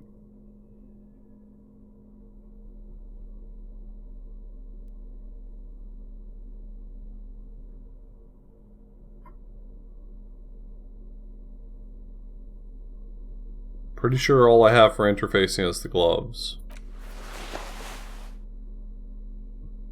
Feel like I do this every time interfacing comes up and I never find anything else. And this is a pointless exercise.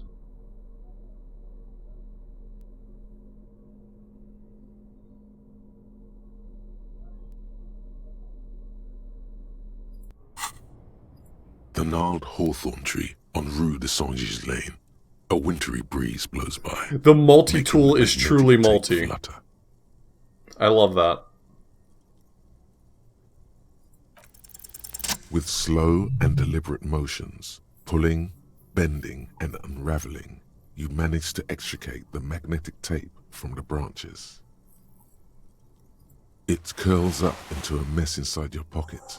If only you could find a way to re-spool it, so that you could hear what's on the tape.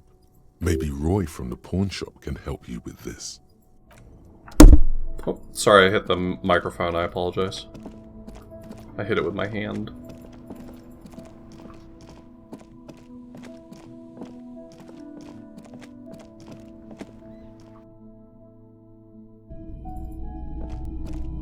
Hello, hello. Let me know if I can help you with anything. The Coldima Madakwa?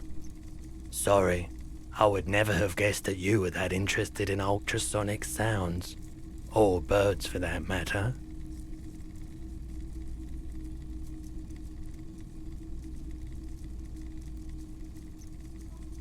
What an interesting development.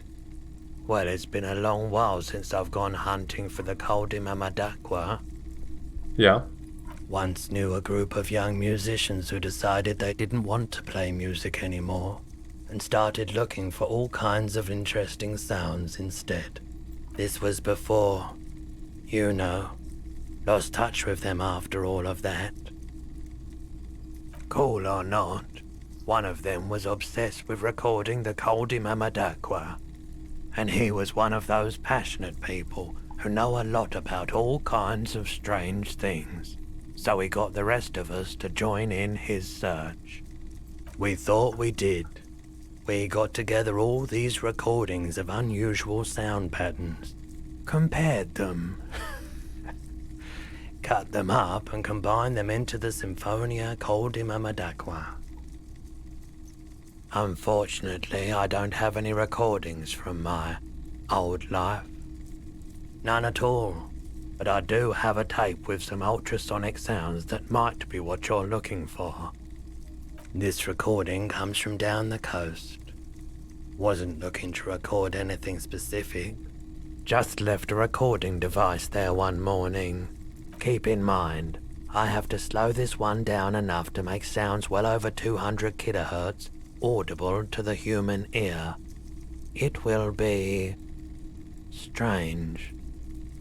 As the hum grows louder, modulating but always unnaturally uncomfortably low, like it's coming not from the speakers, but also from inside your chest, breathing is becoming difficult. That's an illusion.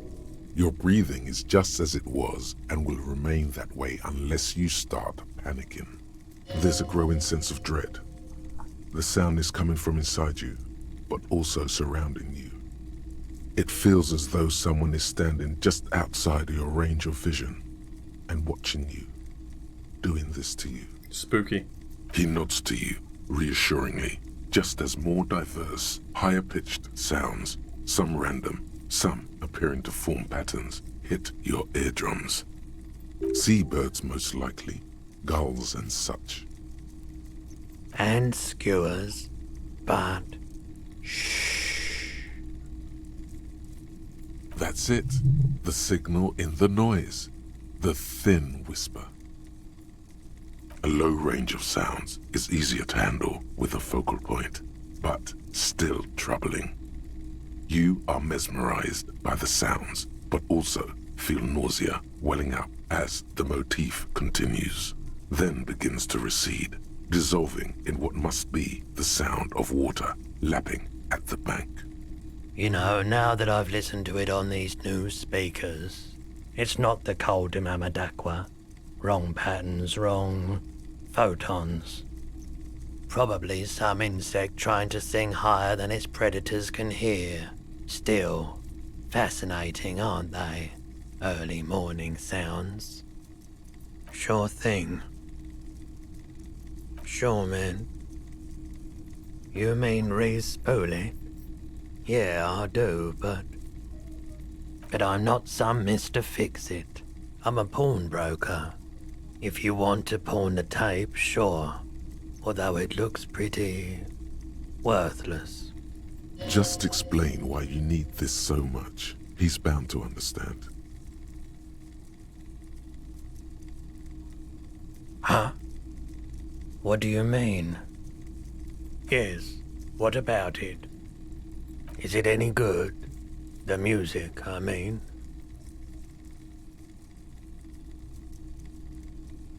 Man, you're really invested in this. Okay, I'll help you out. It's going to take a moment, though, so just sit back and relax. You take some time to look around the store. The play of visuals all around the pawn shop is mesmerizing. Suddenly, Roy turns back to you with a reel of tape in his hand and coughs. Yeah, my pleasure. I'll do what I can for true passion projects. Just try not to use this tape for negative photon emissions. Take responsibility. Okay. You got it, boss. Of course. It's in working order still.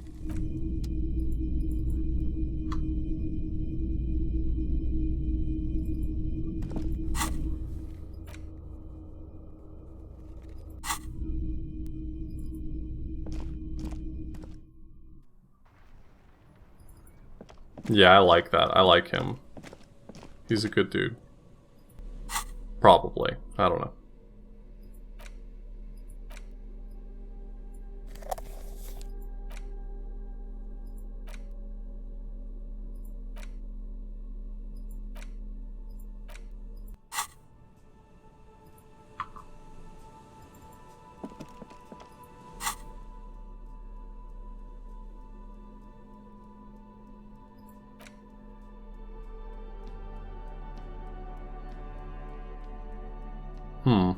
Okay. So I can't seem to play it. I'm sure Egghead will love it though.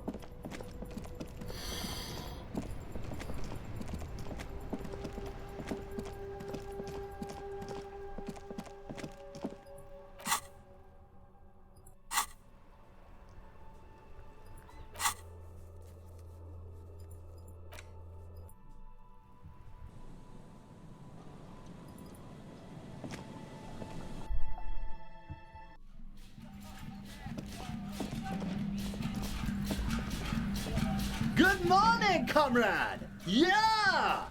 Yeah! Remix time! Tape goes here, into deck B. A hand on his ear, he listens to the audio through his headphones and shouts. Wow! Did you get this from Arno himself? A great excitement is bubbling to the surface within him. This is big. Listen, I'm just going to show it to you. Ready? Wow!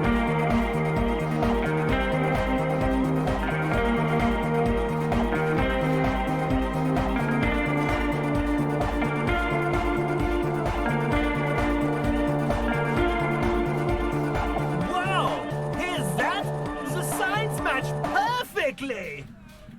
Incredible. Fortunate it was in the same key. Now, if only we had the beat for the full assault, it would be unbelievably hyper.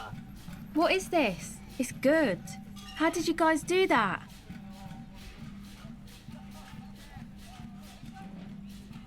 Yes, but what if Van Eyck based his remix on some forgotten local melody, like a folk song, and you just found the original piece that inspired him to create this jam?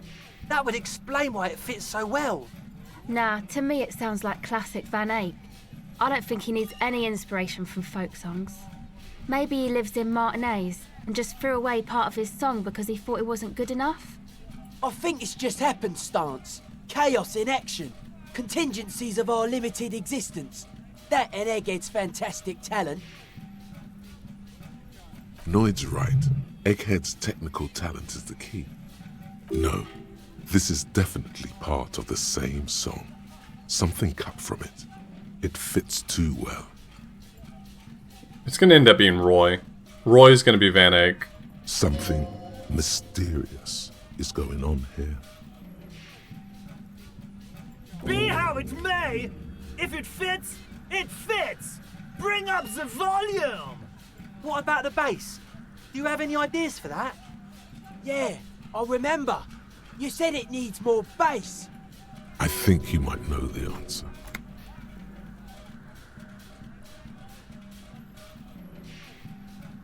Oh! But how?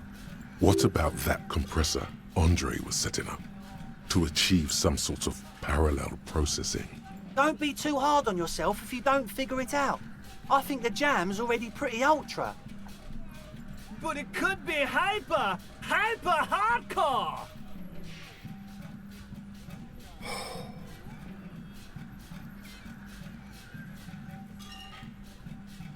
That's a tough check.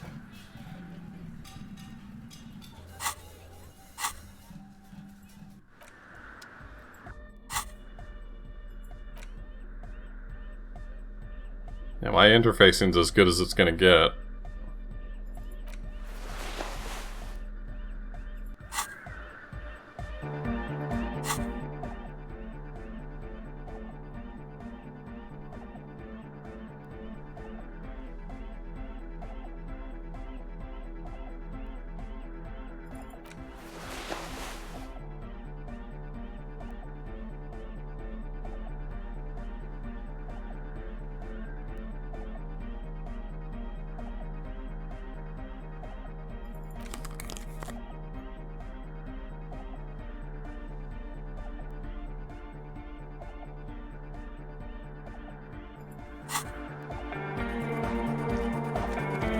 Yes, what is it?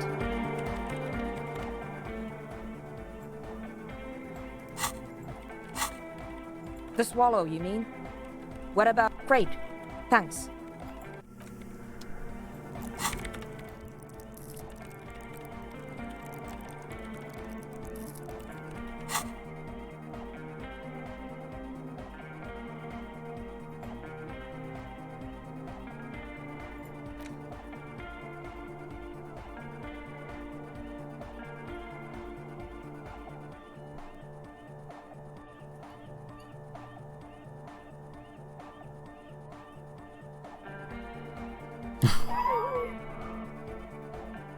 I have a feeling I'm going to be spending a point to forget this one, won't I? If I take this one, I feel like I'm going to be taking a point to forget it. Whatever.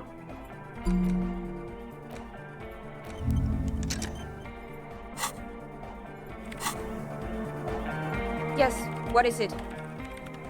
I can live with my choices.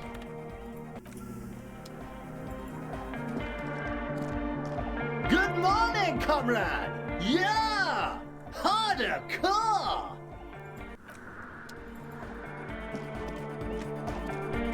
Oh, hey man, it's good to see you. Goodbye, officer. I can bump my savoir-faire a little bit from there, right? I think I have a few things for savoir-faire now. I didn't used to, but now I do.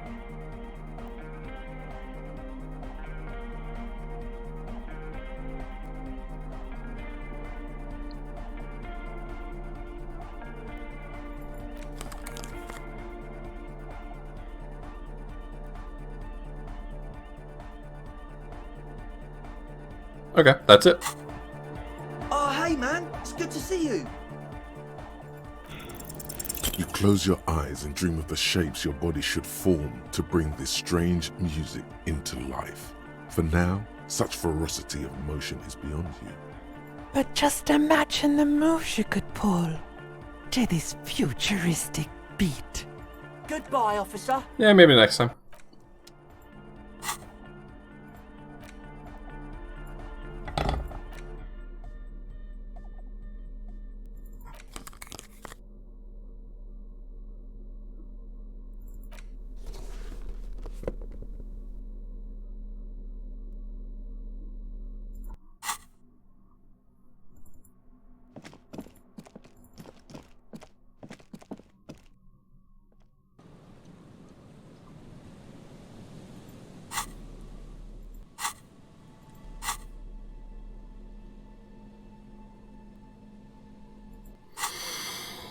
Alright,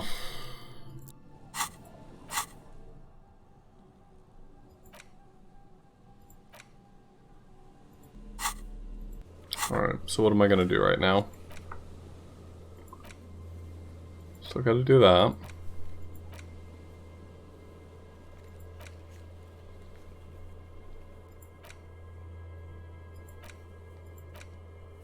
Oh, I didn't do that on Wednesday.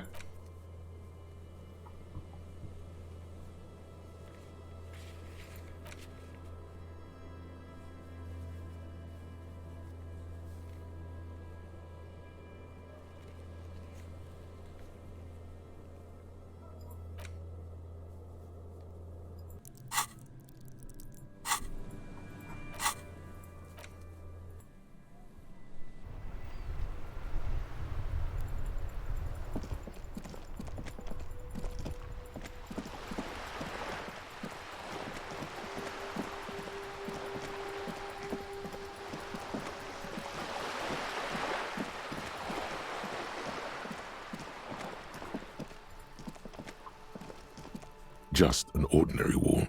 Nothing to see here.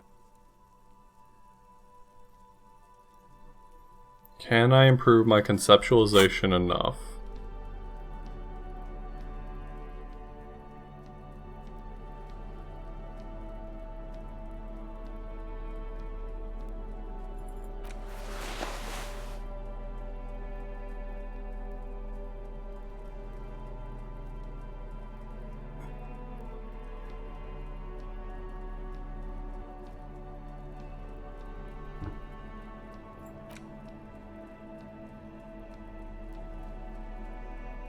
No.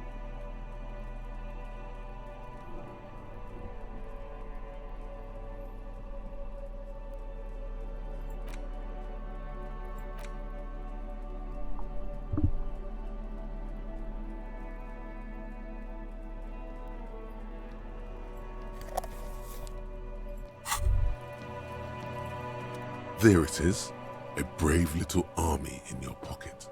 The 1st Smokes Platoon. 20 brave souls standing in salute, ready to step into fire for you, sir. You picked the best one.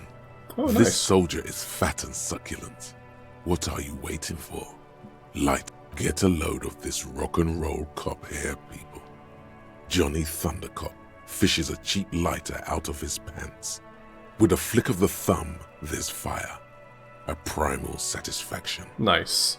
Here we go. The lighter's dark green disposable plastic. Safety's off. In your case, the safety is always off. Thick, warm smoke gets sucked down into your lungs. Immediately, you feel a warm nostalgia fill your head, body, and soul. I'm smart as a fuck now. nostalgia for yourself. The man you were in your youth. Johnny Thundercop is back, and he's chill as balls. Hell yeah. In the bottom right corner of the screen, there's a cigarettes button. Cigarettes gives +1 to intellect. Just an ordinary wall. Nothing to see here. Because you see it, finally. This wall is sublime. Look at it. The shadows, the colors. Hell yeah. All the other walls on all the other houses must make a pilgrimage in adoration of this, the uncontested pinnacle of wallcraft, color peeled from the very face of God. O Wallfather. I must paint this wall. Absolutely. Now you just need the materials. You already have the heavy fuel oil to use as paint. And Cindy the Skull has a paintbrush. This is completely doable. Yes, great thinking. Go talk to her. The wall will be waiting. I can't believe how cool we've become since we started smoking. Anyway, I think that's the lesson that I'd like to leave this stream on.